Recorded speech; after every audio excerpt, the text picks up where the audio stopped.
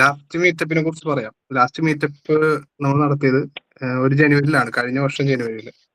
ആ മീറ്റപ്പിൽ വന്ന എത്ര പേര് ഇവിടെ ഉണ്ടെന്ന് എനിക്കറിയില്ല. അനീപ്പും ഉണ്ട്, പിന്നെ ആരാ, അനീപ്പാണ് ഇപ്പൊ ഉള്ളത്. പിന്നെ പ്രണവ് ഉണ്ട്, അനീപ് ഉണ്ട്, ദിലീപ് ഉണ്ട്. അങ്ങനെ ഇഷ്ടം പോലെ പേര് അന്ന് നമ്മൾ പരിചയപ്പെട്ട് അന്നുണ്ടായ മീറ്റപ്പിൽ നിന്ന് എനിക്ക് കിട്ടിയ അനുഭവങ്ങൾ ഞാൻ പറയാം. അന്ന് ശ്യാം സാറ് നമ്മുടെ ബി ഫോമുലേറ്റ് മുതൽ എന്റെ ഇപ്പോഴത്തെ ബാക്കിലെ സീനിയർ പൊസിഷൻ ജോലി വരെ ആ മീറ്റപ്പിന്റെ ഭാഗമാണ്, അല്ലെ? അതെ അതെ. ആക്ച്വലി അന്ന് നമ്മൾ പരിചയപ്പെട്ട കണക്ഷൻസ്, അന്ന് കൊളാബറേറ്റ് ചെയ്ത ആളുകളിൽ നിന്ന് തന്നെ ഇഷ്ടം പോലെ വർക്കുകൾ എനിക്ക് കിട്ടിയിട്ടുണ്ട്. ദെൻ റൊണാൾഡോ വന്നിട്ടുണ്ടല്ലോ. പിന്നെ അന്ന് പ്രണവ് ഷാജി എന്റെ സീനിയർ ആയിരുന്നു. സീനിയർ ആയിട്ട് ഉണ്ടായിരുന്ന പ്രണവ് ഷാജിയായിട്ട് കണക്ട് ചെയ്ത് പുള്ളിയാണ് എന്നെ വാക്കിലേക്ക് റെക്കമെൻഡ് ചെയ്തത്. അപ്പോ ഒരു നെറ്റ്വർക്കിങ്ങിന്റെ ഇമ്പോർട്ടൻസിനെ കുറിച്ചാണ് ഞാൻ പറയുന്നത്. ഇതുപോലുള്ള ഫ്രഷേഴ്സ് ആയാലും എത്ര വർഷം എക്സ്പീരിയൻസ് ആയിട്ടുള്ള ആളുകളായാലും നെറ്റ്വർക്കിംഗ് എപ്പോഴും നമ്മുടെ കരിയറിൽ പ്രൊഫഷണൽ ഗ്രോത്തിൽ വളരെയധികം ഇമ്പോർട്ടന്റ് ആയിട്ടുള്ള ഒരു കാര്യമാണ്. സോ മാക്സിമം ആളുകൾ പങ്കെടുക്കാൻ ശ്രമിക്കുക. ഇപ്പൊ തന്നെ നമ്മുടെ സീറ്റ് ഫില്ലായി, നാളെ കൂടി ഉണ്ടാവുള്ളൂ രജിസ്ട്രേഷൻ, അല്ലെ സാർ? അതോടുകൂടി നമ്മൾ രജിസ്ട്രേഷൻ അതെ, ഓൾമോസ്റ്റ് ഫില്ലായി. നമ്മൾ ഉദ്ദേശിച്ച നമ്മൾ ഇത്രയും പെട്ടെന്ന് ഇത്രയും നമ്പറിലേക്ക് എത്തുമെന്ന് വിചാരിച്ചേയില്ല. പക്ഷെ ലേറ്റസ്റ്റ് നോക്കിയില്ല, ഇന്നലെ നോക്കുമ്പോ തന്നെ നമ്മൾ ഉദ്ദേശിച്ചതിന്റെ വളരെ അടുത്ത് എത്തിയിട്ടുണ്ട്. മിക്കവാറും നാളത്തോടുകൂടി ക്ലോസ് ചെയ്യേണ്ടി വരും മിക്കവാറും. അതെ അതെ. പിന്നെ എനിക്ക് എടുത്തു പറയേണ്ടതെന്ന് വെച്ച് കഴിഞ്ഞാൽ നമ്മുടെ നീരജന്റെ ഫോട്ടോ വാണ്ട് അത് ചെയ്യുന്ന വീഡിയോസ് ആണ് എനിക്ക് ഇത്രയും ക്രിയേറ്റീവ് ആയിട്ട് നമുക്ക് വീഡിയോസും മീഡിയ ഫയലുകളെല്ലാം അത് എടുത്തു പറയേണ്ട ഒരു കാര്യം തന്നെയാണ്. നീരജ് ജോയിൻ ചെയ്തിട്ടില്ല ഇതിന്? ജോയിൻ ചെയ്തിട്ടുണ്ട്. എന്റെ വെബ്കാം അത്ര ഇതിലല്ല. ഓക്കെ. നമുക്ക് വോളണ്ടിയറിംഗിൽ താല്പര്യപ്പെട്ട് വന്ന കുറച്ചധികം ആളുകളുണ്ട്. 40ഓളം പേരുകൾ വന്നു. പിന്നെ ആക്റ്റീവ് ആയി നിന്ന ഒരു 13 പേരുണ്ട്. അവരെയും ശരിക്കും നമ്മൾ എടുത്ത് പറയേണ്ടതുണ്ട്. അത് നബീഷ് ഉണ്ട്, ജെയ്സൺ ഉണ്ട്, അനസ്, ഷബ്ന, പിന്നെ വിഷ്ണു, അരവിന്ദ്, അനഘ, അഭിജിത്ത്, ഷഫ്ന, പിന്നെ കുറച്ച് അധികം പേര് എടുത്തു പറയേണ്ട ആളുകളുണ്ട്. വോളണ്ടിയർ ആയിട്ട് ഞാൻ പ്രവർത്തിക്കാം, ഒരു ലക്ഷ്യമില്ലാതെ അവർ വന്നതാണ്. അവരെയും നമ്മളൊന്ന് എടുത്തു പറയേണ്ടതാണ്. ആരൊക്കെ ഇപ്പൊ മീറ്റിംഗിൽ ജോയിൻ ചെയ്തിട്ടുണ്ടെന്ന് എനിക്കറിയില്ല. പിന്നെ നമ്മുടെ സോഷ്യൽ മീഡിയ എല്ലാം ഇപ്പൊ കൊളാബറേറ്റ് ചെയ്ത് കോർഡിനേറ്റ് ചെയ്തുകൊണ്ടിരുന്ന നിപു, അന്ന് മീറ്റപ്പിൽ നമ്മൾ പരിചയപ്പെട്ടാണ് നിപു. ഇത് വളരെ കാര്യമായിട്ട് ഇപ്പൊ എല്ലാ സൺഡേ ചർച്ചയും എല്ലാം കോർഡിനേറ്റ് ചെയ്യുന്നുണ്ട്. യെസ്, ഇപ്പൊ എല്ലാവരും മീറ്റപ്പിന് വരാൻ ശ്രമിക്കുക. അത് നിങ്ങളുടെ ലൈഫിൽ അല്ലെങ്കിൽ കരിയറിലെ ഏറ്റവും വലിയൊരു ചേഞ്ച് ആയിരിക്കും. അത്ര എനിക്ക് പറയാം. അഭിനവ് പറഞ്ഞതുപോലെ ഒരുപാട് ആൾക്കാരുടെ അടുത്ത് പറയാനുണ്ട്. ഞാൻ പർപ്പസ്ഫുള്ളി അവരെ ഒമിറ്റ് ചെയ്തതല്ല. എന്റെ പ്രശ്നം എന്താന്ന് വെച്ച് കഴിഞ്ഞാൽ ഞാൻ ശ്യാം സാറായിട്ടും അഭിനവിനായിട്ടും മാത്രമേ, നീരജിനായിട്ടും ചെറിയ രൂപത്തിലുള്ള കോർഡിനേഷൻ, കൂടുതലും ശ്യാം സാറായിട്ടാണ് ഞാൻ കോർഡിനേഷൻ ഉണ്ടായിരിക്കുന്ന. കഴിഞ്ഞ 10 ദിവസം ഞാൻ ഫുള്ളി ബിസി ആയിരുന്നു. അപ്പൊ അഭിനവിനോട് ഞാൻ എല്ലാ ദിവസവും രാവിലെ അഭിനവിനെ അറിയാം, 7 മണിയായി കഴിഞ്ഞാൽ അഭിനവിനൊരു കോള് പോകും. ഗുഡ് മോർണിംഗ് അഭിനവ്, ഒരൊറ്റ ചോദ്യം ഇത്രേ ഉള്ളൂ, എത്രയായി നമ്പേഴ്സ് രജിസ്റ്റർ ചെയ്തത്? അപ്പൊ അഭിനവ് പറയും, സാറ് നമ്മൾ എക്സ്പെക്ട് ചെയ്തതിന്റെ എത്രയോ മുകളിലാണ് നമ്പേഴ്സ് ഉള്ളത്. പിന്നെ ശ്യാം സാറിനെ ഞാൻ എപ്പോഴും ബുദ്ധിമുട്ടിക്കാറില്ല, പക്ഷെ ശ്യാം സാറിനോട് ഇടയ്ക്കിടയ്ക്ക് വിളിക്കും, ശ്യാം സാർ ഇങ്ങോട്ടും തിരിച്ചു പറയും. അപ്പൊ ഇന്നലെ അദ്ദേഹത്തിൽ നിന്ന് കിട്ടിയൊരു ഇൻഫർമേഷൻ ശ്യാം സാർ പറഞ്ഞ വാക്ക് തന്നെയാണ്. നമ്മൾ എത്രയാണോ നമ്പേഴ്സ് പ്രതീക്ഷിച്ചിട്ടുള്ളത് ആ നമ്പേഴ്സിന്റെ ഏകദേശം ഒരു 95-96% അങ്ങോട്ട് എത്തിയിട്ടുണ്ട്. എങ്കിലും നമുക്ക് കുറച്ചും കൂടി ആൾക്കാർ കേരളത്തിന്റെ 4 തലകളിലുള്ളത് വരാൻ സാധിക്കുന്നവരുണ്ടെങ്കിൽ ഇനിയും വന്നാൽ കൊള്ളാം എന്ന രീതി നമുക്ക് ആഗ്രഹമുണ്ട്. പക്ഷെ നാളത്തോടു കൂടി നമ്മൾ മിക്കവാറും രജിസ്ട്രേഷൻസ്, നാളെയോ മറ്റന്നാളത്തോടെ രജിസ്ട്രേഷൻസ് നമ്മൾ കംപ്ലീറ്റ് ചെയ്യും. നിങ്ങൾക്ക് എന്തായാലും ഒരു കാര്യം ഞാൻ ഉറപ്പു തരാം, അടുത്ത 22-ാം തീയതി 2025 ഫെബ്രുവരി ശനിയാഴ്ച നിങ്ങളുടെ ജീവിതത്തിൽ കരിയറിനെ സംബന്ധിച്ചും നെറ്റ്വർക്കിങ്ങിനെ സംബന്ധിച്ചും നിങ്ങൾക്ക് ഒരു നഷ്ടം എന്ന ബോധം നിങ്ങൾക്ക് ഉണ്ടാവില്ല. നിങ്ങൾ അവിടെ ചെലവഴിച്ച ഓരോ നാണയത്തുട്ടുകളും every single penny will be counted, every single penny will be valued. അത് നിങ്ങൾക്ക് ഞാൻ ഗ്യാരണ്ടി തരാം. ഒരു കാരണവശാലും ഈ പ്രോഗ്രാമിന് വന്നത് ഞങ്ങൾക്കൊരു മോശമായി പോയി, നഷ്ടമായി പോയി എന്ന് നിങ്ങൾക്ക് തോന്നില്ല. അതിന്റെ കംപ്ലീറ്റ് അഷുറൻസ് ഞാൻ നിങ്ങൾക്ക് തരാം. പിന്നെ ശ്യാം സാറ് കൂടി സംസാരിക്കുക. ആ സംസാരം കഴിഞ്ഞാൽ പിന്നെ ഇനി നമ്മൾ ആർക്കെങ്കിലും രജിസ്ട്രേഷൻസ് ഉണ്ടെങ്കിൽ നോക്കാം. കാര്യങ്ങൾ ഒന്നും കൂടി ഉഷാറാക്കുക. നിങ്ങളെല്ലാവരും ഞാനവിടെ പ്രതീക്ഷിക്കുന്നു. Thank you. ശ്യാം സാർക്ക് ഇനി സംസാരിക്കാം. ഓക്കെ, എല്ലാവർക്കും കേൾക്കാമല്ലോ അല്ലേ? ഈ മീറ്റപ്പുകളുടെ കേസ് പറയുമ്പോഴേ ഞാൻ ആദ്യം എൻ്റെ ഒരു സ്വഭാവം പറയാം. നിങ്ങളിൽ എനിക്ക് ഒരു കാര്യം ഉറപ്പാ, ഇതിനകത്ത് അഭിനവടക്കം ഒരു 10% ആൾക്കാരെങ്കിലും അങ്ങനത്തെ ആൾക്കാരായിരിക്കും. ഞാൻ ബേസിക്കലി ഒരു ഇൻട്രോവേർട്ടാണ്. ഇൻട്രോവേർട്ട് എന്ന് പറഞ്ഞാൽ ഞാൻ മാക്സിമം അങ്ങനത്തെ ഈവന്റുകളിൽ നിന്ന് അഭിനവനറിയാം, മാക്സിമം ഈവന്റുകളിൽ നിന്നൊക്കെ മാറി നിൽക്കുന്ന ഒരു വ്യക്തിയാണ്. ഇങ്ങനെ നിങ്ങൾ തന്നെ പലരും തിരക്കട, ഞാൻ നിങ്ങൾ ആരെയും അങ്ങോട്ടേക്ക് എന്തെങ്കിലും കാര്യത്തിന് ഫോൺ ചെയ്യുകയോ മെസ്സേജ് ചെയ്യുകയോ ഒന്നും ഉണ്ടാവില്ല. അത് കണ്ടിട്ട് അതൊരു അഹങ്കാരിയാണെന്നോ അങ്ങനെയൊന്നുമല്ല, പറ്റാനായിട്ടാണ്. ബേസിക്കലി ഒരു ഇൻട്രോവേർട്ടാണ്. അപ്പൊ അന്ന് ഈ പറഞ്ഞ മുമ്പത്തെ മീറ്റിംഗ് നടന്നില്ലേ, ആ മീറ്റപ്പ് നടന്ന സമയത്ത് ഞാൻ ഭയങ്കരമായിട്ട് മടിച്ചു. കാരണം പോകാനായിട്ട് ഭയങ്കര മടി. അപ്പൊ അഭിനവടക്കുന്നവരൊക്കെ ഇങ്ങനെ പറയുന്നുണ്ട് എവിടെ ഇറങ്ങിയോ എവിടെ എത്തി എന്നൊക്കെയാണ് ചോദിച്ചുകൊണ്ടിരിക്കുന്നത്. ആ സമയത്ത് പോലും ഞാൻ വീട്ടിൽ നിന്ന് ഇറങ്ങാനുള്ള പ്ലാനിൽ പോലും ഇല്ലായിരുന്നു. പോകണ്ട അങ്ങനെ മനസ്സ് പറയുന്നു, പോകണ്ട, ഒരു ഉൾവലിയ ഉണ്ടാവും. പക്ഷെ അവസാനം പോയില്ലെങ്കിൽ അതൊരു മോശമാകും എന്നുള്ള ഒരൊറ്റ ഇതില് അവിടെ പോയി പരിങ്ങി ഇവരുടെ അടുത്തെത്തി. 10-30 പേരുണ്ടായിരുന്നു. പക്ഷെ ഞാൻ സത്യം പറയട്ടെ, അന്ന് മടങ്ങി വരുമ്പോ അത് പോയില്ലായിരുന്നു, നഷ്ടമായാനെ എന്നൊരു ഒരു ചിന്തയിൽ തന്നെയാണ് മടങ്ങി വന്നത്. കാരണം അന്ന് അവിടെ നിന്ന് അഭിനവായിട്ടും നീപുവായിട്ടും ദിലീപായിട്ടും സുധീഷായിട്ടും പ്രണവായിട്ടൊക്കെ കുറെ നേരം, വളരെയധികം നേരം സംസാരിച്ചിരുന്നു. അന്നാണ് ഞാനപ്പോ അഭിനവ് നേരത്തെ പറഞ്ഞത്, മറ്റേ ICH ഇന്ത്യൻ കോഫി ഹൗസിൽ കിട്ടുന്ന ഒരു സ്പെഷ്യൽ ഐറ്റം ഏതാണെന്ന് ചോദിച്ചു. അവനറിയില്ല. ബീഫ് ഓംലെറ്റ് എന്ന് പറഞ്ഞ ഒരു ഐറ്റം ഇന്ത്യൻ കോഫി ഹൗസിൽ കിട്ടുമെന്ന് എത്ര പേർക്കറിയാം. അത് കേട്ട് അത് ഉണ്ടാക്കുന്ന കാര്യമൊക്കെ പറഞ്ഞപ്പോഴും പിറ്റേ ദിവസം പോയി അഭിനവ് പിറ്റേ ദിവസം തന്നെ അത് മേടിച്ചു കഴിച്ചു. എന്തായാലും ഞാൻ പറഞ്ഞത് ഒരു കാര്യം പറയാം, ഇത്തരം അവസരങ്ങൾ അത് നമ്മുടെ ഈ ഗ്രൂപ്പിന്റെ ഒന്നും അല്ല, നിങ്ങൾ ഇത്തരം ആളുകളായിട്ട് നമ്മൾ എസ്പെഷ്യലി നമ്മളുടെ പ്രൊഫഷനിലുള്ള ആളുകളായിട്ട് മിങ്കിൾ ചെയ്യാൻ കിട്ടുന്ന ഒരു അവസരവും പാഴാക്കരുത് എന്ന് തന്നെയാണ്. അത് നമ്മുടെ ഗ്രൂപ്പ് നടത്തിയാലും എവിടെ നടത്തിയാലും നിങ്ങളത് നന്നായിട്ട് യൂസ് ചെയ്യുക. ഇവിടെ നമ്മൾ ഈ നടത്തുന്നത് നമ്മളുടെ ഒരു കൊച്ചു മീറ്റപ്പാണ് എന്ന് വിചാരിക്കുക. കാരണം 10,000-ഓളം പേരുള്ള ഒരു ഇതാണ്. അതിൽ നിന്ന് നമ്മൾക്ക് അഫോർഡബിൾ ആയിട്ടുള്ള, നമുക്ക് ആ ഒരു പ്രദേശത്തിന് താങ്ങാവുന്ന ഒരു നമ്പേഴ്സ് നമ്മൾ തീരുമാനിച്ചിട്ടുണ്ടായിരുന്നു. അത് ഇത്ര പെട്ടെന്ന് എത്തും എന്നുള്ളത് ഞങ്ങൾ ആരും വിചാരിച്ചില്ല. പക്ഷെ വളരെ പെട്ടെന്ന് അതെത്തി. അതിനകത്ത് ഈ നീരജിന്റെ ഒക്കെ ക്രിയേറ്റീവ്സിനൊക്കെ നല്ല കഴിവുണ്ട് കേട്ടോ. കാരണം അവരുടെ ടീം, നീരജിന്റെ കമ്പനി ഇതിന്റെ ക്രിയേറ്റീവ്സിന് വേണ്ടിയിട്ട് അവര് അഹോരാത്രം അവിടെ കിടന്ന് പണിയെടുക്കുന്നുണ്ട്. ഞാൻ ഇന്നലെ കൂടി രാത്രി 11 മണി വരെ അവരുടെ ഓഫീസിലുണ്ടായിരുന്നു, സ്റ്റുഡിയോയിലുണ്ടായിരുന്നു. അപ്പോ ഞാൻ പറഞ്ഞതെന്ന് വെച്ചാൽ പങ്കെടുക്കാൻ പറ്റുന്നവര് മാക്സിമം പങ്കെടുക്കാൻ ശ്രമിക്കുക. ഈ പരിപാടിയിൽ പല ആൾക്കാരും സംസാരിക്കുന്നുണ്ട്, പല പരിപാടികൾ നടക്കുന്നുണ്ട്, ഫുഡ് ഉണ്ട്, അത് പലതും ഉണ്ടാവും. ഫോട്ടോസിന് വേണ്ടി മാത്രമായിട്ട് നല്ല കുറെ ടീമുകളൊക്കെ ഉണ്ടാവും. അതൊക്കെ നടന്നോളും. പക്ഷെ ഞാൻ പറയുന്നത് അതൊന്നും അല്ലാതെ ഇതിന്റെ ഏറ്റവും ഇതിന്റെ വാല്യൂ എന്ന് പറയുന്നത് ഇതിൽ നിന്ന് നിങ്ങൾക്ക് കിട്ടുന്ന നെറ്റ്വർക്കിങ്ങുള്ള സെഷനാണ്. അവിടെ നമ്മളൊരു പ്രോഗ്രാം, അതൊരു ശ്രമം കൂടിയാണ്. നമ്മളവിടെ ശ്രമിക്കാൻ പോകുന്നത് ഇങ്ങനെയാണ്, നിങ്ങൾ വരുന്ന ഒരാളും ആ വന്നിട്ടുള്ള മറ്റുള്ള എല്ലാവരെയും പരിചയപ്പെട്ടിട്ടുണ്ടെന്നും നമ്മൾ മേക്ക് ഷുവർ ചെയ്യും. അതായത് നിങ്ങൾ എല്ലാവരും അറിഞ്ഞിട്ടുണ്ടാകുമെന്നും നമ്മൾ മേക്ക് ഷുവർ ചെയ്യും. നിങ്ങളുടെ ഫോൺ നമ്പർ ആണെങ്കിൽ ഫോൺ നമ്പർ, സോഷ്യൽ മീഡിയ അവിടെ ഇട്ട് തന്നെ അങ്ങോട്ട് ഫോളോ ചെയ്യിപ്പിച്ചിട്ടേക്ക് വിടുള്ളൂ. അതായത് ആ നെറ്റ്വർക്കിംഗ് നടന്നു എന്നുള്ളത് നമ്മൾ മേക്ക് ഷുവർ ചെയ്യും, നിങ്ങൾക്കും കിട്ടും. പിന്നെ അത് തന്നെയല്ല, കുറെ കാര്യങ്ങൾ കിട്ടും നമ്മുടെ കരിയറിൽ. നമ്മൾ അഡ്വൈസ് ചെയ്യാനുള്ളത്, സുഹൃത്തുക്കള്, ജോബ് ചാൻസുകൾ, പലതും മാറും. ലൈഫ് മാറാനായിട്ട് എപ്പോ എവിടെ നിന്ന് വേണമെങ്കിലും മാറാം. അതുകൊണ്ട് ഇത്ര നെറ്റ്വർക്കിംഗ് എന്നുള്ള ഒരു ചാൻസുകൾ മിസ്സാക്കാതിരിക്കുക. എന്നെ പോലെ ഇൻട്രോവേർട്ട് ഒക്കെ അടിച്ച് അതൊക്കെ തോന്നൽ മാത്രമാണ്, അവിടെ എത്തിക്കഴിഞ്ഞാൽ മാറും. ഓക്കെ, അപ്പൊ വരാൻ പറ്റുന്നവരൊക്കെ വരിക. പിന്നെ ലൊക്കേഷനും നല്ല ലൊക്കേഷനാണ്. വൈകിട്ട് 4-5 മണിക്ക് പരിപാടി കഴിഞ്ഞ് കഴിഞ്ഞാലും മറൈൻ ഡ്രൈവിലാണ്. നിങ്ങൾക്ക് അവിടെ കാണാൻ പറ്റിയ സ്ഥലങ്ങളൊക്കെ ഉണ്ട്. പിന്നെ എന്താ പറയാ, അവിടെ വെച്ച് കാണാൻ ശ്രമിക്കുക എല്ലാവരെയും. ഞാൻ എന്റെ ഇതിലും പിന്നെ എന്റെ സ്ഥാപനം ബ്രെയിൻ സൈബർ സൊല്യൂഷൻ, നമ്മൾ ഇതിന്റെ ഒരു സ്പോൺസേഴ്സിൽ ഒരാളാണ്. നമ്മൾ ഹോസ്റ്റിംഗ് ചെയ്യുന്നതിലൊക്കെ നമ്മളെ കൊണ്ടാവുന്ന പോലെ കോൺട്രിബ്യൂട്ട് ചെയ്തിട്ട് നമ്മൾ ഹോസ്റ്റ് ചെയ്യുന്നത്. അപ്പൊ എന്റെ പേരിലും ബ്രെയിൻ സൈബർ സൊല്യൂഷന്റെ പേരിലും ഞാൻ നിങ്ങളെല്ലാവരെയും ഇൻവൈറ്റ് ചെയ്യുന്നു. അപ്പൊ അവിടെ വെച്ച് കാണാമെന്ന് പ്രതീക്ഷിച്ചുകൊണ്ട് thank you. Okay, thank U. ഇനി നമുക്ക് ഇന്നത്തെ കാര്യത്തിലേക്ക് കടക്കാം. ഇന്ന് നമ്മളെ ഏറ്റവും അടുത്ത സുഹൃത്തായ മിസ്റ്റർ അഭിഷേക് സത്യ, അദ്ദേഹത്തിന്റെ ഏറ്റവും മനോഹരമായ ഒരു ആഡ് നെറ്റ്വർക്കിൽ ഏറ്റവും ഇമ്പോർട്ടന്റ് ആയിട്ടിരിക്കുന്ന ഒരു കാര്യമാണ്. എല്ലാ കമ്പനികളിലും ഒരു ഒബ്ജക്റ്റീവായിട്ട് നമ്മൾ എടുക്കുന്ന വിഷയവുമാണ് എന്താണ്, ലീഡ് ജനറേഷൻ.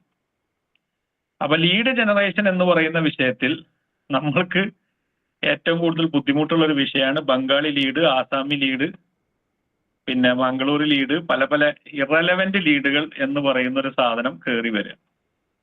അപ്പൊ അതിന് മെറ്റ എന്ന് പറയുന്ന പ്ലാറ്റ്ഫോം ആയാലും ഇൻസ്റ്റാഗ്രാം ആയാലും ഏത് പ്ലാറ്റ്ഫോം ആയാലും നമ്മൾ ചിന്തിക്കുന്ന ഏറ്റവും പ്രധാനപ്പെട്ട ഒരു വിഷയമാണ് കമ്മ്യൂണിക്കേഷൻ എന്ന് പറയുന്ന കാര്യത്തിൽ ഏറ്റവും ഇമ്പോർട്ടൻ്റ് ആയിട്ട് കിടക്കുന്ന ഒരു പാരമീറ്റർ ആണ് ടാർഗറ്റിംഗ് ആൻഡ് ക്ലാരിറ്റി. ഈ 2 കാര്യങ്ങൾ അത് ടെക്നോളജിയുടെ സഹായത്താൽ മെറ്റാ പ്ലാറ്റ്ഫോമിന്റെ ടെക്നോളജി അഡ്വാൻസ്മെന്റുകൾ എങ്ങനെ കൃത്യമായ രൂപത്തിൽ നമുക്ക് ഉപയോഗിക്കാം എന്നുള്ളതാണ് ഇന്നത്തെ ചർച്ചയുടെ core subject. So mister Abhishek, my dear friend, welcome to the programme and mike over please. Thank you. Thank you for inviting me to Sunday ചർച്ച. ലാസ്റ്റ് ഇയർ സാറ് 2 വട്ടം വിളിച്ചപ്പോഴും എനിക്ക് ചെയ്യാൻ പറ്റിയില്ല, കുറച്ച് പേഴ്സണൽ അഭിഷേക് മോനെ ചെറിയൊരു എക്കോ ഉണ്ടല്ലോ ബാക്കില്, ഒരു പരപര ശബ്ദം. ഇപ്പൊ ഓക്കെ ആണോ? ജസ്റ്റ് പരപര കുറഞ്ഞിട്ടുണ്ട്. ഇല്ല അത് കുറഞ്ഞു, പിന്നെ വീണ്ടും വന്നു. ഒന്ന് ശ്രദ്ധിച്ചാൽ മതി, കുഴപ്പമില്ല. നിങ്ങൾ സംസാരിച്ചോളൂ, ഒന്ന് ഉയർത്തി സംസാരിച്ചാൽ മതി, ഉയർന്ന പിച്ചിൽ സംസാരിച്ചാൽ മതി. Okay. Majorly last 2 times sir വിളിച്ചപ്പോഴും എനിക്ക് വരാൻ പറ്റില്ല. ക്യാമറ ഓൺ ആക്കിക്കോളും. ഓക്കെ, 2 ടൈംസും എനിക്ക് വരാൻ പറ്റിയില്ല. ബട്ട് ഈ പ്രാവശ്യം അഭിനവനെ കണ്ടിന്യൂസ്ലി 2 or 3 വീക്സ് സംസാരിച്ച പിന്നെയാണ് ഞാൻ ഒരു ഡേറ്റ് കൊടുത്തതും. പക്ഷെ ടൈറ്റിലേക്ക് എന്ത് വേണം സെഷൻ എടുക്കാമെന്ന് ഞാൻ കുറെ ചിന്തിച്ചു. അപ്പോ അതിനകത്ത് ഏറ്റവും കൂടുതൽ ആൾക്കാർ അല്ലെങ്കിൽ ഏറ്റവും കൂടുതൽ സ്റ്റുഡൻസ് ആണ് അല്ലെങ്കിൽ ഓൾറെഡി എക്സ്പീരിയൻസ് ഉള്ളവർ എന്നോട് ചോദിക്കുന്ന, ലിങ്ക്ഡിനിലായാലും വാട്സപ്പിലായാലും ചോദിക്കുന്ന ഒരു ടോപ്പിക്കാണ് ഏറ്റവും ക്വാളിറ്റിയുള്ള ലീഡ്സ് എങ്ങനെ ജനറേറ്റ് ചെയ്യാൻ പറ്റും. ബട്ട് ആക്ച്വലി അതെനിക്ക് പലപ്പോഴും അവർക്ക് ഒരു സിംഗിൾ വേർഡിലോ അല്ലെങ്കിൽ ഒരു 2 or 3 സെക്കൻഡ് മിനിറ്റ് വരുന്ന ഒരു വോയിസ് റെക്കോർഡിലോ പറഞ്ഞു കൊടുത്താൽ അത് എത്രത്തോളം എഫക്റ്റീവ് ആണെന്ന് എനിക്ക് ഫീൽ ചെയ്തിട്ടില്ല പലപ്പോഴും. അപ്പോൾ ഈ ഒരു ഓപ്പർച്യൂണിറ്റി കിട്ടിയപ്പോൾ ഞാൻ എന്തായാലും ഇത് തന്നെ ടോപ്പിക്കാക്കി മാറ്റാം എന്ന രീതിയിലാണ് ഈ ഒരു എൻഡിലേക്ക് എത്തിയത്. മേജർലി കാരണം ഇതിനകത്ത് ലീഡ് ജനറേഷൻ സീക്രട്ട്, ഇതിനകത്ത് അധികം സീക്രട്ടുകളൊന്നും അല്ല. മേജർലി ഇതൊരു ടെക്നോളജിയും അതുപോലെ തന്നെ ക്രിയേറ്റീവും കോപ്പിയും അതുപോലെ നമ്മുടെ കുറച്ച് ലോജിക്കൽ തിങ്കിങ്ങും കുറച്ച് അനലിറ്റിക്സും കാര്യങ്ങളെല്ലാം ഒന്ന് മിക്സ് ചെയ്ത് അതിനൊരു പ്രോപ്പർ വേയിൽ ഫീഡപ്പ് ചെയ്ത് കഴിഞ്ഞാൽ സാധിക്കുന്ന ഒരു ഫാക്ടറാണ്. ഓക്കെ, ഞാൻ എന്തായാലും സെഷനിലേക്ക് പോവാണ്, അധികം സംസാരിച്ച് നീട്ടുന്നില്ല. ഇതിന് എത്ര പേർക്ക് ആൻസർ ഉണ്ടാവും? How many of you have struggle with high cost lead that do not convert? മെസ്സേജിൽ വന്നാൽ മതി. എനിക്ക് തോന്നുന്നു ഇതിനകത്തിരിക്കുന്ന ഒരു 90% ആൾക്കാർക്കും ഈ ഇഷ്യൂ ഡെയിലി വരുന്നതാണ്. ആർക്കൊക്കെ സ്ട്രഗിൾ ചെയ്യുന്നുണ്ട് കറന്റ്ലി? മൈക്ക് ഓൺ ചെയ്ത് പറഞ്ഞാലും മതി. ഓക്കെ, ഞാൻ ഈ ഒരു ഇൻഡസ്ട്രിയിൽ ഇപ്പോൾ ഒരു 7 ഇയേഴ്സോളം ആറായി. ഞാൻ സ്റ്റാർട്ട് ചെയ്യുന്ന സമയത്ത് മുതൽ ഈവൻ ദോ ലാസ്റ്റ് ഡേ വരെയും ഇതിന് ഇഷ്യൂസ് കണ്ടിന്യൂസ്ലി കേൾക്കുന്ന ഒരാളാണ്. മേജർലി ഏജൻസീസിൽ വർക്ക് ചെയ്യുമ്പോൾ നിങ്ങൾക്കറിയാം, നമ്മൾ എന്തോരം തോട്ട് പ്രോസസ്സുകൾ വർക്ക് ചെയ്താലും അവരുടെ എൻഡ് പ്രോസസ്സ് എപ്പോഴും ക്ലയന്റിന്റെ ബേസിസിലായിരിക്കും. ഇപ്പോൾ ക്ലയന്റ് ഇപ്പോൾ പറയാണ് എനിക്ക് ഈ ക്വാളിറ്റി ലീഡ്സ് കിട്ടി, നിങ്ങൾ 100 ലീഡ്സ് തന്നു, എനിക്ക് അതിനകത്ത് 3 or 4 എണ്ണേ കൺവേർഷൻ ആവുള്ളൂ, നിങ്ങൾ പറയുന്ന കോസ്റ്റിനേക്കാൾ കൂടിപ്പോയി, എനിക്ക് അത്രയും സ്പെൻഡ് ചെയ്യാനില്ല. ബട്ട് ഈ പ്രോസസ്സ് എപ്പോഴും ഫിൽട്ടർ ഔട്ടഡ് ആണ്. അത് എങ്ങനെ ചെയ്യാൻ പറ്റും, എത്രത്തോളം എങ്ങനെയൊക്കെ എനേബിൾ ചെയ്യാൻ പറ്റും, അതെല്ലാം ഡിപ്പെൻഡന്റ് ആണ്. അപ്പോൾ അതിനകത്തേക്ക് വരുമ്പോൾ വേൾഡ് വൈഡ് ഗ്ലോബലി തന്നെ ഹബ്സ്പോണിന്റെ ഒരു ഡാറ്റ പ്രകാരം 61% ഓഫ് ദ മാർക്കറ്റേഴ്സും പ്യൂർ ക്വാളിറ്റി ലീഡ്സും ട്രാഫിക്കും ജനറേറ്റ് ചെയ്യാൻ വേണ്ടിയിട്ടാണ് ഏറ്റവും കൂടുതൽ ബുദ്ധിമുട്ടുന്നത്. അതിന്റെ മേജർ റീസൺ എന്ന് പറഞ്ഞാൽ കോമ്പറ്റീഷൻ ഉണ്ട്, അതുപോലെ തന്നെ ക്വാളിറ്റി ക്വാണ്ടിറ്റി. ഏറ്റവും കൂടുതൽ ആൾക്കാർ ഇപ്പോൾ മേജർലി ഇപ്പൊ എൻ്റെ അടുത്ത് വന്നിട്ടൊരു ക്ലയന്റ് ഫ്രൈഡേ ഒരു പിച്ച് മീറ്റിംഗ് ആണ്, അവർ എന്നോട് ചോദിച്ചത് എനിക്കൊരു 25,000 ലീഡ്സ് മന്ത്ലി തരാൻ പറ്റും. അപ്പോൾ ഡെയിലി നമ്മൾ കൗണ്ട് ചെയ്യണം എത്ര പെർസെൻറ്റേജ്, തൗസൻഡ്സിനും മേറി പോവും ലീഡിന്റെ കൗണ്ട്. അപ്പൊ 25,000 ലീഡ് അവർക്ക് വേണം. അപ്പോൾ അവർ വർക്ക് ചെയ്യുന്ന നിഷില് അവർക്ക് ടോട്ടൽ അഡ്രസ് ചെയ്യാൻ തന്നെ പറ്റുന്ന മാർക്കറ്റിന്റെ കൗണ്ട് വളരെ കുറവാണ്. അപ്പോഴാണ് ഒരു ടീം വന്നിട്ട് നമ്മളോട് ചോദിക്കുന്നത് നമുക്ക് 25,000 ലീഡ്സ് കിട്ടുമോ? അപ്പൊ അവർ പറയുന്നത് ആ 25,000 ലീഡ് കിട്ടിയാൽ ഞങ്ങൾക്ക് അതിന്റെ ഒരു 50% ക്ലോസ് ചെയ്താൽ ഞങ്ങൾക്ക് ഞങ്ങളുടെ റവന്യൂയിലേക്ക് അല്ലെങ്കിൽ ഞങ്ങൾ വെച്ചിരിക്കുന്ന ടാർഗറ്റിലേക്ക് 1 or 2 years കൊണ്ട് എത്രയും പെട്ടെന്ന് എത്തിപ്പെടാമെന്നാണ്. ബട്ട് അങ്ങനെ ഒരു കണ്ടീഷൻ വരുമ്പോൾ ഒരിക്കലും നമുക്ക് പറയാൻ പറ്റില്ല 20,000 ലീഡ്സ് എവിടെന്നെങ്കിലും കുറെ ലീഡ്സ് കേട്ടോ അല്ലെങ്കിൽ ഭയങ്കര കൗണ്ടിൽ ക്വാണ്ടിറ്റിയിൽ ലീഡ്സ് കിട്ടി അതിൽ നിന്ന് കൺവേർഷൻ ഒരിക്കലും കിട്ടില്ല. അതൊരു സെക്കൻഡ് ഫാക്ടറാണ്. പിന്നെ കണ്ടന്റിന്റെ ഓവർലോഡ്. നിങ്ങൾക്ക് അറിയാം, social media, YouTube, Facebook, Instagram, TikTok, Snapchat എല്ലാത്തിലും നമ്മൾ ഒരുപാട് ഡാറ്റ അല്ലെങ്കിൽ ഒരുപാട് കണ്ടന്റുകൾ ഗ്രാബ് ചെയ്യുന്നു. അതിനകത്ത് എത്ര എണ്ണം നമ്മുടെ യൂസർ. ഇപ്പൊ ഞാൻ എന്നൊരു യൂസറിന് ആവശ്യമുള്ള എത്ര കണ്ടന്റുകൾ ഒരു ദിവസം നമ്മൾ കാണുന്നുണ്ടോ എന്ന് ചോദിച്ചു കഴിഞ്ഞാൽ അത് പെർസെന്റേജിൽ വളരെ ചുരുക്കം പെർസെന്റേജിൽ മാത്രമായിരിക്കും. ഒരു ഡിജിറ്റൽ മാർക്കറ്റിനെ സംബന്ധിച്ചിടത്തോളം അവൻ അപ്സ്കിൽ ചെയ്യണം. അപ്പോൾ അതിന് വേണ്ട കണ്ടന്റുകൾ കുറെ പേര് ചെയ്യുന്നുണ്ട്. ബട്ട് അതിനകത്ത് ഒരു കുക്കിംഗ് എലമെന്റ് ഇട്ട് അവന്റെ ഒരു ഫോമിനെ ആൻസർ ചെയ്യാൻ പറ്റിയ രീതിയിൽ എത്ര പേര് അതിനെ മാർക്കറ്റ് ചെയ്യുന്നുണ്ടെന്ന് ചോദിച്ചു കഴിഞ്ഞാൽ പാൻ ഇന്ത്യ ലെവലിൽ 1-2 ബ്രാൻഡുകൾ മാത്രമാണ് അതിന് കറക്റ്റായിട്ട് ചെയ്യുന്നത്. ബട്ട് ബാക്കിയുള്ളവർക്ക് അത് ചെയ്യാൻ പറ്റുന്നുണ്ടോ എന്ന് ചോദിച്ചാൽ അറിയില്ല. അവർ ശ്രമിക്കാത്തതാണോ അല്ലെങ്കിൽ ആ ഒരു കണ്ടന്റിലേക്ക് വരാത്തതാണോ എന്ന് അറിയില്ല. പിന്നെ നെക്സ്റ്റ് ഒരു ഇഷ്യൂ ആണ് മെഷർമെന്റും അനാലിറ്റിക്സും കറക്റ്റായിട്ട് നോക്കാതിരിക്കുന്നത്. ആ കാരണം കറക്റ്റായിട്ട് ഡാറ്റ അനലൈസ് ചെയ്യുക. ഇതൊക്കെ കൊണ്ടാണ് ഗ്ലോബലി തന്നെ 61% ഓഫ് ദി മാർക്കറ്റേഴ്സും ലീഡിനെ ട്രാഫിക്കും ജനറേറ്റ് ചെയ്യാൻ നേരത്ത് ഇഷ്യൂസ് വരുന്നത്. ഓക്കെ, ഇനി ഞാനൊരു പേഴ്സണൽ എക്സ്പീരിയൻസ് പറയാം. ലാസ്റ്റ് നവംബറിൽ എനിക്കൊരു ക്ലയന്റ് ഓൺബോർഡായി. ഒരു ട്രിവാൻഡ്രം ബേസ് ചെയ്തിട്ട് മേജർലി ഇപ്പോൾ ഹൈലൈറ്റ് ആയി നിൽക്കുന്ന എല്ലാ കോഴ്സുകളും അവർ ഇൻസ്റ്റിറ്റ്യൂട്ട് പഠിപ്പിക്കുന്നുണ്ട്. ഓൺലൈനും ഓഫ്ലൈനും കോഴ്സ് അവൈലബിൾ ആണ്. മേജർലി കേരളത്തിലെ എല്ലാ ലൊക്കേഷൻസിലും അവർക്ക് ക്ലാസ്സസ് അവൈലബിൾ ആണ്. ഓക്കെ, അപ്പൊ ക്ലയന്റ് എന്നോട് സംസാരിക്കുന്നത് അവർക്ക് കറന്റ് ലീഡിന് ക്വാളിറ്റി ഉണ്ടോ എന്ന് ചോദിച്ചാൽ ഇല്ല, ക്വാണ്ടിറ്റി ഉണ്ടോ എന്ന് ചോദിച്ചാൽ ആവശ്യത്തിലധികം ഉണ്ട്. അപ്പോ ഞാൻ ചോദിച്ചു ഇത്രയും ക്വാണ്ടിറ്റി ലീഡ്സ് കിട്ടുന്നുണ്ട്, അത് നിങ്ങൾക്ക് ICP കറക്റ്റ് ICP ആണോ? അല്ല. നാട്ടില് കേരളത്തിൽ ജോലി ചെയ്യാൻ വരുന്ന എല്ലാ ബംഗാളികളും അവരുടെ ലീഡ്സ് ആയിട്ട് അവർക്ക് കിട്ടുന്നുണ്ട്. അതെങ്ങനെ കിട്ടുന്നതെന്ന് ചോദിച്ചു കഴിഞ്ഞാൽ അത് അവർക്കും ആൻസർ ഇല്ല. അവർ മറ്റൊരു ഏജൻസിയെ ഡിപ്പെൻഡ് ചെയ്യുന്നുണ്ട്. ഇതിന്റെ ഓണറിന്റെ വൈഫും ഡിജിറ്റൽ മാർക്കറ്റിംഗ് ഏതോ ഒരു ഓൺലൈൻ കോഴ്സിൽ പഠിച്ചിട്ട് അവരും ചെയ്യുന്നുണ്ട് ക്യാമ്പയിൻസ്. അപ്പോ സാറ് പറഞ്ഞ പോലെ നാട്ടിലുള്ള എല്ലാ ബംഗാളികളുടെയും ലീഡ് അവർക്ക് കിട്ടുന്നുണ്ട്. ഡെയിലി ഒരു 100-200 ലീഡ് ഡെയിലി കിട്ടും. ഇതിനെങ്ങനെ ഫിൽട്ടർ ഔട്ട് ചെയ്യാം എന്ന കാര്യങ്ങളും ഒരു പിച്ചും അതിന്റെ ഒരു കറക്റ്റ് ക്യാമ്പയിൻ ഫണൽ സൈസും എല്ലാം ഞാൻ പിച്ച് മീറ്റിംഗിൽ പ്രസന്റ് ചെയ്തു. ഓക്കെ, ഇപ്പോൾ ഏജൻസിയിലേക്ക് വരുമ്പോൾ ഏജൻസിക്ക് ഒരു ഓൺബോർഡിംഗ് പ്രോസസ് ഉണ്ടാവും. പേയ്മെന്റ് ഇട്ട് കഴിഞ്ഞാൽ അന്ന് പേയ്മെന്റ് ഇടുന്ന ആ സെക്കൻഡ് മുതൽ ഏജൻസി ആയിരിക്കില്ല സുപ്പീരിയർ പവർ, ക്ലൈന്റ് ആയിരിക്കും സുപ്പീരിയർ പവർ. അവർ അന്ന് വന്ന് ഗ്രൂപ്പിൽ പറഞ്ഞു ഞങ്ങൾക്ക് ഇന്ന് തന്നെ ലീഡ് ജനറേഷൻ ക്യാമ്പയിൻ സ്റ്റാർട്ട് ചെയ്യണം. ഓക്കെ, അപ്പൊ ഞാൻ അവിടെ വലിയൊരു ഫണൽ സൈസിലും വലിയൊരു മാർക്കറ്റിംഗ് പ്ലാൻ ഒക്കെ കൊടുത്തിട്ടുണ്ട്. ഇത്ര പെർസെന്റേജ് ബഡ്ജറ്റ് അവയർനെസ് ക്യാമ്പയിന്, ഇത്ര middle of the funnel, bottom of the funnel ഇത്രയും, ഇപ്പൊ ഫസ്റ്റ് പോകേണ്ട കണ്ടന്റുകൾ എത്ര. ഇവർ ഇത്രയും നാളെ വെറുതെ ലീഡ് ജനറേഷൻ ഒരു സ്റ്റാറ്റിക് ഡിസൈൻ കോപ്പി ചെയ്യും, ഒരു പെൺകുട്ടിയെ വെക്കും, അതിനകത്ത് അവരുടെ ഡീറ്റെയിൽസ് കൊടുക്കും. ആ ഒരു മെത്തേഡാണ് അവർ അപ്രോച്ച് ചെയ്തുകൊണ്ടിരുന്നത്. മെയിൻലി അവർ ബോട്ടം ഓഫ് ദ ഫണലിൽ മാത്രം ഒന്നിനെ അറിയാതെ വെറുതെ ഓപ്പൺ ഓഡിയൻസ് ഇട്ട് ക്യാമ്പയിൻസ് ചെയ്യും. നാട്ടിലുള്ള എല്ലാ ബംഗാളികളും ലീഡ് കൊടുക്കും. അതിൽ നിന്ന് അവർക്ക് ആകെപ്പാടെ കൺവേർഷൻ ടോട്ടലി 1 ഇയറിന്റെ ഇടയിൽ ടോട്ടൽ കിട്ടിയ ലീഡിന്റെ 2% പോലും കൺവേർഷൻ ഇല്ല. അങ്ങനെ ഒരു സാഹചര്യമാണ് നമ്മൾ മീറ്റ് ചെയ്യുന്നത്. അപ്പോൾ എന്നിട്ട് ക്ലയന്റ് ഓൺബോർഡ് ചെയ്ത് പേയ്മെന്റ് ഇട്ട നെക്സ്റ്റ് പോയിന്റിൽ അതിന്റെ ഓണർ വന്നിട്ട് താഴെ please start the lead generation campaign by tomorrow morning. അപ്പൊ ഞാൻ ഗ്രൂപ്പിൽ സാർ നമ്മൾ ഇങ്ങനെ ചെയ്യില്ല എന്ന് പറഞ്ഞപ്പോൾ ഞങ്ങൾ പേയ്മെന്റ് ഇട്ടു, നിങ്ങൾ പറഞ്ഞത് ഞങ്ങൾക്ക് കേൾക്കണ്ട, ഞങ്ങൾക്ക് 2 വീക്സിനുള്ളിൽ നെക്സ്റ്റ് ബാച്ച് സ്റ്റാർട്ട് ചെയ്യണം, ഞങ്ങൾക്ക് ലീഡ് വേണം. ഓക്കെ, അപ്പൊ ഞാൻ എത്ര പറയാൻ ശ്രമിച്ചിട്ടും പുള്ളി സമ്മതിക്കുന്നില്ല. ഓക്കെ, അപ്പോൾ ഞങ്ങൾ ഓഫീസിൽ നിന്ന് പറഞ്ഞു ഞങ്ങൾ ക്യാമ്പയിൻ സ്റ്റാർട്ട് ചെയ്തോളൂ. ഓക്കെ, അപ്പൊ ഞാൻ ക്യാമ്പയിൻ സ്റ്റാർട്ട് ചെയ്തു. എനിക്കറിയാം ഇത് പോപ്പ് ആവുമെന്ന്. പക്ഷെ ക്യാമ്പയിൻ സ്റ്റാർട്ട് ചെയ്തു. അസ്വല്ലസ് അവരെന്ത് ചെയ്തു, നമുക്ക് ബംഗാളി ലീഡ്സ് ഒന്നും കിട്ടിയില്ല. ഞാൻ ഫിൽട്ടർ ഔട്ട് ചെയ്ത് നമ്മൾ നല്ലൊരു വീഡിയോ ഒക്കെ അപ്പൊ തന്നെ ക്രിയേറ്റ് ചെയ്ത് സ്റ്റാർട്ട് ചെയ്തു. ക്യാമ്പയിൻ പോയി, പബ്ലിഷ് ആയി. ഓക്കെ, നെക്സ്റ്റ് ഡേ മോർണിംഗിൽ 1 ഡേ കഴിഞ്ഞിട്ട് എനിക്കൊരു 12 ലീഡ്സ് കിട്ടി. അവർ വിളിച്ചു 12 ലീഡ്സ്. ബട്ട് ഈ 12 ലീഡ്സും അവർ അന്നത്തെ ദിവസം തന്നെ ലീഡിനെ വിളിച്ചു. അപ്പൊ അവര് ഗ്രൂപ്പിൽ അന്ന് മെസ്സേജ് ഇടാം, ഈ ലീഡ്സ് ഒന്നും പോരാ, അവർക്ക് പഠിക്കാൻ ഇൻട്രസ്റ്റ് ഉണ്ട്, ബട്ട് എല്ലാവരും കോഴ്സിന്റെ ഡീറ്റെയിൽസ് ആണ് ചോദിക്കുന്നത്, ഫീസാണ് ചോദിക്കുന്നത്, ഞങ്ങൾക്ക് കൺവേർഷൻ വന്നില്ല. ഇത് നെക്സ്റ്റ് ഡേ ആയപ്പോഴും ലീഡിന്റെ കൗണ്ട് ഒരു 10-15 വെച്ച് ഡെയിലി കൂടും. ബട്ട് ഇഷ്യൂസ് എന്താന്ന് വെച്ച് കഴിഞ്ഞാൽ ക്വാളിറ്റിയുള്ള ലീഡ്സ് ഇല്ല, അവർക്ക് കൺവേർഷൻ വരുന്നില്ല. ഡെയിലി കൺവേർഷൻ വേണം. ഡെയിലി അവർക്ക് 12 ലീഡ്സ് കിട്ടി, അതിന്റെ 15% കൺവേർഷൻ വേണം. ഒരിക്കലും നടക്കില്ല.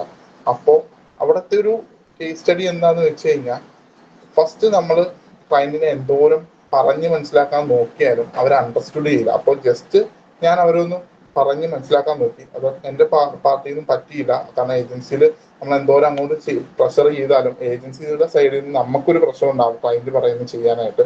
ബട്ട് അവരെ ചെയ്ത് എക്സ്പീരിയൻസ് ചെയ്യിപ്പിച്ചിട്ട് ചെയ്യാന്ന് വെച്ചപ്പോൾ 3rd ഡേ ക്ലയന്റ് ഗ്രൂപ്പിൽ പറഞ്ഞു ഞങ്ങൾ നിങ്ങളായിട്ട് വർക്ക് നിർത്തുകയാണ്. അപ്പൊ ആളുടെ വൈഫാണ് ഇത് വന്ന് ഗ്രൂപ്പിൽ പറയുന്നത്, ഞാൻ നിങ്ങളായിട്ട് വർക്ക് ചെയ്യാണ്, ഞാൻ ഡിജിറ്റൽ മാർക്കറ്റിംഗ് പഠിച്ചാണ്, ഈ സാധനം ഇങ്ങനെയല്ല ചെയ്യേണ്ടത്, നിങ്ങളുടെ വീഡിയോയ്ക്ക് ഹുക്കില്ല, ആ ഹുക്കിങ് ഞങ്ങളുടെ USP അല്ല അവിടെ പറയേണ്ടിരുന്നത്, നിങ്ങൾ പറയേണ്ടിയിരുന്നത് ഞങ്ങൾ തിരുവനന്തപുരത്തും കോഴിക്കോടും കൊച്ചിയിലും ക്ലാസ്സുകളുണ്ട് എന്ന് പറഞ്ഞിട്ടായിരുന്നു ആ വീഡിയോ സ്റ്റാർട്ട് ചെയ്യണം.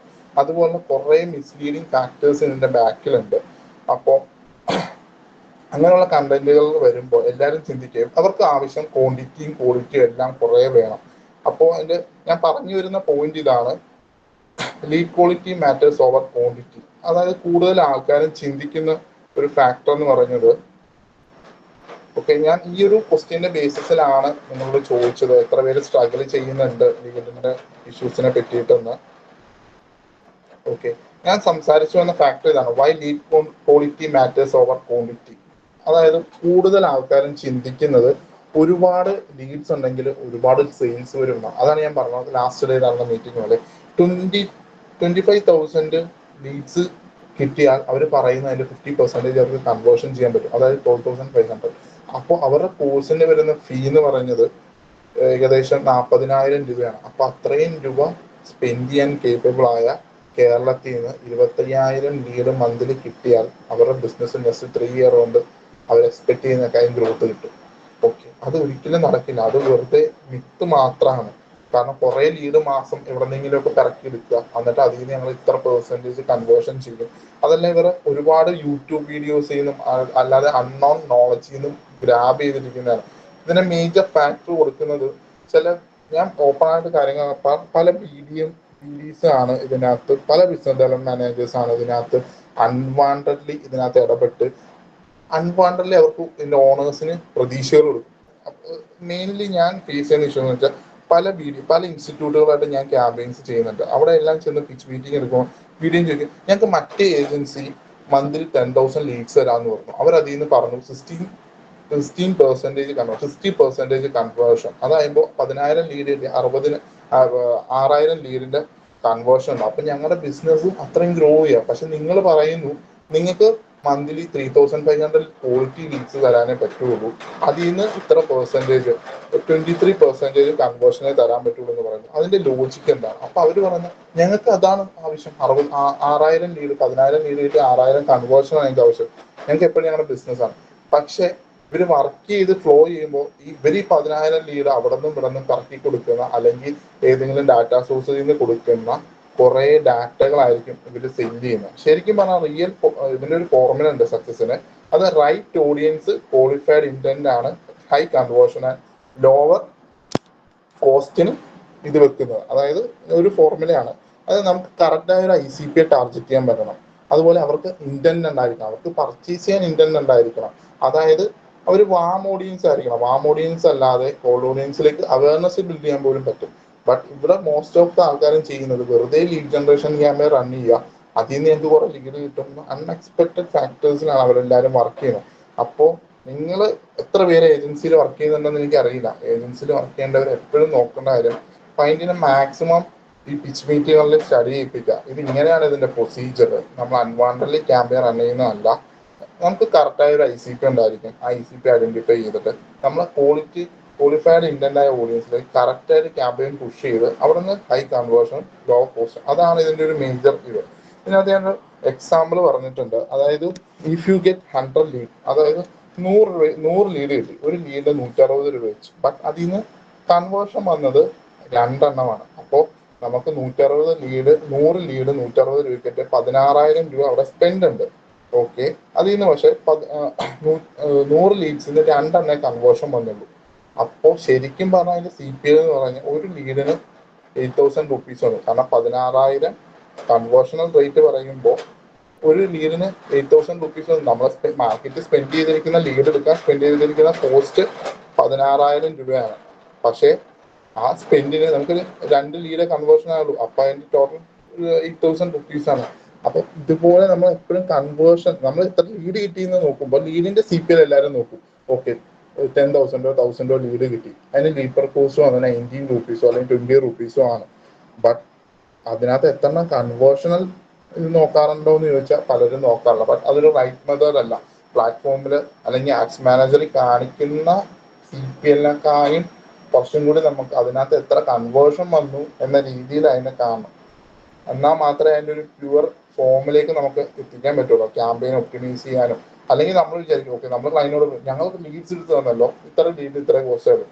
ബട്ട് ക്ലൈന്റ് അത് ക്ലോസ് ചെയ്ത് വരുമ്പോൾ അവർക്ക് എത്ര ലീഡ് ക്ലോസ് ആയി നോക്കണം. ഇപ്പൊ 100 ലീഡ് കൊടുത്താൽ 2 ക്ലോസ് ആണെങ്കിൽ അവർ 16, അപ്പൊ അവർ ടിക്കറ്റ് പ്രൈസ് നോക്കണം. 3000 രൂപയുടെ 2 കോഴ്സാണ് അവർ സെൻഡ് ചെയ്തെങ്കിൽ അവർക്ക് 5000 രൂപ കൂടുതൽ സ്പെൻഡ് ചെയ്തിട്ടുണ്ട് അവരൊരു ലീഡ് ക്ലോസ് ചെയ്യാനായിട്ട്. ഈ ഒരു കണ്ടീഷനിൽ അങ്ങനെയാണ് പറഞ്ഞത്. അപ്പോൾ നമ്മൾ focus should be on quality lead that convert at high rate rather than just cheap leads. അതായത് ഒരുപാട് ലീഡ്സ് പറഞ്ഞ് കൊടുക്കുന്നതിന് പകരം ക്വാളിറ്റി ഉള്ള അല്ലെങ്കിൽ കൺവേർഷണൽ സാധ്യതകളുള്ള ക്വാളിറ്റി ഉള്ള. അപ്പോൾ എപ്പോഴും നമ്മൾ ക്ലയന്റിനെ മനസ്സിലാക്കേണ്ട ഒരു കാര്യം, ഈ ക്വാളിറ്റി മാറ്റേഴ്സ് ഓവർ ക്വാണ്ടിറ്റി.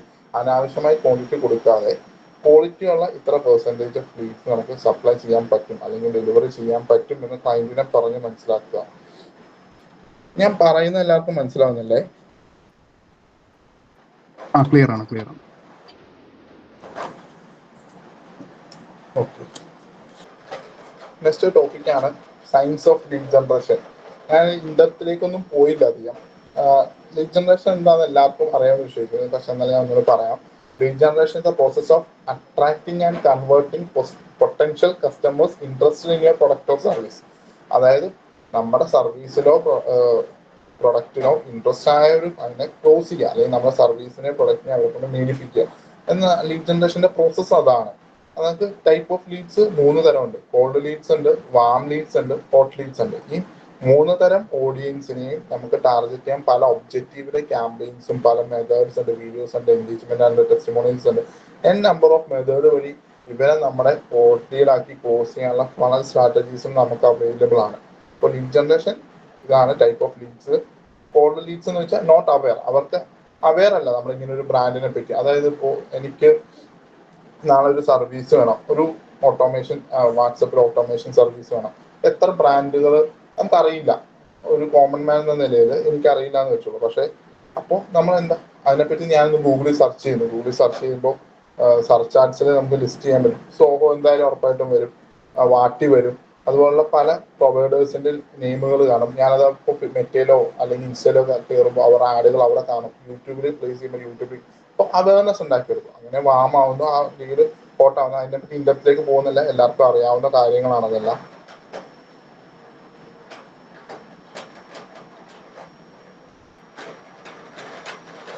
ഈ lead generation high cost of poor lead generation.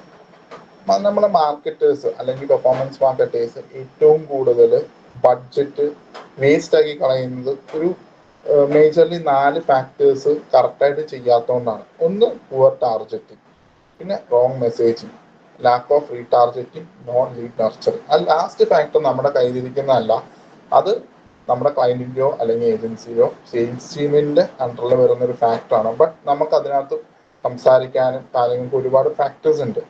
Poor targeting അത് മേജർലി വരുമ്പോൾ നമ്മൾ ICP അണ്ടർസ്റ്റാൻഡ് ചെയ്യാതെ മാർക്കറ്റ് ചെയ്യുക. നമ്മൾ ICP correct ideal customer profile ആരാണ്, അവരുടെ ബിഹേവിയർ എന്താണ്, അവരിലേക്ക് എങ്ങനെ കമ്മ്യൂണിക്കേറ്റ് ചെയ്യണം എന്ന രീതിയിൽ നമ്മൾ അണ്ടർസ്റ്റാൻഡ് ചെയ്യണം. ഇപ്പോൾ ഒരു ബ്രാൻഡ് വന്നിട്ട് എനിക്ക് ILTSന്റെ ക്യാമ്പയിൻസ് ചെയ്യണമെന്ന് പറയുകയാണെങ്കിൽ എല്ലാവരും ILTS ഓക്കെ സ്റ്റഡി അബ്രോഡ് എടുക്കും, അല്ല OET ആയിരിക്കും കുറച്ചും കൂടി ബെറ്റർ എന്ന് പറയാം. OETന്റെ ഇത് സെല് ചെയ്യണം, കോഴ്സ് സെല് ചെയ്യണം. അപ്പോൾ OETന്റെ ഓഡിയൻസ് ആരാണ്? നേഴ്സസ് ആണ്, ഡോക്ടർമാരുണ്ട്. അപ്പോൾ അവരെ കറക്റ്റായിട്ട് ടാർഗറ്റ് ചെയ്യണം. അപ്പോൾ ഈ OETന്റെ കോഴ്സ് ടാർഗറ്റ് ചെയ്യുമ്പോൾ എല്ലാവരും സ്റ്റഡി അബ്രോഡ് അതൊരു ഇൻട്രസ്റ്റ് കേസ് ആക്കി കൊടുക്കും. അതുപോലെ തന്നെ മാസ്റ്റേഴ്സ് ഡിഗ്രി കൊടുക്കാറുണ്ട്. പക്ഷെ ഇവരാരും നേഴ്സസിന്റെ ഇപ്പൊ പല ടൈപ്പ് ഓഫ് നേഴ്സസിനെ മെത്തേഡ് ടാർഗറ്റ് ചെയ്യാൻ പറ്റും. RC നേഴ്സ്, ANC നേഴ്സസ്, അങ്ങനെ പല മെത്തേഡ് ഓഫ് നേഴ്സസ്. ബട്ട് ഞാനൊരു ആഡ് അക്കൗണ്ട് ഈ അടുത്ത് ചെക്ക് ചെയ്തിട്ടുണ്ടായിരുന്നു. എൻ്റെ ഫ്രണ്ട് ചെയ്യുന്ന ഒരു ക്യാമ്പയിനാണ്. ആള് OETന്റെ ക്യാമ്പയിൻ ചെയ്തേക്കാണ്.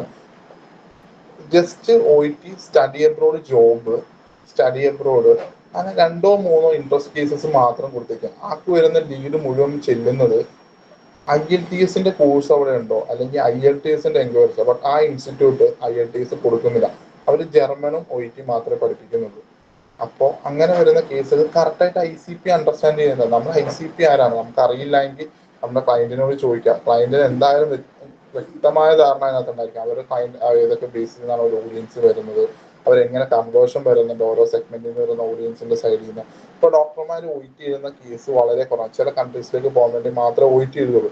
ബട്ട് നമ്മളപ്പോൾ ആ സ്പെസിഫിക് ഡെന്റിസ്റ്റുമാരാണ് കൂടുതൽ OET എഴുതുന്നത്. അപ്പോൾ OET എഴുതുന്ന ഡെന്റിസ്റ്റുമാരെ ടാർഗറ്റ് ചെയ്യുക. അതിനകത്ത് ഓർത്തോപീഡിയാട്രിക്സ് എന്ന എന്തൊരു സെഗ്മെന്റ്, ആ ഒരു ഇതിനകത്ത് MD കഴിഞ്ഞിരിക്കുന്നവരൊക്കെയാണ് കൂടുതലും OET ഡോക്ടർമാർ എഴുതുന്നത്.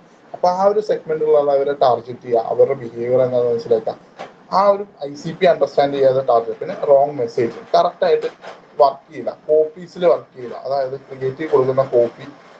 ഞാനിപ്പോൾ ലേറ്റസ്റ്റ്ലി കഴിഞ്ഞ ദിവസം ഒരു ആഡ് കണ്ടു, ഒരു ഏജൻസിയിലേക്ക് പെർഫോമൻസ് മാർക്കറ്റ് ക്ലൈന്റിനെ ഇത് കൊടുക്കുന്ന ഭയങ്കര സ്റ്റാറ്റിക് ആക്കി ഭയങ്കര ഡിസൈനിങ് പാറ്റേൺ ഒക്കെ കൊടുത്തിട്ടുണ്ട്. അതിന്റെ സൈഡിൽ ഒരു കുരങ്ങൻ ഇരിപ്പുണ്ട്. ഒരു കാട്ടിലാണ് ഇതിന്റെ വിഷ്വൽ കാണിച്ചിരിക്കുന്നത്. Do you want quality leads? But അത് എന്തിനാണ് ആ സിനിമയോടെ കൊടുത്തിരിക്കുന്നത്? കുരങ്ങനും ആ കാട്ടിൽ ജംഗിള്, അതിന്റെയൊക്കെ ആവശ്യകത എന്താന്ന് എനിക്ക് ഇന്നും മനസ്സിലായില്ല. ഞാൻ ഇപ്പോൾ നിങ്ങൾ വേണമെങ്കിൽ ഒന്ന് ബ്രാൻഡിന്റെ പേര് ഞാൻ ഓർക്കുന്നില്ല, അല്ലെങ്കിൽ ഞാൻ പറഞ്ഞേനെ. എനിക്കൊന്ന് നിങ്ങൾക്ക് പലർക്കും ആഡ് വന്നിട്ടുണ്ടായിരിക്കും, ഒന്ന് ചെക്ക് ചെയ്യുക അതെന്താണ് അവരതിൽ നിന്ന് ഉദ്ദേശിച്ചത്. എനിക്ക് ഇന്നും മനസ്സിലായില്ല. ജംഗിളിൽ ഇരിക്കുന്ന ഒരു കുരങ്ങന്റെ സൈഡിൽ വലിയൊരു ഫോണിൽ ഒരു മരത്തെ തൂക്കിട്ടേക്കുന്ന ഇതിൽ എഴുതിയിട്ട് ഹാങ് ചെയ്തൊക്കെ പെർഫോമൻസ് മാർക്കറ്റിംഗ് സർവീസ് അവൈലബിൾ ആണ്, ബ്രാൻഡിങ് ഉണ്ട്, SEO ഉണ്ട്. ബട്ട് അതിന്റെ ആവശ്യം എന്താ, അതിന്റെ ഹുക്കിംഗ് പോയിന്റ് എന്താണെന്ന് എനിക്കിപ്പോൾ മനസ്സിലാക്കാം. ബട്ട് അതൊരു മായയുടെ CD വിൽക്കാനോ അല്ലെങ്കിൽ അങ്ങനത്തെ എന്തെങ്കിലും, അല്ലെങ്കിൽ കുട്ടികളെ ടാർഗറ്റ് ചെയ്യുന്ന എന്തെങ്കിലും പ്രൊഡക്റ്റ് വിൽക്കാനൊക്കെ ആണെങ്കിൽ പിന്നെയും കൊള്ളാമെന്ന് തോന്നുന്നു. ബട്ട് ഏജൻസീസ് ഇപ്പോഴും മനസ്സിലാക്കുന്നില്ല എന്താണ് മെസ്സേജ് കൊടുക്കേണ്ട. കസ്റ്റമേഴ്സിനെ അറിഞ്ഞിട്ട് ആരും കേരളത്തിൽ നിന്നും പലരും തന്നെ മെസ്സേജ് ചെയ്യുന്നില്ല. അതിനകത്ത് ഒരു മേജർ പങ്ക് നമ്മൾ നല്ല കോപ്പി റൈറ്റേഴ്സ് അപ്സ്കില്ല് ചെയ്യാത്തത് തന്നെയാണ്. കാരണം പല ഏജൻസീസും കേരളത്തിൽ ഞാൻ വർക്ക് ചെയ്തു. ബട്ട് കോപ്പി റൈറ്റേഴ്സിന്റെ കാര്യത്തിലേക്ക് വരുമ്പോൾ അവരൊരിക്കലും ഇതിനെപ്പറ്റി അണ്ടർസ്റ്റാൻഡ് ചെയ്യില്ല. അവരെഴുതുന്നത് അവരുടെ തോട്ട് പ്രോസസ്സാണ്, അവരെന്തോ ആണ്. ബട്ട് നമ്മളെപ്പോഴും അവരെ ICP അണ്ടർസ്റ്റാൻഡ് ചെയ്യണം, അവരുടെ ബിഹേവിയർ എന്താണെന്ന് കോപ്പി റൈറ്റേഴ്സ് മനസ്സിലാക്കണം. കണ്ടന്റ് ജനറേറ്റ് ചെയ്യുന്നവരാണ്. അപ്പോൾ ഒരു കുക്കിംഗ് എലമെന്റ് ക്രിയേറ്റ് ചെയ്യാൻ അവരെ കൊണ്ട് പറ്റിയില്ല എങ്കിൽ അവിടെ ഇല്ല. അപ്പോൾ ഒരു എക്സാമ്പിൾ പറഞ്ഞു കഴിഞ്ഞാൽ, ഒരു OET ILS ബ്രാൻഡ് കേരളത്തിലെ one of the top second പൊസിഷനിൽ നിൽക്കുന്ന ഒരു ബ്രാൻഡാണ്, ഞാൻ വർക്ക് ചെയ്തിട്ടുണ്ട്. അവർക്ക് ഒരു ഓഫേഴ്സ് വന്നു, അതായത് എക്സാം ജയിച്ചതിന് ശേഷം മാത്രം ഫീസ് അടച്ചാൽ മതി. ബട്ട് ഞാനതൊരു കോപ്പി റൈറ്ററിനെ കൊണ്ട് എഴുതിപ്പിച്ചപ്പോൾ കോപ്പി റൈറ്റർ ഭയങ്കര ഇംഗ്ലീഷ് വാക്കുകളിലൊക്കെ എഴുതി പിടിപ്പിച്ചു. പക്ഷെ ആ ക്രിയേറ്റീവ് ഡിസൈൻ ചെയ്ത് ക്രിയേറ്റീവ് ഡിസൈനർ തന്നു. ബട്ട് ആ സാധനം ഫസ്റ്റ് ലുക്കിന് മനസ്സിലാവില്ല. ഒരു 2 മിനിറ്റ് അത് വായിച്ചാൽ മാത്രമേ നമുക്ക് ഒരു ഓഫർ അവൈലബിൾ ആണ് എന്ന് വായിക്കാൻ പറ്റും. ബട്ട് ഞാൻ ആ കോപ്പി തിരുത്തി എഴുതി, എക്സാം ജയിച്ചതിന് ശേഷം മാത്രം ഫീസ് അടച്ചാൽ മതി. അപ്പൊ എക്സാം ജയിച്ചതിന് ശേഷം മാത്രം ഫീസ് അടച്ചാൽ മതി. അപ്പൊ അങ്ങനെ ഒരു കണ്ടന്റ് വരുമ്പോൾ എല്ലാവരും നോക്കും. കാരണം എല്ലാവർക്കും പൈസ, ഫിനാൻഷ്യൽ ഇഷ്യൂസ് ആണ്. അപ്പൊ നമ്മൾ എവിടെയെങ്കിലും കുറച്ച് കിട്ടാൻ മല്ലൂസിന്റെ ഏറ്റവും വലിയൊരു ഫാക്ടറാണ്. എവിടെയെങ്കിലും എന്തെങ്കിലും 1 രൂപ കുറഞ്ഞാൽ പോലും നമ്മൾ അതിനകത്ത് ഹാപ്പി ആയിരിക്കും. ഡെഫിനറ്റ്ലി ഞാനും അങ്ങനെ ഒരാൾ തന്നെയാണ്. അപ്പൊ ഞാൻ കാണുന്ന ഒരാൾ, ആഡ് കാണുന്ന ആ ഓഡിയൻസ് ICP എന്ത് ചെയ്യും, ഡെഫിനറ്റ്ലി അത് ചൂസ് ചെയ്യും. കാരണം അങ്ങനെ ലീഡ് വന്നത് എനിക്ക് ആ ഒരു ക്യാമ്പയിന്, ആ ഒരു ക്രിയേറ്റീവിൽ നിന്ന് എനിക്ക് ലീഡ് വന്നത് 4300ഓളം ലീഡ് എനിക്ക് വന്നിട്ടുണ്ട്. ലിങ്ക്ഡിനിൽ അതിനെപ്പറ്റി ഞാൻ ഡീറ്റെയിൽ ആയിട്ട് എഴുതിയിട്ടുണ്ട്. ആ ഒറ്റ ക്രിയേറ്റീവിൽ നിന്ന് എനിക്ക് 4300ഓളം ലീഡ് ലാസ്റ്റ് ഇയർ ഡിസംബറിൽ വന്നതാണ്. അപ്പോൾ അത്രയും പവർഫുൾ ആണ്. ബട്ട് അപ്പൊ കോപ്പിയിൽ മെസ്സേജിങ്ങിൽ നമ്മൾ എത്രത്തോളം ശ്രദ്ധിക്കണം. നമ്മൾ ഡെഫിനറ്റ്ലി അത് അവരുടെ സെഗ്മെന്റ് ആണ് എന്ന് ഓർത്ത് ഒരിക്കലും പെർഫോമൻസ് മാർക്കറ്റിംഗും പെയ്ഡ് ആഡ്സിൽ വർക്ക് ചെയ്യുന്നത് ഇരിക്കരുത്. അവർ തരുന്ന കോപ്പി നമ്മൾ ICP അണ്ടർസ്റ്റാൻഡ് ചെയ്തിട്ട് ഓക്കെ അത് കാണുമ്പോൾ ഒറ്റ ഫസ്റ്റ് കുക്കിങ്ങിൽ ആൾക്ക് മനസ്സിലാവോ, അല്ലെങ്കിൽ വാട്ട് വിൽ ഹാപ്പൻ എന്ന് ചിന്തിക്കും. എനിക്ക് തോന്നുന്നു നമ്മുടെ ഗ്രൂപ്പിലുള്ളൊരു പയ്യൻ എനിക്ക് കഴിഞ്ഞ ഒരു 2 വീക്സ് ബിഫോർ അവരൊരു ക്യാമ്പയിൻ ചെയ്തു, ഒരു ഹോട്ടൽ ബ്രാൻഡിന് വേണ്ടി, വയനാട് ബേസ്ഡ്. ഉണ്ടോന്ന് അറിയില്ല, എന്തായാലും പേരൊന്നും പറയില്ല. അവരൊരു കപ്പിൾസിന് വേണ്ടിയിട്ട് ഒരു റിസോർട്ടിൽ ബുക്കിങ്ങിന് വേണ്ടിയാണ്. ബട്ട് ആ ക്രിയേറ്റീവ് കണ്ടിട്ട് ആരും ബുക്ക് ചെയ്യുമെന്ന് എനിക്ക് തോന്നുന്നില്ല. കാരണം ഞാനത് ഡയറക്റ്റ് അവരോട് പറഞ്ഞ് മനസ്സിലാക്കി കൊടുക്കുക, ക്രിയേറ്റീവിൽ മെസ്സേജിങ് കറക്റ്റ് അല്ല. ഒന്നാമത് അതിന്റെ ഏരിയ ലൊക്കേഷൻ മാത്രം കറക്റ്റായിട്ട് കൊടുത്തിട്ടുണ്ട്. അവർക്ക് എന്ത് USP, അത് എങ്ങനെ ആ ഒരു പിക്ചർ ആയാലും കോപ്പി ആയാലും വർക്കൗട്ട് ചെയ്തിട്ട് വളരെ ഫ്ലോപ്പ് ആയിട്ടാണ്. അപ്പോൾ മെസ്സേജിങ് കറക്റ്റ് ആക്കുക. പിന്നെ ലാക്ക് ഓഫ് റീടാർഗറ്റിംഗ്. കാരണം കേരളത്തിൽ എനിക്ക് എത്ര പേര് റീടാർഗറ്റിംഗ് ചെയ്യുന്നുണ്ട്, ആർക്കെങ്കിലും ഒന്ന് പറയാൻ പറ്റുമോ? ഒന്ന് ഹാൻഡ് റൈസ് ചെയ്യുക, എത്ര പേര് റീടാർഗറ്റിംഗ് ക്യാമ്പയിൻസ് കേരളത്തിൽ കറക്റ്റായിട്ട് ചെയ്യുന്നുണ്ടെന്ന്. ഓക്കെ, ആരും പറയുന്നില്ല. അപ്പൊ എന്റെ അറിവില് ഞാൻ പലരോടും ചോദിക്കാറുണ്ട് എത്ര പേര് റീടാർഗറ്റിംഗ് ക്യാമ്പയിൻസ് ചെയ്യുന്നുണ്ടെന്ന്. ബട്ട് ആരും ചെയ്യാറ് തന്നെയില്ല. അതിന്റെ മേജർ റീസൺസ് ഒന്നെന്ന് വെച്ച് കഴിഞ്ഞാൽ നമുക്ക് അതിനുള്ള ബഡ്ജറ്റ് കേരളത്തിലുണ്ടോ എന്ന് വെച്ചാൽ ഇല്ല. ഇതിനെപ്പറ്റി ഇൻഡെപ്ത് സ്റ്റഡി നടത്തി അതിന്റെ റിസൾട്ട് കണ്ട എത്ര പെയ്ഡ് സ്പെഷ്യലിസ്റ്റുമാർ ഉണ്ടെന്ന് ചോദിച്ചാൽ അതിനകത്തൊരു ആൻസർ ഇല്ല. പിന്നെ നമ്മൾ ആരും ലാൻഡിംഗ് പേജ് യൂസ് ചെയ്തിരുന്നില്ല, അല്ലെങ്കിൽ ആപ്പ് ഇൻസ്റ്റാളോ അല്ലെങ്കിൽ വെബ്സൈറ്റിലേക്കോ കൊടുത്ത് അവിടുത്തെ ഡാറ്റാ പോയിന്റിനെ മെഷർ ചെയ്യുന്നവർ എത്ര പേരുണ്ട് എന്ന് എനിക്കറിയില്ല. അതിനെല്ലാം മെഷർ ചെയ്ത് എന്നാൽ മാത്രമേ നമുക്ക് കറക്റ്റായിട്ട് റീടാർജറ്റ് ചെയ്യാൻ പറ്റുള്ളൂ.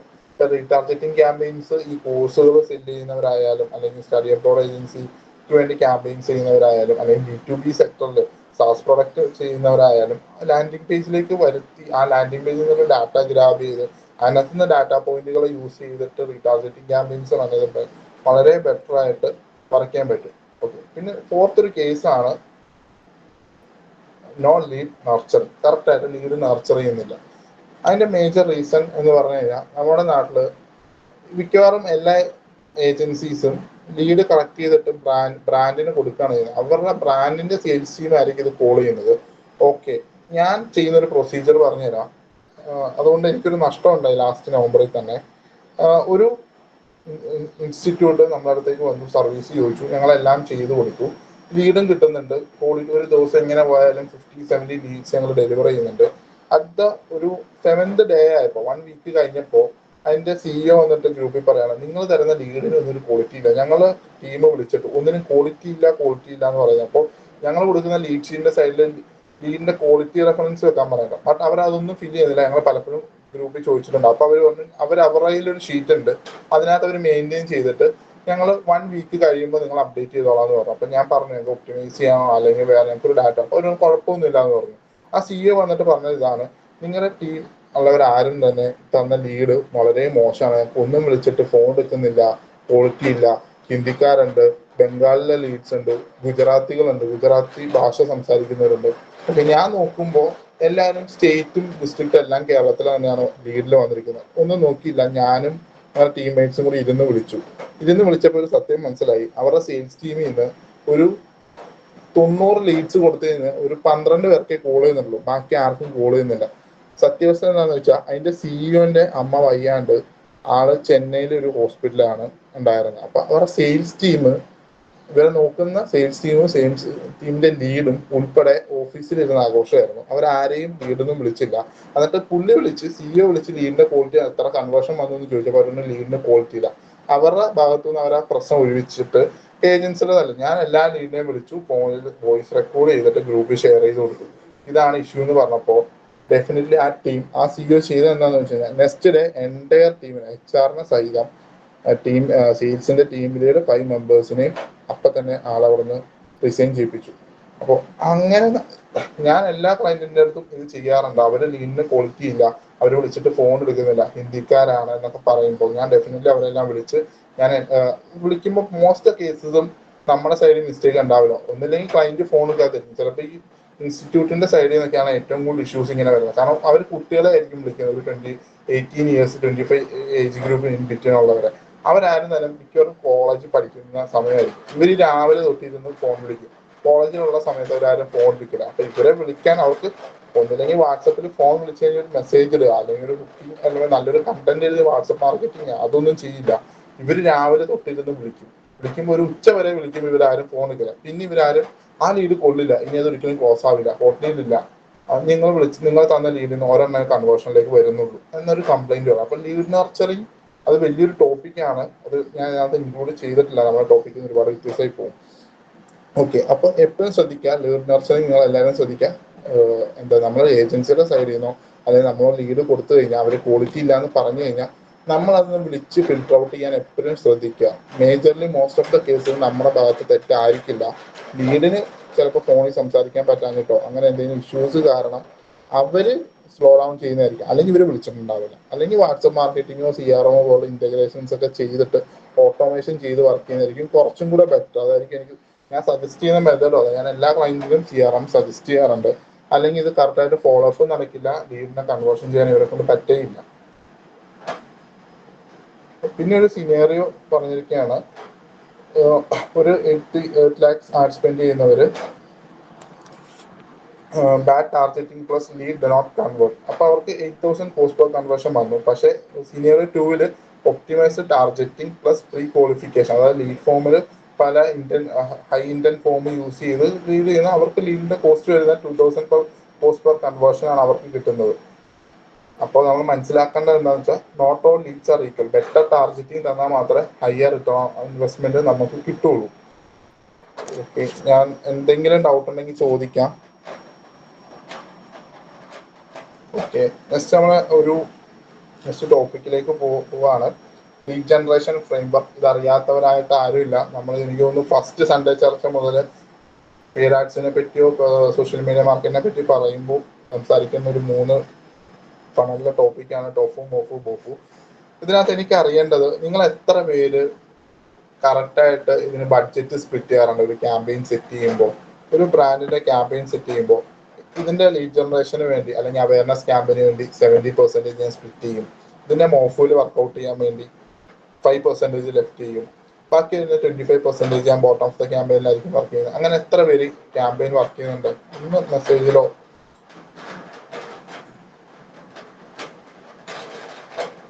എനിക്ക് തോന്നുന്നു കേരളത്തിൽ അങ്ങനെ സ്പ്ലിറ്റ് ചെയ്ത് വർക്ക് ചെയ്യുന്നവരുടെ എണ്ണം കുറവാണ്.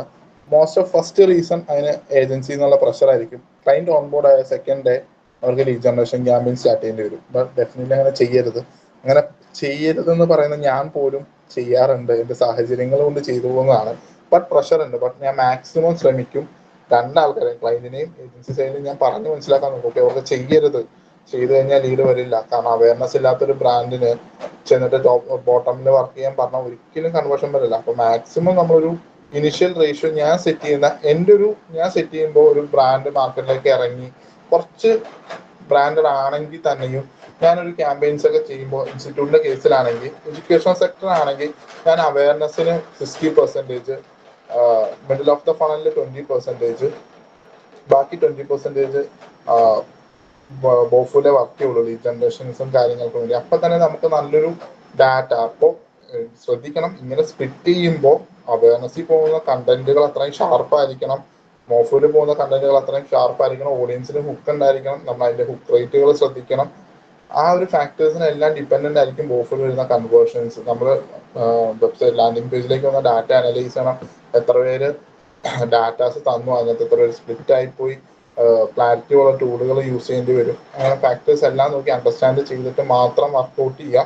ലീഡ് ജനറേഷന്റെ ഫ്രെയിംവർക്കിൽ ടോഫും, മോഫും, ബോഫും ഇത് കറക്റ്റായിട്ട് ആ ഫണലിനെ കാറ്റഗറൈസ് ചെയ്ത് കറക്റ്റായിട്ട് മീഡിയ സ്പെൻഡ് ഇട്ട് കൊടുത്തില്ല എങ്കിൽ നമുക്ക് കൺവേർഷൻസ് വരാൻ ഭയങ്കര ബുദ്ധിമുട്ടായിരിക്കും. Technique to reduce the lead cost. ഇതൊരു സീക്രട്ട് ടെക്നിക്കുകളൊന്നും അല്ല, മേജർലി എല്ലാവരും യൂസ് ചെയ്യുന്ന ടെക്നിക്കാണ്. ബട്ട് അത് ഞാൻ പല ആഡ് അക്കൗണ്ടുകളും വെരിഫൈ ചെയ്തിട്ടുണ്ട്, അനലൈസ് ചെയ്തിട്ടുണ്ട്. ബട്ട് ഇതൊന്നും പലപ്പോഴും എന്നെ വിളിക്കുന്ന പലരും തന്നെ കറക്റ്റായിട്ട് ചെയ്യാത്ത ക്യാമ്പയിൻസ് പബ്ലിഷ് ചെയ്യുന്നവരായിരിക്കും കൂടുതൽ ആൾക്കാരും. കറക്റ്റായിട്ട് ലുക്ക് ലൈക്ക് ഓഡിയൻസ് എത്രത്തോളം ഡീപ്ലി നിങ്ങൾ അണ്ടർസ്റ്റാൻഡ് ചെയ്യുന്നു, മീനിങ് അണ്ടർസ്റ്റാൻഡ് ചെയ്യുന്നു, അതിന് എത്രത്തോളം യൂസ് ചെയ്യാൻ പറ്റും, അതിനകത്ത് കസ്റ്റം ഓഡിയൻസിന് എത്രത്തോളം കൊടുക്കാൻ പറ്റും, അതെല്ലാം നമ്മൾ എപ്പോഴും ഡീപ്ലി അണ്ടർസ്റ്റാൻഡ് ആയിരിക്കണം. ഈ ലുക്ക് ലൈക്ക് ഓഡിയൻസ് കൊടുക്കുമ്പോൾ കൂടുതലും ഡാറ്റ പോയിന്റുകൾ അതിനകത്ത് കൊടുത്തിരിക്കണം. മേജർലി കേരളത്തിൽ ചെയ്യുന്ന എല്ലാവരും എന്താ ചെയ്യണമെന്ന് വെച്ച് കഴിഞ്ഞാൽ ഫസ്റ്റ് നെയിം, ലാസ്റ്റ് നെയിം ഉണ്ടാവും, ഫോൺ നമ്പർ ഉണ്ടാവും, ആളുടെ ലൊക്കേഷൻ ഉണ്ടാവും. ഈ ഇത്രയും ഡാറ്റ വെച്ചിട്ടായിരിക്കും ക്യാമ്പയിൻ ചെയ്യുന്നത്. അതിനകത്തൊരു 20-25 ഡാറ്റാസ് ഉണ്ടായിരിക്കും. ഞാൻ നെക്സ്റ്റ് ഒരു എക്സാമ്പിൾ പറഞ്ഞു കഴിഞ്ഞാൽ, ഒരു പൈത്തൺ ജാവ ടെക്നിക്കൽ സൈഡ് പഠിപ്പിക്കുന്ന ഒരു ഇൻസ്റ്റിറ്റ്യൂട്ട് ലാസ്റ്റ് ഇയർ ഒരു ക്യാമ്പയിൻ ചെയ്തിട്ടുണ്ടായിരുന്നു. അവരോട് എനിക്ക് കുറച്ച് ലുക്ക് ലൈക്ക് ഓഡിയൻസ് കൺവേർഷണൽ ആയത് വേണ്ട, ആ ഒരു ക്വാളിറ്റി ഉള്ള ലീഡ്സിന്റെ ഒരു ലുക്ക് ലൈക്ക് ഡാറ്റ തരാൻ പറഞ്ഞു. അവരെനിക്ക് തന്നു ഇത്രയും ഡാറ്റ. ബട്ട് ഇതുകൊണ്ട് എനിക്കൊന്നും ചെയ്യാൻ പറ്റില്ല. ബട്ട് അവർക്ക് ഓൾറെഡി ആ ടീമിന് ഒരു ഡിജിറ്റൽ മാർക്കറ്റിംഗ് ടീം അവർ ഇൻഹൗസ് ഉണ്ട്. ബട്ട് അവർക്ക് ഹാൻഡിൽ ചെയ്യാൻ പറ്റാത്തതുകൊണ്ട് ഏജൻസിക്ക് വേണ്ടി അവർ ഔട്ട്സോഴ്സ് ചെയ്തതാണ്. അപ്പോൾ അവര് ലുക്ക് ലൈക്ക് ഓഡിയൻസ് സെലക്ട് ചെയ്ത് ഡാറ്റ പോയിന്റിൽ വർക്ക്ഔട്ട് ചെയ്യുന്ന ഈ ഒരു ഇത്രയും ഡാറ്റ വെച്ചിട്ട് അവർ പറയുന്നത് അവർക്ക് അതിൽ നിന്ന് കൺവേർഷൻ ഉണ്ട്. അപ്പൊ നമ്മൾ ചിന്തിക്കേണ്ട കാര്യം, അവർക്ക് കൺവേർഷൻ ഇല്ലാത്തതുകൊണ്ടാണ് ഇൻഹൗസിൽ ഒരു ടീം ഉണ്ടായിട്ട് അവർ പുറത്തേക്ക് ഔട്ട്സോഴ്സ് ചെയ്തത്. എന്നിട്ട് അവർ നമ്മളടുത്ത് വാശി പിടിക്കുന്നത് എന്താണെന്ന് വെച്ച് കഴിഞ്ഞാൽ, ഞങ്ങൾക്ക് ഇതിൽ നിന്ന് കൺവേർഷൻ ഉണ്ട്, നിങ്ങൾ ഈ ഡാറ്റ പോയിന്റുകൾ വെച്ച് പറഞ്ഞാൽ ഇത് വെച്ച് വർക്ക് ചെയ്തിട്ട് കാര്യമില്ല.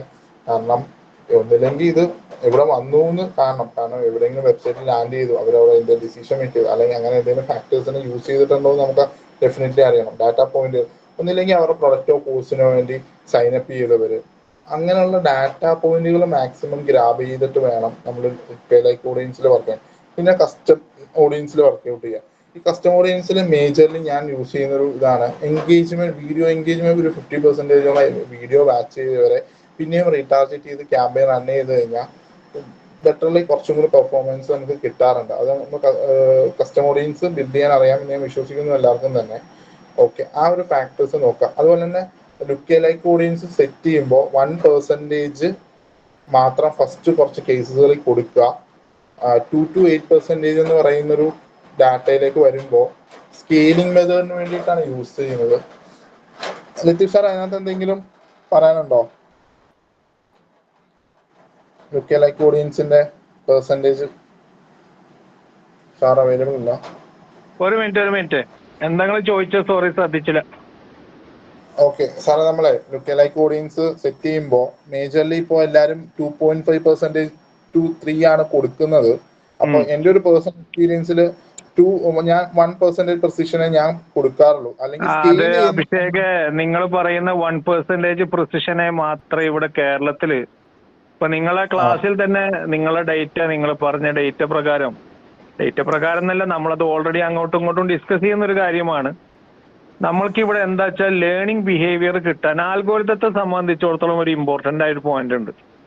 ആൽഗോരിതം മനുഷ്യനൊക്കെ അങ്ങനെ തന്നെയാണ്, അതായത് മനുഷ്യനുണ്ടാക്കുന്നതാണ് ആൽഗോരിതം. അതുകൊണ്ട് ഇതിനൊരു പ്രീടെക്സ്റ്റ് ഉണ്ട്. ആ പ്രീടെക്സ്റ്റ് ഇത്രയേ ഉള്ളൂ: നിങ്ങൾ എത്രത്തോളം ലേണിങ്സ് ആൽഗോരിതത്തെ പഠിപ്പിക്കുന്നു ആ ഇൻസ്റ്റൻസിൽ, ആ ലേണിങ്സ് വേറെ കാര്യം ക്വാളിഫൈഡ് ആവണം, വെരിഫയബിൾ ആവണം, ഡേറ്റ ഡ്രീവൺ ആവണം. ഈ 3 ടൈപ്പ് ലേണിങ്സ് നിങ്ങൾ ആൽഗോരിതത്തെ കൊടുക്കുന്നത്. ഇപ്പൊ നിങ്ങളെ തന്നെ ഭാഷയിൽ പറഞ്ഞു, കസ്റ്റമറോട് ഞാൻ മാന്യമായ രീതിയിലെല്ലാം സംസാരിക്കും, എല്ലാ കാര്യങ്ങളും ഞാൻ പഠിപ്പിച്ച് എന്താ പറഞ്ഞ് കഴിഞ്ഞ് പിറ്റത്തെ ദിവസം മുതൽ അവിടുന്ന് കോള് വരും, എന്താ വെച്ചാൽ എനിക്ക് ലീഡ് വേണമെന്നാണ്. അപ്പൊ നമ്മൾ ഈ പറഞ്ഞ എല്ലാ പഴംപുരാണവും അവിടെ നശിച്ചു, അത് അതോടെ കയ്യിൽ നിന്ന് പോയി. പിന്നെ നമ്മൾ പറയുന്ന, കാരണം ഞാനൊരു എക്സാമ്പിൾ അഭിഷേക് പറഞ്ഞതിനോട് ഞാൻ കോറിലേറ്റ് ചെയ്ത് പറയാം. എനിക്കൊരു കൺസൾട്ടേഷൻ ഗുജറാത്ത് ബേസ്ഡ് കമ്പനിയിൽ നിന്ന് ഒരു മാസം മുന്നേ വന്നു. അപ്പൊ അവർക്ക് ഏകദേശം ഒരു 70 ലക്ഷം രൂപ ആഡ് സ്പെൻഡ് ഉണ്ട് മാസം.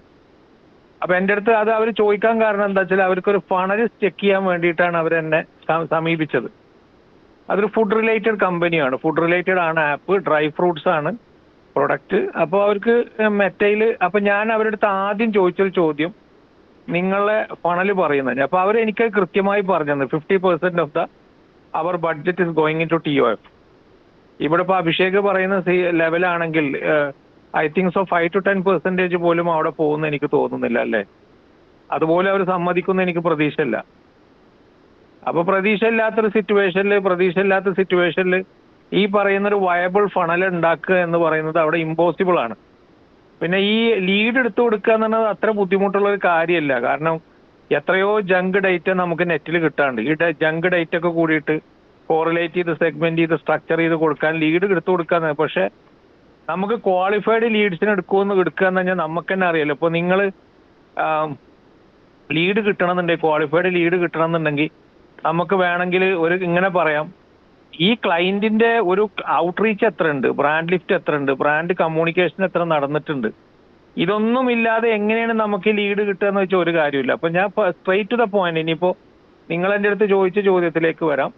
എൻ്റെ ഒരു എക്സ്പീരിയൻസിൽ it will be by 1 to 1.5% നമുക്ക്. അപ്പോൾ 1.5% നമുക്ക് എടുക്കാൻ പറ്റില്ല. 1% ഞാൻ കൃത്യമായിട്ട് പറഞ്ഞു. 2.5% ഒക്കെ എൻ്റെ ഒരു അഭിപ്രായത്തിൽ ഇറ്റ്സ് എൻ എക്സ്പെരിമെന്റേഷൻ പ്രോസസ്സാണ്. എത്രത്തോളം വെരിഫയബിൾ ഡേറ്റ നിങ്ങൾ കൊടുത്തിട്ടുണ്ടെങ്കിൽ, വെരിഫയബിൾ ഡേറ്റ നിങ്ങളെ കയ്യിൽ ഉണ്ട് എന്നുണ്ടെങ്കിൽ 2.5% ഇസ് ഓക്കെ. ബട്ട് മെറ്റ തന്നെ പറയുന്ന ചില ബെഞ്ച് മാർക്ക് റിപ്പോർട്ടുകൾ പ്രകാരം പറയുന്നത് 1 to 3% എന്നാണ്. അപ്പൊ അവർക്ക് തന്നെ അറിയാം, ഈ 1 എന്ന് പറയുന്ന കണക്ക് അവർക്ക് തന്നെ അറിയാം ഇത് ഏകദേശം അതിലപ്പുറം കിട്ടില്ല എന്നുള്ളത്. അതാണ് അവര് 3% വരെ വെക്കണത്. 3% വരെ പോയിക്കോട്ടെ, പക്ഷെ അവർക്ക് തന്നെ അറിയാം അത് 1% ആണ് അതിന്റെ ഐഡിയൽ എൻഗേജ്. പക്ഷെ ഞാൻ പറഞ്ഞില്ലേ എത്രത്തോളം നിങ്ങൾ ലേണിങ്സ് കൊടുത്തപ്പോ. അതിന്റെ കൂടെ ഒരു പോയിന്റ് കൂടി പറയാനുള്ളത്, നമ്മൾ അഡ്വാൻറ്റേജ് പ്ലസ് ക്യാമ്പയിൻസ്, ഈ D2C, ഇപ്പൊ നോർത്ത് ഇന്ത്യയിലെ കുറെ ആൾക്കാർ ഇൻസ്റ്റാഗ്രാമിൽ വീഡിയോസ് കാണാം. അഡ്വാൻറ്റേജ് ലഗാവോ എന്ത് ലഗാവോ, ഇതിന് ഡാറ്റ ഒന്നും ഇല്ലെങ്കിൽ ലഗാവോ കൊണ്ട് എന്താ കാര്യമുള്ളത്? ഒരു കാര്യമില്ല. ലഗാവോ എന്ന് പറയാൻ എളുപ്പമാണ്, പക്ഷെ ഇത് ഡാറ്റ ഇല്ല എന്നുണ്ടെങ്കിൽ ലഗാവോ കൊണ്ട് തന്നെ ഒരു കാര്യം ഉണ്ടാവില്ല. ലഗാവോ എന്ന് പറഞ്ഞാൽ കാര്യം നടക്കണ്ടേ? കാര്യം നടക്കണമെങ്കിൽ ലേണിങ്സ് വേണം. ലേണിങ്സ് അതിനിപ്പോ നമ്മള് അഡ്വാൻറ്റേജ് ക്രിയേറ്റീവ് എന്ന് പറഞ്ഞതിന് മെറ്റ തന്നെ പറയുന്ന ബെഞ്ച് മാർക്ക് എന്താ വെച്ചാൽ 50 മുതൽ 150 ക്രിയേറ്റീവ് ABAP ടെസ്റ്റിംഗ് കഴിഞ്ഞത് നിങ്ങളെ കയ്യിൽ വേണമെന്ന. ഇത്ര ക്രിയേറ്റീവ് നമ്മൾ ക്ലയന്റിനോട് പറഞ്ഞാൽ അന്ന് നമ്മൾ ചെരുപ്പൂരി അടിക്കും. ഇത്ര ക്രിയേറ്റീവ് ആണെന്ന്. ഇതൊന്നും അത് അഭിഷേക് പറഞ്ഞ പോയിന്റ് കറക്റ്റ് ആണ്. ഇവിടെ ജുഡീഷ്യസ്ലി ചില നമ്മളെ ലോജിക്ക് വെച്ച് ചില തീരുമാനങ്ങൾ ഇവിടെ എടുക്കാണ്ട്, ആ തീരുമാനത്തിനപ്പുറം എടുക്കാൻ പറ്റില്ല. പിന്നൊക്കെ നമ്മൾ ബുക്കിലും പേപ്പറിലൊക്കെ പറയാനത് ഈസിയാണ്. നിങ്ങൾ ചോദിച്ച ചോദ്യമാണെങ്കിൽ ഞാൻ ഐഡിയലി പറയും 1% എന്നാണ്. 3% ഒന്നും എനിക്ക് ധൈര്യമില്ല. എന്നെ സംബന്ധിച്ചിടത്തോളം എനിക്കത് ധൈര്യമില്ല. ബട്ട് ചെയ്യണവരുണ്ട് കേട്ടാ. നമുക്ക് അങ്ങനെ തന്നെ എടുക്കണമല്ലോ. ഇത് ഉള്ളവരുണ്ട്, ഇല്ലാത്തവരില്ലാന്നല്ലോ. ഇപ്പൊ നമ്മള് ഗ്രൂപ്പ് എമ്മും പബ്ലിസിസ്റ്റ് മീഡിയയും അങ്ങനത്തെ കമ്പനികൾക്കൊക്കെ പോയി കഴിഞ്ഞാൽ it may go up to 10% also. കാരണം അവരുടെ ഡാറ്റ ആട്രിബ്യൂഷൻ മോഡൽ പ്രകാരം അവർ ഡാറ്റ കളക്ട് ചെയ്യുന്നതൊക്കെ നമ്മളെ സിസ്റ്റം അല്ല. അവർക്ക് ത്രൂപുട്ടും ഹോൾഡ് റേറ്റും പിന്നെ ബാക്കിയുള്ള റേറ്റ് ഒക്കെ വ്യത്യാസമാണ്. നമ്മളെ പോലെയല്ല, കുറച്ചും കൂടി ഇറ്റ്സ് എൻ എക്സ്റ്റെൻഡഡ് വേർഷൻ ആണ്. അങ്ങനത്തെ സിറ്റുവേഷനിൽ അത് നടപടിയാവില്ല. So coming back to your question and not disturbing your time, my suggestion will be with you, that is 1%. ഞാൻ അത് സജസ്റ്റ് ചെയ്യുള്ളൂ. സ്കെയിലപ്പിന്റെ സമയത്ത് മാത്രം എനിക്ക് അതായില്ല. പിന്നെ റീടാർജറ്റിങ്ങിനെ കുറിച്ച് നിങ്ങൾ പറഞ്ഞത് വളരെ വാലിഡ് പോയിന്റ് ആണ്. എന്റെ ഒരു അഭിപ്രായത്തിൽ 90% or 95% of the companies in Kerala wouldn't dare to do remarketing or retargeting. ഞാൻ മനസ്സിലാക്കിയെടുത്തോളം ഇവിടുത്തെ പല ഡിജിറ്റൽ മാർക്കറ്റിംഗിന്റെ മീഡിയന്മാര് പോയിരുന്ന് തല്ലും, ഞങ്ങൾ അവരെ ടാർഗറ്റ് ചെയ്യും. പക്ഷെ എങ്ങനെ അഭിഷേക് അവിടെ ഒരു പോയിന്റ് കൂടി ഇതിന്റെ കൂടെ ആഡ് ചെയ്യണത്, how many people know media planning very well? How many people know media buying? How many people know how to articulate the media with different creatives? അതൊന്നും ഒരു ഐഡിയ കേരളത്തിൽ ഞാൻ മനസ്സിലാക്കുന്ന 95% അതിൽ ഐഡിയ ഇല്ല. പക്ഷെ പറച്ചിലതാണ്, അത് നിങ്ങൾ പറഞ്ഞത് ശരിയാ. പറച്ചിലതാണ്, ഞങ്ങൾ അവിടെ റീടാർജറ്റ് ചെയ്യും, ഇവിടെ റീടാർജറ്റ് ചെയ്യും. അപ്പൊ കർത്താവിനറിയാം എവിടെ റീടാർജറ്റ് ചെയ്യുന്നുണ്ട്, റീടാർജറ്റ് ചെയ്യുന്നത്. അതൊക്കെ ശരിക്കും പറഞ്ഞാൽ it's like bombarding information to the unaware audience. You are not teaching the aware audience correctly. That's the truth. Sir media ബൈനെ പറ്റി പറഞ്ഞപ്പോഴാണ് മറ്റൊരു കാര്യം ഓർത്തത്. ഒരു 1 month ബിഫോർ ഞാൻ ഒരു ബ്രാൻഡ്, കേരളത്തിലെ ടോപ്പ് ബ്രാൻഡ്, അതിന്റെ ഓണറിന്റെ ഡയറക്ടർ, എനിക്ക് തോന്നുന്നു അവർ ഹൈദരാബാദ് ബേസ് ചെയ്ത് ഇത് ഒരു ഇൻസ്റ്റിറ്റ്യൂട്ട് ആണ്. ഞാൻ ഈ മീഡിയ ബൈയിങ് പ്ലാനായിട്ട് ഒരു 8-10 ഷീറ്റുകളുണ്ട്. ഞാനും എന്റെ സ്ട്രാറ്റജിസ്റ്റായിട്ടാണ് മീറ്റ് ചെയ്യാൻ ചെന്നേക്കാം. അപ്പൊ നിങ്ങള് എന്താ ഇത് ഖണിയാൻ വല്ലോണോ ഓരോന്നിങ്ങനെ ഗണിച്ചെഴുതി വെച്ചേക്കുന്നത്? ഇത്രയും ലീഡിന് ക്വസ്റ്റ് വരും, ഇത്രയും മിച്ചം വരും. എനിക്ക് തോന്നുന്നില്ല എന്റെ പിള്ളേർ ഇതൊന്നും അറിയാതെ ഇവിടെ ലീഡ് വരുന്നുണ്ട്. എനിക്ക് അവരെ കൂടി വർക്ക് ചെയ്താൽ മതി. കാരണം എന്താണെന്നറിയോ, ഇത് 2 ആറ്റിറ്റ്യൂഡിൽ നമുക്ക് എടുക്കാം. പക്ഷെ നോർത്ത് ഇന്ത്യൻ ക്ലയൻസ് കുറച്ചും കൂടി they are taking A different approach now. കാരണം എന്താ വെച്ചാൽ അവർക്കൊരു അഡ്വാൻറ്റേജ് എന്താ വെച്ചാൽ they have A huge budget in there hand. അവർക്ക് ഒരുപാട് ബഡ്ജറ്റ് അവരുടെ കയ്യിലുണ്ട്. When they have A huge budget, ഇതിന്റെ ഒരു അഡ്വാൻറ്റേജ് എന്താന്ന് വെച്ച് കഴിഞ്ഞാൽ you can experiment very well. നിങ്ങൾക്ക് പല ടൈപ്പിലുള്ള എക്സ്പെരിമെന്റേഷൻ അവിടെ നടക്കും. ബട്ട് ദാറ്റ് എക്സ്പെരിമെന്റേഷൻ ഇവിടെ നടപടിയാവില്ല. അത് ഒരു റീസൺ. പക്ഷെ എക്സ്പെരിമെന്റേഷനെക്കാട്ടിയും കൂടുതൽ ഞാൻ മനസ്സിലാക്കുന്നത് ആറ്റിറ്റ്യൂഡിന്റെ പ്രോബ്ലം ആണ്. കാരണം എന്താ വെച്ചാൽ ഈ റീടാർജറ്റിംഗ് എന്ന് ഉദ്ദേശിക്കുന്നത് അവർ ശരിക്ക് ഓപ്പൺ ടാർജറ്റിങ്ങിനെ തന്നെ കേരളത്തിലുള്ള ആൾക്കാർ വിചാരിച്ചിരിക്കുന്നത് റീടാർജറ്റിംഗ് എന്നാണ്. ബട്ട് വി നോ, നമുക്ക് രണ്ടുപേർക്കും അറിയാം ഇറ്റ് ഈസ് ഡിഫറെന്റ്. കാരണം എന്താ വെച്ചാൽ ചെയ്യുന്ന ചെറിയ ടീമുകളുണ്ട്. ഇപ്പോൾ ഞാൻ മനസ്സിലാക്കുന്നത്, ഞാൻ മറ്റന്നാൾ ഇതുപോലെ കേരളത്തിലൊരു പ്രധാനപ്പെട്ട എഡ്യൂക്കേഷൻ സ്ഥാപനത്തിന് കൺസൾട്ടേഷൻ പോകുന്നുണ്ട്. അവരെ ക്രിയേറ്റീവ് കണ്ടേക്കാൻ എനിക്ക് മനസ്സിലായി. There is no retargeting, there is nothing, it's pure targeting on open basis. അതിനൊരു ബെഞ്ച് മാർക്കും ഇല്ല, റൂളും ഇല്ല, ഒന്നുമില്ല. നിങ്ങൾ ഈ പറഞ്ഞ അതേ അപ്രോച്ച് തന്നെയാണ്. So coming back to the question, ഈ ഓഡിയൻസിനോടാണ് പറയാനുള്ളത്, 50 പേര് who is listening to the class. നിങ്ങൾ ഒരു നല്ല ആഡ്സ് മാനേജർ അല്ലെങ്കിൽ നല്ലൊരു ആഡ്സിന്റെ പ്രൊഫഷണൽ ആവണമെന്നുണ്ടെങ്കിൽ 3 കാര്യങ്ങൾ എപ്പോഴും നിങ്ങൾ മനസ്സിൽ വെക്കുക. ഒന്നാമത്തെ കാര്യം, your only asset in your hand which you can create by yourself is the communication and creative what you are going to do. That's the number one thing. 70% നിങ്ങളുടെ ആയുധം അതാണ്. You are talking to the people with your thought. 20% എന്ന് വെച്ച് കഴിഞ്ഞാൽ നിങ്ങളുടെ pure account എത്രത്തോളം കാര്യങ്ങൾ പഠിച്ചിട്ടുണ്ട്, അക്കൗണ്ടിന് എത്രത്തോളം ലേണിങ്സ് ഉണ്ട്, അക്കൗണ്ടിൽ എത്രത്തോളം എക്സ്പെരിമെന്റേഷൻസ് നിങ്ങൾ ചെയ്തിട്ടുണ്ട്, അക്കൗണ്ടിൽ എത്രത്തോളം ഡിഫറെന്റ് ആയിട്ടുള്ള ആഡ് ക്രിയേറ്റീവ്സിന്റെ ആഡ് ക്യാമ്പയിൻസ് നിങ്ങൾ റൺ ചെയ്തിട്ടുണ്ട്. ഇതാണ് നിങ്ങളുടെ 20%. ഓക്കെ, 5% എന്ന് വെച്ചാൽ നിങ്ങളുടെ ഈ റീടാർഗറ്റിങ്ങിന്റെ കഴിവാണ്. 5% നിങ്ങൾ കർത്താവിനും ഫേസ്ബുക്കിനും വിട്ടുകൊടുക്കണം. അത് അങ്ങനെയുണ്ട്. 5% നിങ്ങൾ കർത്താവിനും പിന്നെ രണ്ടാമത്തത് ഫേസ്ബുക്കിനും വിട്ടുകൊടുക്കണം. കാരണം അത് പല സ്വഭാവം എടുത്തുനിന്ന് വരും, നമുക്ക് പറയാൻ പറ്റില്ല. നമ്മളെല്ലതും നടക്കുന്നുള്ള രീതിയിലൊന്നും നിങ്ങൾ വിചാരിച്ച് നിൽക്കണ്ട. അത് ലോകത്തെ ഏറ്റവും പ്രഗത്ഭനായ മീഡിയ പ്ലാനർക്കും അത് നടക്കില്ല. കാരണം അവരെന്നെ പറയും sometimes Meta will give you some weird result. We can't expect that result. ആ സിറ്റുവേഷനിൽ നമുക്കത് സ്വപ്നം കാണാൻ പറ്റില്ല, ബട്ട് ഇറ്റ് വിൽ ഗിവ്. അത് നമ്മൾ മനസ്സിൽ വെച്ചോണ്ടിരിക്കണം. അപ്പൊ ക്ലയന്റിനോട് നിങ്ങൾ എന്ത് ചെയ്യാച്ചാ, നിങ്ങൾ പറയുമ്പോൾ ഈ വിയേർഡ് റിസൾട്ടും മറ്റത് നിങ്ങൾ ഉണ്ടാതിരിക്കുക. അതിന് പകരം നിങ്ങൾ എന്ത് ചെയ്യുക, നിങ്ങളെ ഉള്ളിൽ അത് എക്സ്പെരിമെന്റ് ചെയ്ത് ടെസ്റ്റ് ചെയ്ത് വിടുക, അത്രേ ഉള്ളൂ. Thank you Abhishek, U may continue. Thank you. Okay, ഞാൻ പോയിന്റിലേക്ക് വരികയാണ്. നമ്മൾ ലുക്കലൈക്ക് ഓഡിയൻസും കസ്റ്റം ഓഡിയൻസും സെലക്ട് ചെയ്യണമെന്ന് പറഞ്ഞു. അതാണ് ഒരു നമ്പർ 1 ലീഡ് കോസ്റ്റ് കുറയ്ക്കാൻ പറ്റുന്ന നമ്മുടെ കയ്യിലിരിക്കുന്ന ഒരു മേജർ ഫാക്ട്. പിന്നെ നിങ്ങൾ എല്ലാവരും ചെയ്യുന്നുണ്ട്, അതെനിക്ക് തോന്നുന്നു 1, 2, 3 വർഷങ്ങൾ കൊണ്ട് പലരും ലിങ്ക്ഡിനിൽ എഴുതി പലരും തന്നെ ഹൈ ഇന്റന്റ് ഫോമുകൾ കേരളത്തിൽ യൂസ് ചെയ്യാൻ തുടങ്ങി. അതൊരു വലിയൊരു കാര്യമാണ്. ഹൈ ഇന്റന്റ് ഫോമുകൾ യൂസ് ചെയ്യുക, മാക്സിമം പ്രീ സ്ക്രീനിങ് ക്വസ്റ്റ്യനുകൾ കൊടുക്കുക. മേജർലി ഞാൻ സ്റ്റാർട്ട് ചെയ്ത സമയത്ത് നെയിം ചോദിക്കുക, ലാസ്റ്റ് നെയിം ചോദിക്കുക, ലൊക്കേഷൻ ചോദിക്കുക, ഫോൺ നമ്പർ ചോദിക്കുക. പിന്നെ ഞാനൊരു ക്വസ്റ്റ്യൻ ഉണ്ടായിരുന്നു, വാട്സ്ആപ്പ് നമ്പറും കൂടെ ചോദിക്കുക. വാട്സ്ആപ്പ് നമ്പർ നമ്മൾ അല്ലാതെ പ്രീഫിൽ ക്വസ്റ്റ്യൻ ആയിട്ട് കൊടുത്തിട്ട് വാട്സ്ആപ്പ് നമ്പറും കൂടെ ഡാറ്റ ഗ്രാബ് ചെയ്യുക. അപ്പൊ നമുക്ക് ഒരു ഇൻസ്റ്റിറ്റ്യൂട്ടിലേക്ക് ഒരു മാസം ഒരു 3000-4000 ലീഡ് കിട്ടിക്കഴിഞ്ഞാൽ വാട്സ്ആപ്പ് മാർക്കറ്റിംഗ് ചെയ്യാൻ സിമ്പിൾ ആണ്. അത്രയും വാട്സപ്പിന് തരുന്ന ആ നമ്പർ ഒരിക്കലും റോങ് ആവില്ല. ഇപ്പുറത്ത് അവർ തരുന്ന പല നമ്പറുകളും അവരുടെ ഫോൺ നമ്പർ എന്ന് പറയുന്നത് പലരും സേവ് ചെയ്ത് വെച്ചിരിക്കണം. ഒന്നില്ലെങ്കിൽ അവരുടെ പഴയ ഫേസ്ബുക്കിൽ ഡാറ്റ സേവ് ചെയ്തിരിക്കുന്ന പഴയ നമ്പറുകളായിരിക്കും. അതിനകത്ത് ചിലപ്പോൾ ഒരു 9 നമ്പർ ഉണ്ടാവുള്ളൂ. പക്ഷെ വാട്സപ്പ് നമ്പർ തരുന്ന, ഞാൻ കഴിഞ്ഞ ഒരു 2.5 വർഷമായിട്ട് കേരളത്തിൽ വർക്ക് ചെയ്യുന്നുണ്ട്. അപ്പൊ എനിക്ക് മനസ്സിലായ ഒരു കാര്യം, വാട്സപ്പ് നമ്പറിൽ നിന്ന് ചോദിക്കുന്ന ഡാറ്റ പലതും വളരെ പ്യുവറാണ്. അതിൽ കിട്ടുന്ന നമ്പറുകൾ ക്വാളിറ്റി ഉള്ളതായിരിക്കും. റോങ് നമ്പേഴ്സിന്റെ കൗണ്ടും മറ്റേ ഫോൺ നമ്പറിനേക്കാളും വളരെ കുറവാണ്. അപ്പോൾ പ്രീഫിൽഡ് ക്വസ്റ്റ്യനിൽ വാട്സപ്പ് നമ്പർ ഡെഫിനറ്റ്ലി ചോദിക്കുക. അപ്പൊ നമുക്ക് 2 യൂസ് ഉണ്ട്. വാട്സപ്പ് മാർക്കറ്റിംഗ് ചെയ്യാനൊരു ഡാറ്റ കിട്ടും. അതുപോലെ തന്നെ അവര് ഫോൺ കോളിൽ സെയിൽസ് ടീം വിളിക്കുമ്പോൾ കോൾ എടുത്തില്ലെങ്കിൽ വാട്സപ്പിൽ വഴി ഡാറ്റ ചെയ്യാൻ പറ്റും.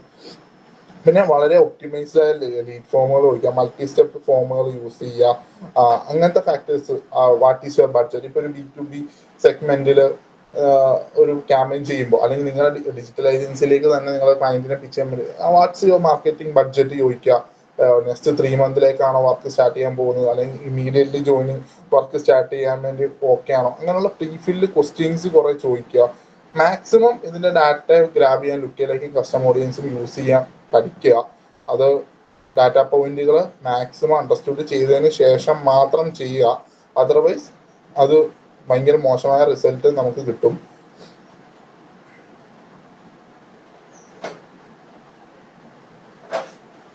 ഓക്കെ, പിന്നെ റീടാർഗറ്റിംഗ് നമ്മൾ പറഞ്ഞിരുന്ന ഫാക്ടറിലേക്ക് പിന്നെ വരികയാണ്. Secret source to higher conversions.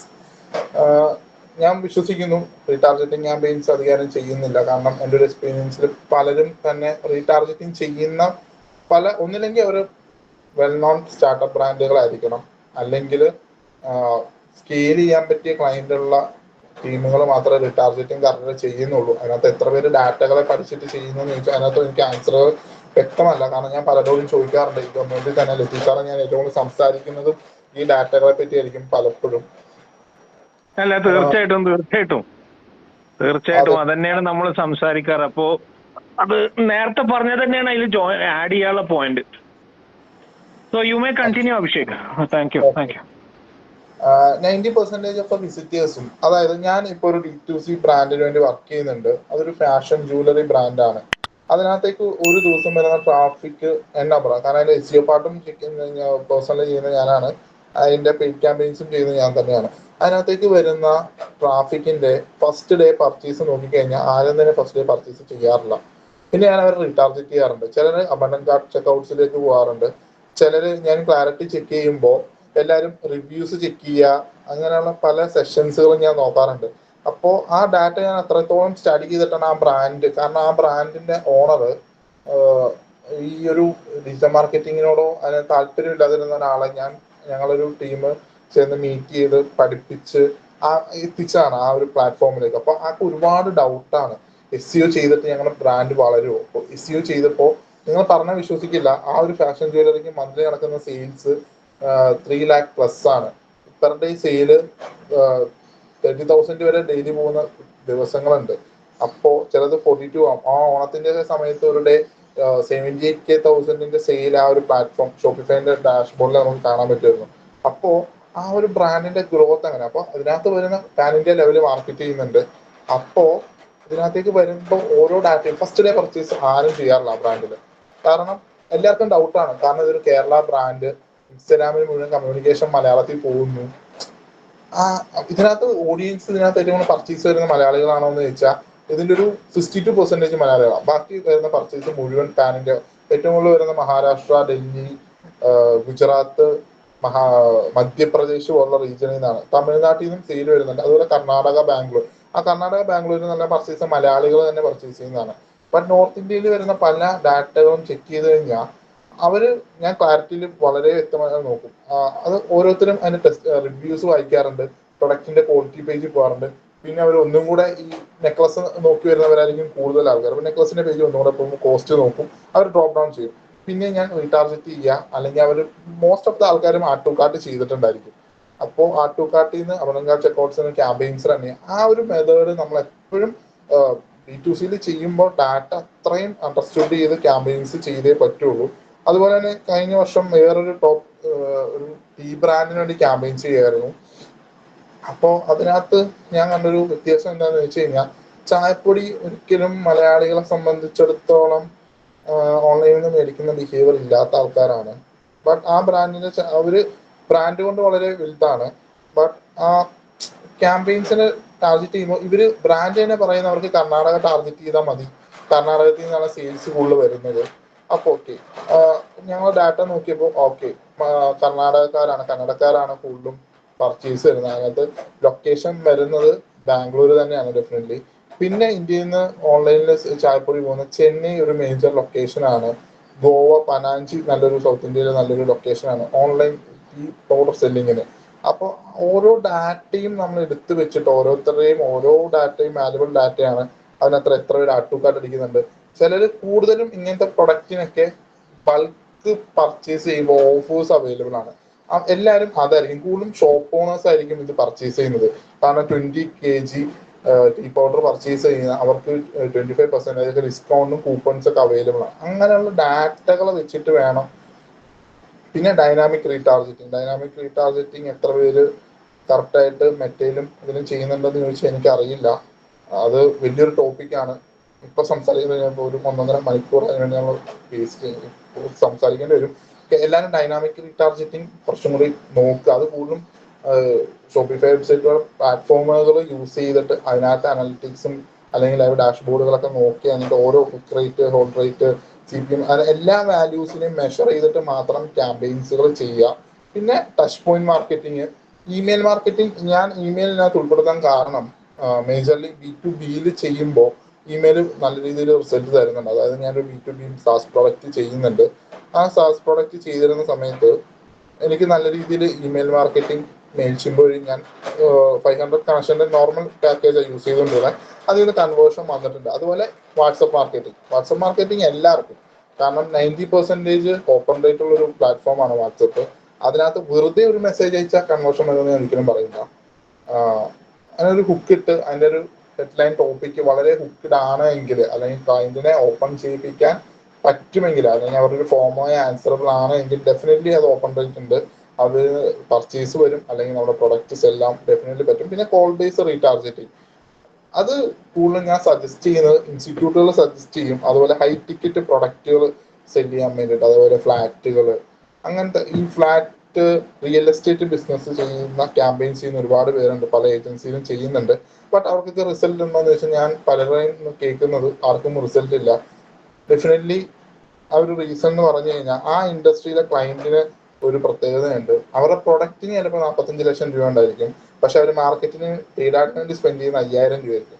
ആ 5000 രൂപയിൽ നിന്ന് 45 ലക്ഷം രൂപ വരുന്ന 10 വീടോ അല്ലെങ്കിൽ ഫ്ലാറ്റോ വില്ലയോ ഒക്കെ നമ്മൾ വിറ്റുകൊടുക്കാൻ പറയും. അങ്ങനെ എവിടെയും മാത്തമാറ്റിക്സിന് പോലും മനസ്സിലാവാത്ത പല കാര്യങ്ങളും ചെയ്യുന്ന ഒരു സ്റ്റേറ്റ് ആണ് കേരളം. ഞാൻ അങ്ങനെ കുറെ പേരുടെ തലയിൽ പോയി പെട്ടിട്ടുണ്ട്. കാരണം ഞാൻ പോയി എടുക്കുന്നതല്ല, ഏജൻസി എടുത്തുകൊണ്ട് വരും, 5000 രൂപ തരാം, നിങ്ങൾ സെല് ചെയ്ത് കാണിക്കും, പക്ഷെ ടിക്കറ്റ് പ്രൈസ് 45 ലക്ഷം രൂപ ഉണ്ടാവും. അതായിരിക്കും എൻ്റെ ഏറ്റവും വലിയ കോമഡി.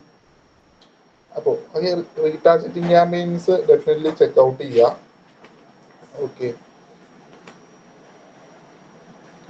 ഇനി ഞാനൊരു കേസ് സ്റ്റഡിയിലേക്ക് പോവാണ്. എൻ്റെ ബേസിക്കലി ഞാൻ ലാസ്റ്റ് മന്ത് ചെയ്ത കേരളത്തിലെ one of the technical education 20-25 years ആയിട്ട് ബ്രാൻഡ് കേരളത്തിലെല്ലാം പല ഫ്രാഞ്ചൈസി മോഡലും ബിസിനസ്സിൽ വർക്ക് ചെയ്യുന്ന ഒരു ബ്രാൻഡിന് വേണ്ടി ഒരു ക്യാമ്പയിൻ ചെയ്യാൻ അവസരം കിട്ടി. അത് ഡെഫിനറ്റ്ലി അതെനിക്കൊരു ഐ ഓപ്പണിംഗ് ഫാക്ടർ ആയിരുന്നു. ഞാൻ പറഞ്ഞ പോലെ നല്ല രീതിയിൽ പിച്ച് മീറ്റിംഗ് എടുത്തു, കാര്യങ്ങളെടുത്തു, എല്ലാം കഴിഞ്ഞു. ക്ലയന്റിന്റെ ഓൺ ബോർഡിങ്ങിന് ജസ്റ്റ് ഡേ ബിഫോർ അതിന്റെ GM വിളിച്ചിട്ട് പറഞ്ഞു, നിങ്ങളൊരു 10 days ക്യാമ്പയിൻ ചെയ്ത് കാണിക്കുക. 10 days കൊണ്ട് ഞങ്ങൾക്ക് എത്ര കറന്റ് കണ്ടീഷൻ പറയാം. അവർ ഞങ്ങളെ മീറ്റ് ചെയ്യുന്നത് അവർക്ക് ഹിന്ദിക്കാരുടെ ലീഡ് മാത്രമേ വരുന്നുള്ളൂ. അവർ ലേഡീസിന്റെ ക്രിയേറ്റീവോ വീഡിയോ വെച്ചിട്ട് ക്യാമ്പയിൻ ചെയ്താൽ 50 ലീഡ് വന്നാൽ 45 എണ്ണവും ബംഗാളികളായിരിക്കും. അതായിരുന്നു അവരുടെ പ്രശ്നം. പിന്നെ ലീഡുകളൊന്നും കഴിഞ്ഞ 6 മാസമായിട്ട് 2%-നോ 1.5%-നും വലിയ കൺവേർഷൻ വന്നിട്ടില്ല. ആവശ്യത്തിലധികം ലീഡ് കിട്ടുന്നുണ്ട്. സ്പെൻഡുകൾക്കൊന്നും ഒരു കുറവില്ല. മാസം 2-3 ലക്ഷം രൂപയ്ക്കാണ് ഒരു ബ്രാഞ്ച് പൊട്ടിക്കുന്നത്. കാരണം അത് ഫ്രാഞ്ചൈസി മോഡലായതുകൊണ്ട് തന്നെ ഇപ്പൊ കൊച്ചി ബ്രാഞ്ചിന് കൊച്ചിയും കുറച്ച് ലൊക്കേഷന് മാത്രമേ ടാർഗറ്റ് ചെയ്യാൻ പറ്റുള്ളൂ. തിരുവനന്തപുരം, കൊല്ലം കുറച്ച് ബോർഡറുകൾ ഉണ്ടാവും. അപ്പൊ അടുത്തടുത്ത് തന്നെ വേറെ വേറെ ഫ്രാഞ്ചൈസികളുടെ ബിസിനസ് ഉള്ളത് കൊണ്ട് തന്നെ ഇവർക്ക് കുറെ റെസ്ട്രിക്ഷൻസ് ഉണ്ട് ക്യാമ്പയിൻസ് ചെയ്യാൻ. ഓക്കെ, അപ്പോ ഡേ ബിഫോർ, അതായത് അവർ പേയ്മെന്റ് ഇടുന്ന ഡേ ബിഫോർ എന്നെ വിളിച്ചിട്ട് ഈവനിങ് GM പറയാണ്, പക്ഷെ ഞങ്ങൾക്ക് നിങ്ങൾ പറഞ്ഞ കാര്യങ്ങളെല്ലാം മനസ്സിലായി, ഞങ്ങളുടെ ഭാഗത്ത് എല്ലാ തെറ്റുകളും ഉണ്ട്, പക്ഷേ ഞാൻ നിങ്ങൾക്ക് ഒരു അവസരം തരാം. ഞാൻ പറഞ്ഞു സാർ പറഞ്ഞോളൂ എന്ന് പറഞ്ഞു.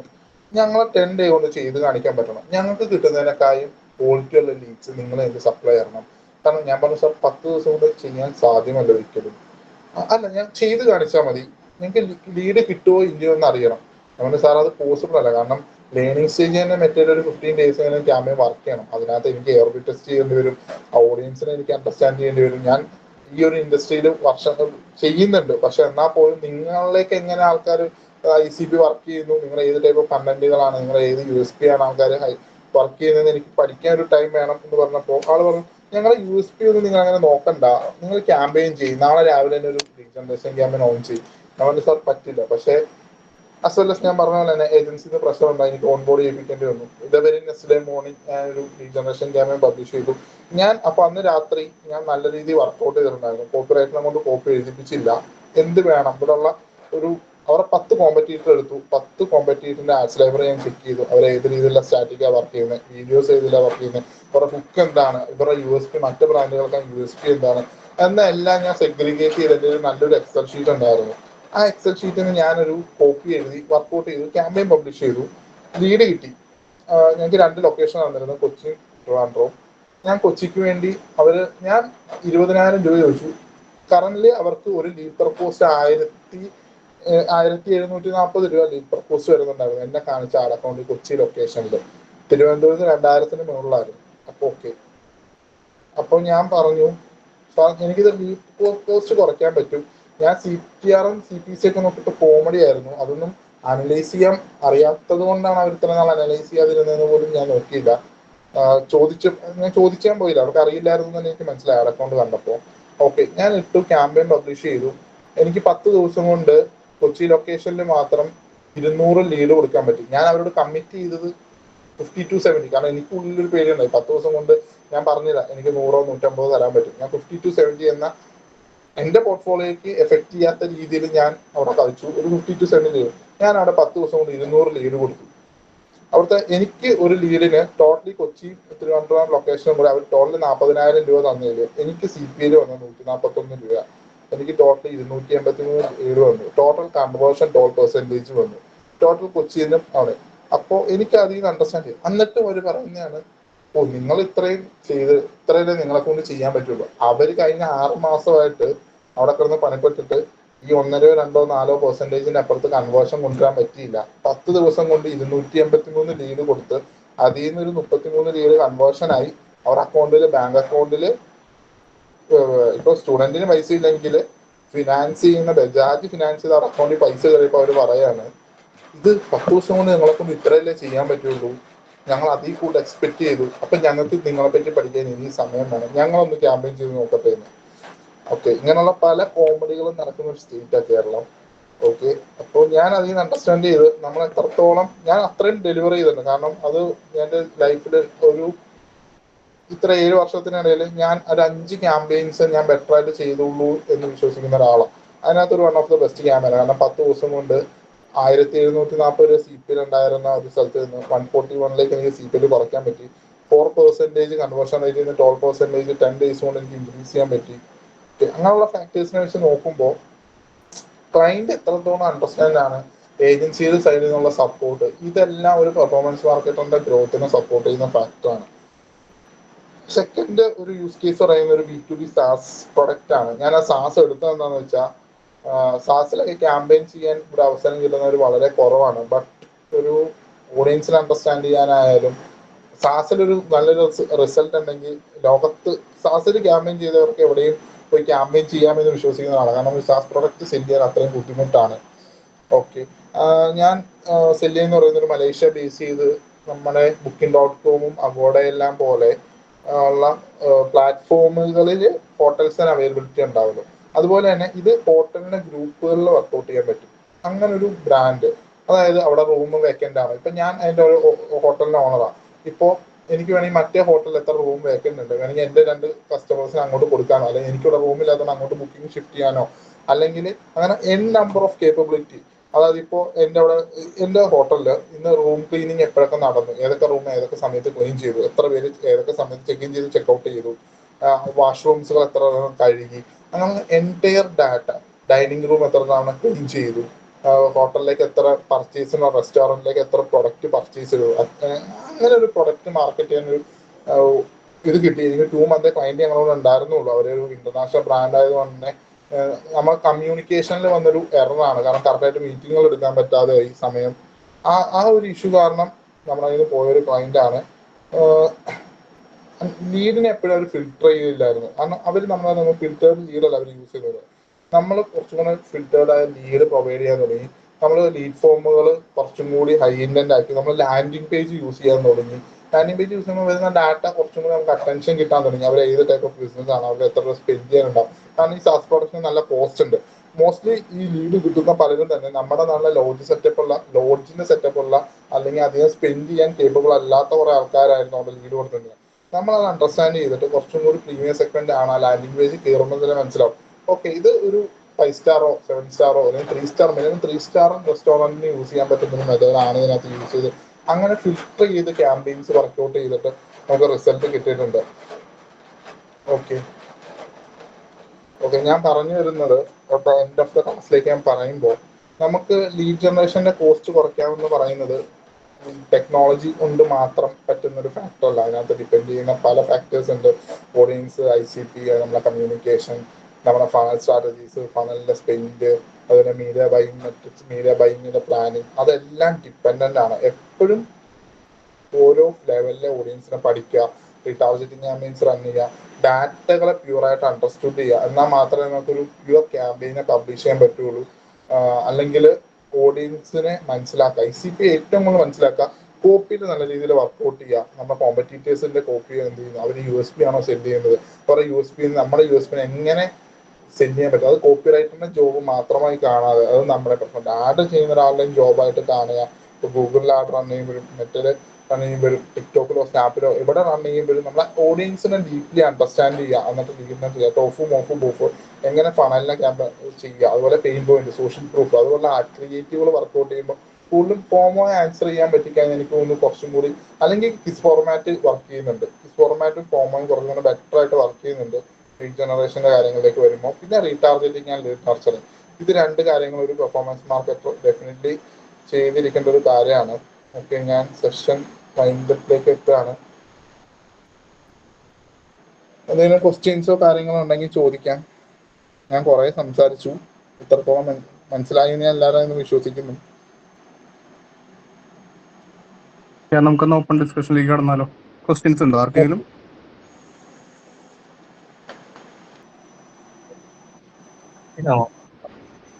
ഓക്കെ, കേൾക്കാം ബ്രോ, പറഞ്ഞോ. ആക്ച്വലി എന്റെ ഡൗട്ട് വരുന്നത് നമ്മുടെ സാസ് പ്രൊഡക്റ്റ് അഡ്വർടൈസ് ചെയ്യുന്നതിലാണ്. അപ്പൊ ഞാൻ ഇപ്പൊ എന്റെ ഒരു ക്ലയന്റ് സാസ് പ്രൊഡക്റ്റിൽ വന്നിട്ടുണ്ടെങ്കിൽ ഞാൻ അവർക്ക് സജസ്റ്റ് ചെയ്യാൻ പോകുന്ന ഒരു ആഡ് സ്ട്രാറ്റജി ഏതായിരിക്കും? പ്രോഡക്റ്റ് സാസ് പ്രോഡക്റ്റ് എന്താ അത്? എന്ത് സാസ് പ്രോഡക്റ്റാ? സാസ് പ്രൊഡക്റ്റ് ആക്ച്വലി അത് വരുന്നത് ഇപ്പൊ ഒരു നമ്മുടെ വ്യാപാർ, അതുപോലെ തന്നെ റെഫറൻസ്, ഒരു ഇൻവോയ്സ് ജനറേറ്റർ ആണ് അത് മെയിൻ ആയിട്ട് വരുന്നത്. Invoice generator plus market place, അത് വലിയൊരു കൺസെപ്റ്റ് ആണ്. അപ്പൊ അവരുടെ ഇനീഷ്യൽ സ്റ്റേജ് ആയിട്ട് അവർ കൊണ്ടുവരാൻ ഉദ്ദേശിക്കുന്നത് കേരളയാണ് അവരുടെ പ്രൈവറ്റ് ടാർഗറ്റ് എന്ന് പറയുന്നത്. പിന്നീട് അവർ ബ്രോഡാക്കി കൊണ്ടുവരുന്നുണ്ട്, പക്ഷെ പ്രൈമറി ആയിട്ട് കേരളയാണ് വരുന്നത്. അപ്പൊ അവർക്ക് ഏത് ആഡ് സ്ട്രാറ്റജിയാണ് എനിക്ക് കൊടുക്കാൻ പറ്റുന്നത്? മെയിൻലി ഞാൻ ഇപ്പോൾ ഒരു എത്തി നിൽക്കുന്ന പോയിന്റ് എന്ന് പറയുന്നത് ലിങ്ക്ഡിനും B2B ആണ് കുറച്ചും കൂടെ എഫക്റ്റീവ് ആണെന്ന് എനിക്ക് തോന്നുന്നു. പിന്നെ വേറെ ഏതെങ്കിലും ടാർഗറ്റ് ചെയ്യാൻ പറ്റുന്നതോ അല്ലെങ്കിൽ ആഡ് സ്ട്രാറ്റജി ആയിട്ട് എന്തെങ്കിലും റെക്കമെൻഡ് ചെയ്യാനുണ്ടോ? ബ്രോ, കണ്ടന്റ് മാർക്കറ്റിംഗ് വർക്ക് ചെയ്യും അവിടെ. ഡെഫിനറ്റ്ലി ലിങ്ക്ഡിൻ പോലെ തന്നെ കണ്ടന്റിനെ മാക്സിമം സെറ്റ് ചെയ്യുക. അതിനകത്ത് ഒരു ഇൻഫോഴ്സിനെ കൊണ്ടുവന്നിട്ട് അവർ മാക്സിമം ആ ടൂള് കൊണ്ടുള്ള യൂസേജ് ഒരു ലോങ് വീഡിയോസും ഷോർട്ട് വീഡിയോസും ആയിട്ട് നിങ്ങൾ റീൽസ് ആയിട്ട് ചെയ്തിട്ട് അതിന് നമ്മുടെ കറക്റ്റായുള്ള ICP-ലേക്ക് awareness campaigns, engagement campaigns run ചെയ്യുക. ആ പ്ലാറ്റ്ഫോമിനെ ഡയറക്ട്ലി ഇങ്ങനത്തെ പ്ലാറ്റ്ഫോം കേരളത്തിലേക്ക് ഇൻട്രൊഡ്യൂസ് ചെയ്യുമ്പോൾ ഇവിടെയുള്ള പലരും ഇതിനെപ്പറ്റി കേൾക്കാനോ സംസാരിക്കാൻ അധികം ഇതിന്റെ ഡിസിഷൻ മേക്കേഴ്സിന്റെ ഈ വ്യാപാരമുള്ള പ്ലാറ്റ്ഫോമിനെയൊക്കെ കോമ്പീറ്റ് ചെയ്യുമ്പോൾ ഇതിന്റെ ഡിസിഷൻ മേക്കേഴ്സ് എപ്പോഴും അവൈലബിൾ ആയ ആൾക്കാരല്ല. ബട്ട് അവർ കൂടുതലും ലോങ് ഫോം വീഡിയോസോ അല്ലെങ്കിൽ ആ ഒരു രീതിയിലുള്ള ആൾക്കാരായിരിക്കും കേരളത്തിൽ ആ ഒരു സെഗ്മെന്റിലുള്ള ആൾക്കാർ. അപ്പോ അതിനകത്ത് വർക്കൗട്ട് ചെയ്യുമ്പോൾ എനിക്ക് തോന്നുന്നു കുറച്ചുകൂടെ കണ്ടന്റ് മാർക്കറ്റിംഗ് വർക്കൗട്ട് ചെയ്യും. മാക്സിമം കണ്ടന്റുകൾ പോഡ്കാസ്റ്റ് ആയിട്ടോ അല്ലെങ്കിൽ ലോങ് ടേം ഷോർട്ട് വീഡിയോസ് ആയിട്ടോ വർക്കൗട്ട് ചെയ്യുന്നതായിരിക്കും കൂടുതലും ബെറ്റർ. ലത്തീഫ് സാറേ, സാറിന് എന്തെങ്കിലും സജഷൻസ് ഉണ്ടോ അതിനകത്ത്? ഓക്കെ ബ്രോ, സാറ് വോയിസ് കേട്ടില്ലാന്ന് തോന്നുന്നു. ആക്ച്വലി കണ്ടന്റ് മാർക്കറ്റിംഗ് ആയിരിക്കും കുറച്ചും കൂടി ബെറ്റർ. പിന്നെ B2 ലിങ്ക്ഡിൻ വർക്കൗട്ട് ചെയ്യുമ്പോൾ ഇത് ഇൻവോയ്സ് നമുക്ക് വേണമെങ്കിൽ ഒരു ഹൈ എൻഡ് MNC-യിലേക്കോ അല്ലെങ്കിൽ ഒരു IT കമ്പനിയിലേക്കും യൂസ് ചെയ്യാവുന്ന ടൈപ്പ് ഓഫ് ഇൻവോയ്സ് ജനറേറ്റർ ആണോ? ഇതെന്ന് പറയുന്നത് ആക്ച്വലി അവരുടെ കൺസെപ്റ്റ് കുറച്ചുകൂടെ വൈഡർ ആണ്. ഇപ്പൊ ഇനീഷ്യൽ സ്റ്റേജ് ആയിട്ട് അവർ കൊടുക്കുന്നത് ഇൻവോയ്സ് ജനറേറ്റർ ഉണ്ട്, അതുപോലെ തന്നെ GST റിട്ടേൺ, പിന്നെ ഇവോയ്സ്, അങ്ങനെയുള്ള കുറച്ച് ഒരു സ്റ്റാർട്ടപ്പ് കമ്പനീസിനെയും അതുപോലെ തന്നെ ഒരു small scale and medium business ഓണേഴ്സിനൊക്കെ ടാർഗറ്റ് ചെയ്യാൻ പറ്റുന്ന രീതിയിലാണ് ഇപ്പോൾ ഉള്ളത്. പക്ഷെ എന്നാൽ പോലും അവർക്ക് ലാർജ് ആയിട്ട് ചെയ്യാനും പറ്റും. ഇപ്പൊ പേറോൾ പോലുള്ള കാര്യങ്ങളൊക്കെ അവര് അതിൽ ചെയ്തുകൊണ്ടിരിക്കുകയാണ്. അപ്പൊ എന്താണെന്ന് വെച്ച് കഴിഞ്ഞാൽ ഇനീഷ്യൽ സ്റ്റേജ് ആണെങ്കിൽ പോലും അവർക്ക് കൊടുക്കാൻ പറ്റുന്ന ഡാറ്റ അല്ലെങ്കിൽ കൊടുക്കാൻ പറ്റുന്ന റിസൾട്ട് എന്ന് പറയുന്നത് വളരെ വലുതാണ് കമ്പയർഡ് ടു അതർ കോമ്പറ്റേറ്റേഴ്സ്. അപ്പോൾ അതിന്റെ മെയിൻ ഇമ്പോർട്ടന്റ് ആയിട്ടുള്ള ഒരു കാര്യം എന്ന് പറഞ്ഞാൽ അവരുടെ ഡാഷ്ബോർഡാണ്. അപ്പൊ ആ ഡാഷ്ബോർഡ് പ്രൊമോട്ട് ചെയ്യാൻ വേണ്ടിയിട്ട് ഉള്ള സ്ട്രാറ്റജി ഒന്ന് കൊടുത്താൽ മതിയോ, അല്ലെങ്കിൽ മൊത്തത്തിൽ ആ ഒരു പ്ലാറ്റ്ഫോമിനെ അപ്പ് ചെയ്യുന്ന രീതിയിൽ ചെയ്താൽ മതിയോ? ആദ്യം ഇനിഷ്യലി അവരുടെ സർവീസിനെ അപ്പ് ചെയ്യുന്ന രീതിയിൽ വർക്കൗട്ട് ചെയ്യുക. ഡാഷ്ബോർഡിനെ വെച്ചിട്ട് എന്തൊക്കെ ഹെൽപ്പ് ചെയ്യും. ഞാൻ ഇതേപോലത്തെ ഒരു സെയിം പ്രൊഡക്റ്റ് GCC-യിൽ വർക്കൗട്ട് ചെയ്യുന്നുണ്ട് UAE-യിൽ. ബ്രോ പറഞ്ഞ അതേ USB തന്നെയാണ് അവരും സെല് ചെയ്യുന്നത്. അപ്പോൾ അതിനകത്തേക്ക് അവരെന്നെ മീറ്റ് ചെയ്യുമ്പോൾ അവർക്ക് ഒരു ഫ്രീലാൻസ് ചെയ്യുന്നൊരു വർക്കാണ്. അവരെന്നെ മീറ്റ് ചെയ്യുമ്പോൾ അവരുടെ പല എൻക്വയറീസ് ഡെഫിനറ്റ്ലി അവർക്ക് വരുന്നുണ്ട്. അത് സ്മോൾ സ്കെയിലിൽ നിന്ന് നല്ല രീതിയിൽ എൻക്വയറീസ് ഉണ്ട്. ബട്ട് ഈ ലീഡുകളൊന്നും കൺവേർഷൻ ആവുന്നില്ല. കോസ്റ്റും പക്ഷെ അധികം കോസ്റ്റ് ഒന്നുമില്ല. അവർക്കും സ്മോൾ സ്കെയിൽ ബിസിനസ്സിനും ഹാൻഡിൽ ചെയ്യാൻ പറ്റുന്ന ഒരു കോസ്റ്റ് അവർ മേടിക്കുന്നുള്ളൂ. ബട്ട് ഇതിന്റെ പ്രശ്നം എന്താണെന്ന് വെച്ച് കഴിഞ്ഞാൽ ഇതിന്റെ സെയിൽസ് പേഴ്സൺ ഡയറക്ട്ലി അവിടെ ചെന്നത് എക്സ്പ്ലെയിൻ ചെയ്യുമ്പോൾ വരുന്ന ഇഷ്യൂസ് ആയിരുന്നു മെയിൻലി വരുന്നൊരു ടാറ്റിക്സ്. കാരണം അത് നമ്മൾ കുറച്ചും കൂടി എല്ലാ പ്ലാറ്റ്ഫോമിലും, അതായത് UAE ആയതുകൊണ്ട് തന്നെ ടിക്ടോക്കിലും സ്നാപ്പിലും യൂട്യൂബിലും എല്ലാം നമ്മൾ നല്ല രീതിയിൽ കണ്ടന്റ് വർക്കൗട്ട് ചെയ്തിട്ട് പബ്ലിഷ് ചെയ്തു. എന്നിട്ട് വർക്കൗട്ട് ചെയ്തപ്പോൾ എനിക്ക് തോന്നുന്നു നെക്സ്റ്റ് ഒരു 3 മന്തിൽ സെയിൽസ് നല്ല രീതിയിൽ കൺവേർഷനിലേക്ക് വന്നിട്ടുണ്ട്. ആ ഒരു കണ്ടന്റ് മാർക്കറ്റിംഗ് അപ്രോച്ചും അതുപോലെ പ്ലാറ്റ്ഫോമിന് കറക്റ്റ് ആയിട്ട് മീഡിയ സ്പെൻഡ് ഫണലിൽ വർക്കൗട്ട് ചെയ്ത ഡെഫിനറ്റ്ലി അത് ക്യാമ്പയിൻസ് വർക്കൗട്ട് ചെയ്യും.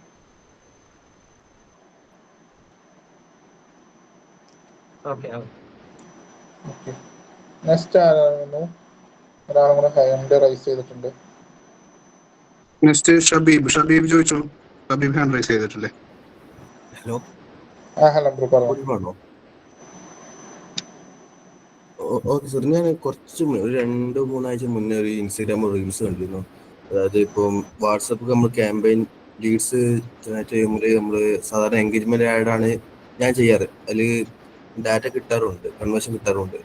അപ്പൊ ആ വീഡിയോ എന്താ വെച്ചാല് ജസ്റ്റ് ഇനി അങ്ങനെ ചെയ്യരുത് ഉള്ള രീതിയിലാണ് ആ വീഡിയോ വന്നത്. എൻഗേജ്മെന്റിൽ കൺവേർട്ട് ചെയ്യരുത്. അപ്പോൾ അത് എത്രത്തോളം ശരിയാണ് അറിയാൻ ഞാൻ വേറെ ആൾക്കാരുടെ ചോദിക്കുമ്പോൾ അവർ എൻഗേജ്മെന്റിലെ ഇടലൊന്നും അതിൽ ഇത് കിട്ടാറുണ്ടെന്നും പറയും. അതേപോലെ വേറെ ഡൗട്ട് കൂടി ഉണ്ട്. നമ്മൾ കോൾ ആഡ്സ് ചെയ്യുകയാണെങ്കിൽ ഇപ്പം കോൾ ചെയ്യുകയാണെന്നുണ്ടെങ്കിൽ അത് ഏത് ഒബ്ജക്റ്റീവിലാണ് നമ്മൾ കൊടുക്കേണ്ടത്? രണ്ട് ഡൗട്ടാണുള്ളത്. Okay bro, first of all ഞാൻ പറയാം, കോളാട് ഫേസ്ബുക്ക് വഴി സജസ്റ്റ് ചെയ്യുന്നില്ല. അത് ഗൂഗിൾ വഴി ചെയ്യുന്നതായിരിക്കും ഏറ്റവും ബെറ്റർ ഓപ്ഷൻ. നമ്മൾ സെർച്ച് ചെയ്യുന്ന നേരത്ത് കോൾ ഓപ്ഷൻ കൊടുത്താൽ മതി, സൈറ്റ് ലിങ്ക് ആഡ് ചെയ്താൽ മതി.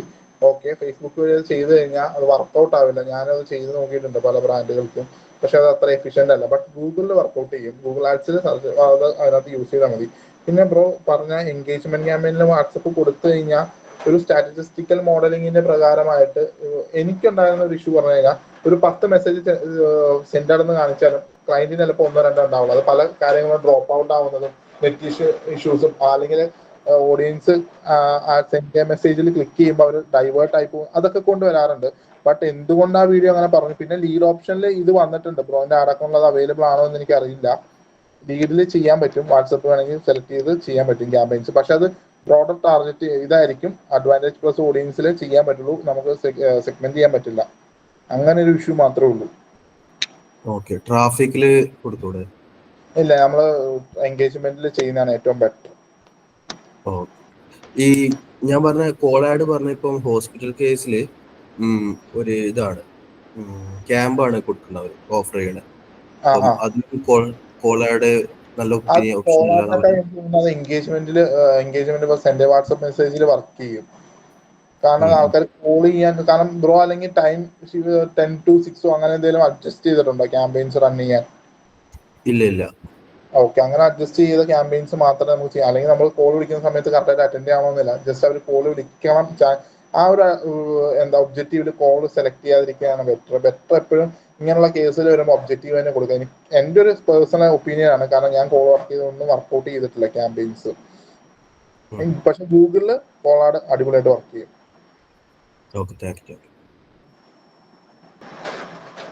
ഹലോ കേൾക്കുന്നുണ്ടോ? കേൾക്കുന്നുണ്ട്. ഞാൻ ഇവിടെ ബാംഗ്ലൂര് ഒരു കൺസ്ട്രക്ഷൻ കമ്പനിയിൽ വർക്ക് ചെയ്യണം. അപ്പോൾ ഇവിടെ റിയൽ എസ്റ്റേറ്റ് മാർക്കറ്റിംഗ് ആണ് ചെയ്യണത്. അപ്പൊ അവരിപ്പോ ഹൈ ക്വാളിറ്റി ലീഡ്സ് ആണ് ചോദിക്കണത്. ഞാൻ ലീഡ്സ് ജനറേറ്റ് ചെയ്തൊരു 1 വീക്കിൽ ഒരു 30 സംതിങ് ലീഡ്സ് ജനറേറ്റ് ചെയ്ത് കൊടുത്തു. അപ്പൊ ഇപ്പോ 100 ലീഡ്സ് വേണം, ക്വാളിറ്റി കുറവാണ്, 100 ലീഡ്സ് വേണം എന്നൊക്കെ പറയുമ്പോൾ ഞാനിപ്പോ 250 ബഡ്ജറ്റിലാണ് ആഡ്സ് റൺ ചെയ്യുന്നത്, ഡെയിലി ബഡ്ജറ്റില്. സോ 4000 ആഡ് ചെയ്തിട്ട് ചെയ്ത്. അപ്പോ ലീഡ്സ് ഭയങ്കര കുറവാണ്, പിന്നെ കോസ്റ്റ് പെർ ലീഡും കൂടുതലാണ്, ആസ് ഇൻ ഡെയിലി ബഡ്ജറ്റിന്റെ അടുത്ത് തന്നെ വരുന്നുണ്ട്. സോ ലീഡ്സ് ക്വാളിറ്റി കിട്ടുന്നില്ല, ലീഡ്സ് അധികം വരുന്നില്ല. അപ്പൊ എന്തെങ്കിലും വേറെ എന്തെങ്കിലും സ്ട്രാറ്റജി എന്തെങ്കിലും? സ്റ്റേറ്റ് അല്ലേ?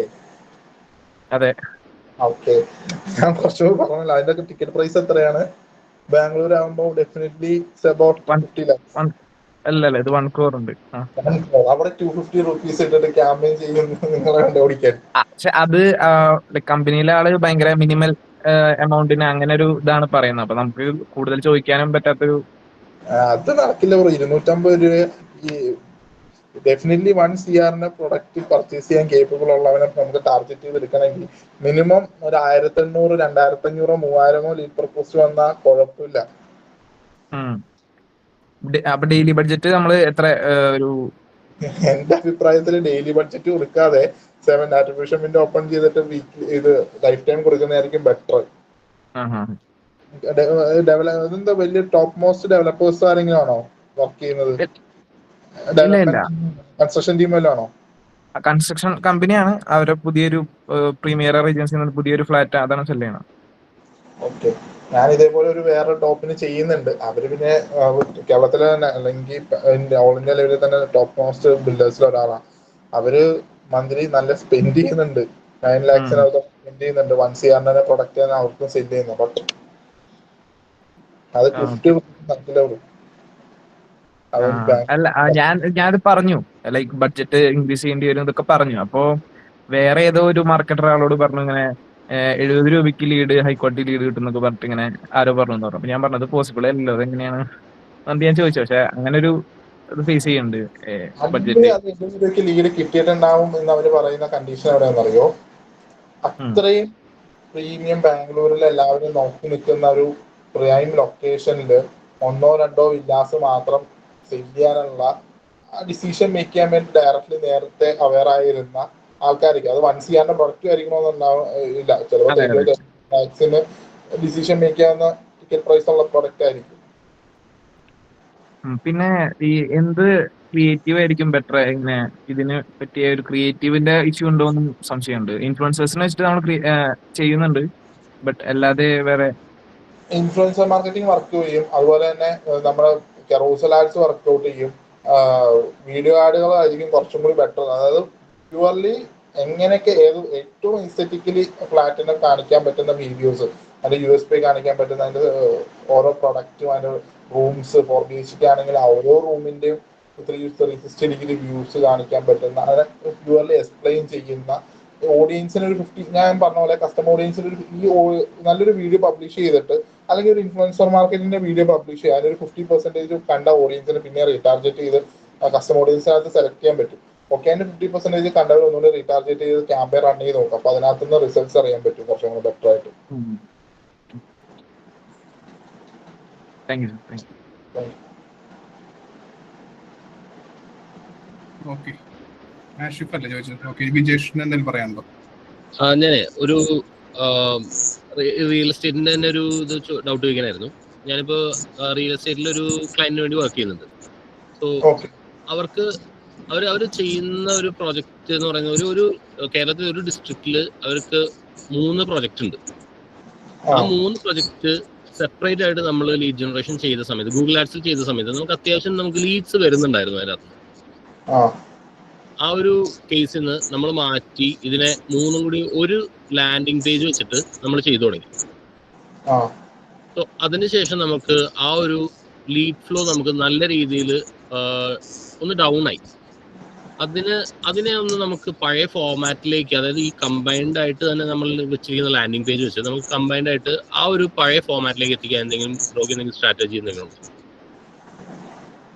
അതായത് നിങ്ങൾ ഫസ്റ്റ് ക്യാമ്പയിൻ ചെയ്തത് സെപ്പറേറ്റ് ആയിരുന്നു, ബട്ട് ഇതിന് നിങ്ങൾ എല്ലാം കൂടി ഇന്റഗ്രേറ്റ് ചെയ്ത് ലാൻഡിംഗ് പേജ് കൊടുത്തു. ലാൻഡിംഗ് പേജ് കൊടുത്ത സമയത്ത് ലീഡ്സ് വരാതെയായി.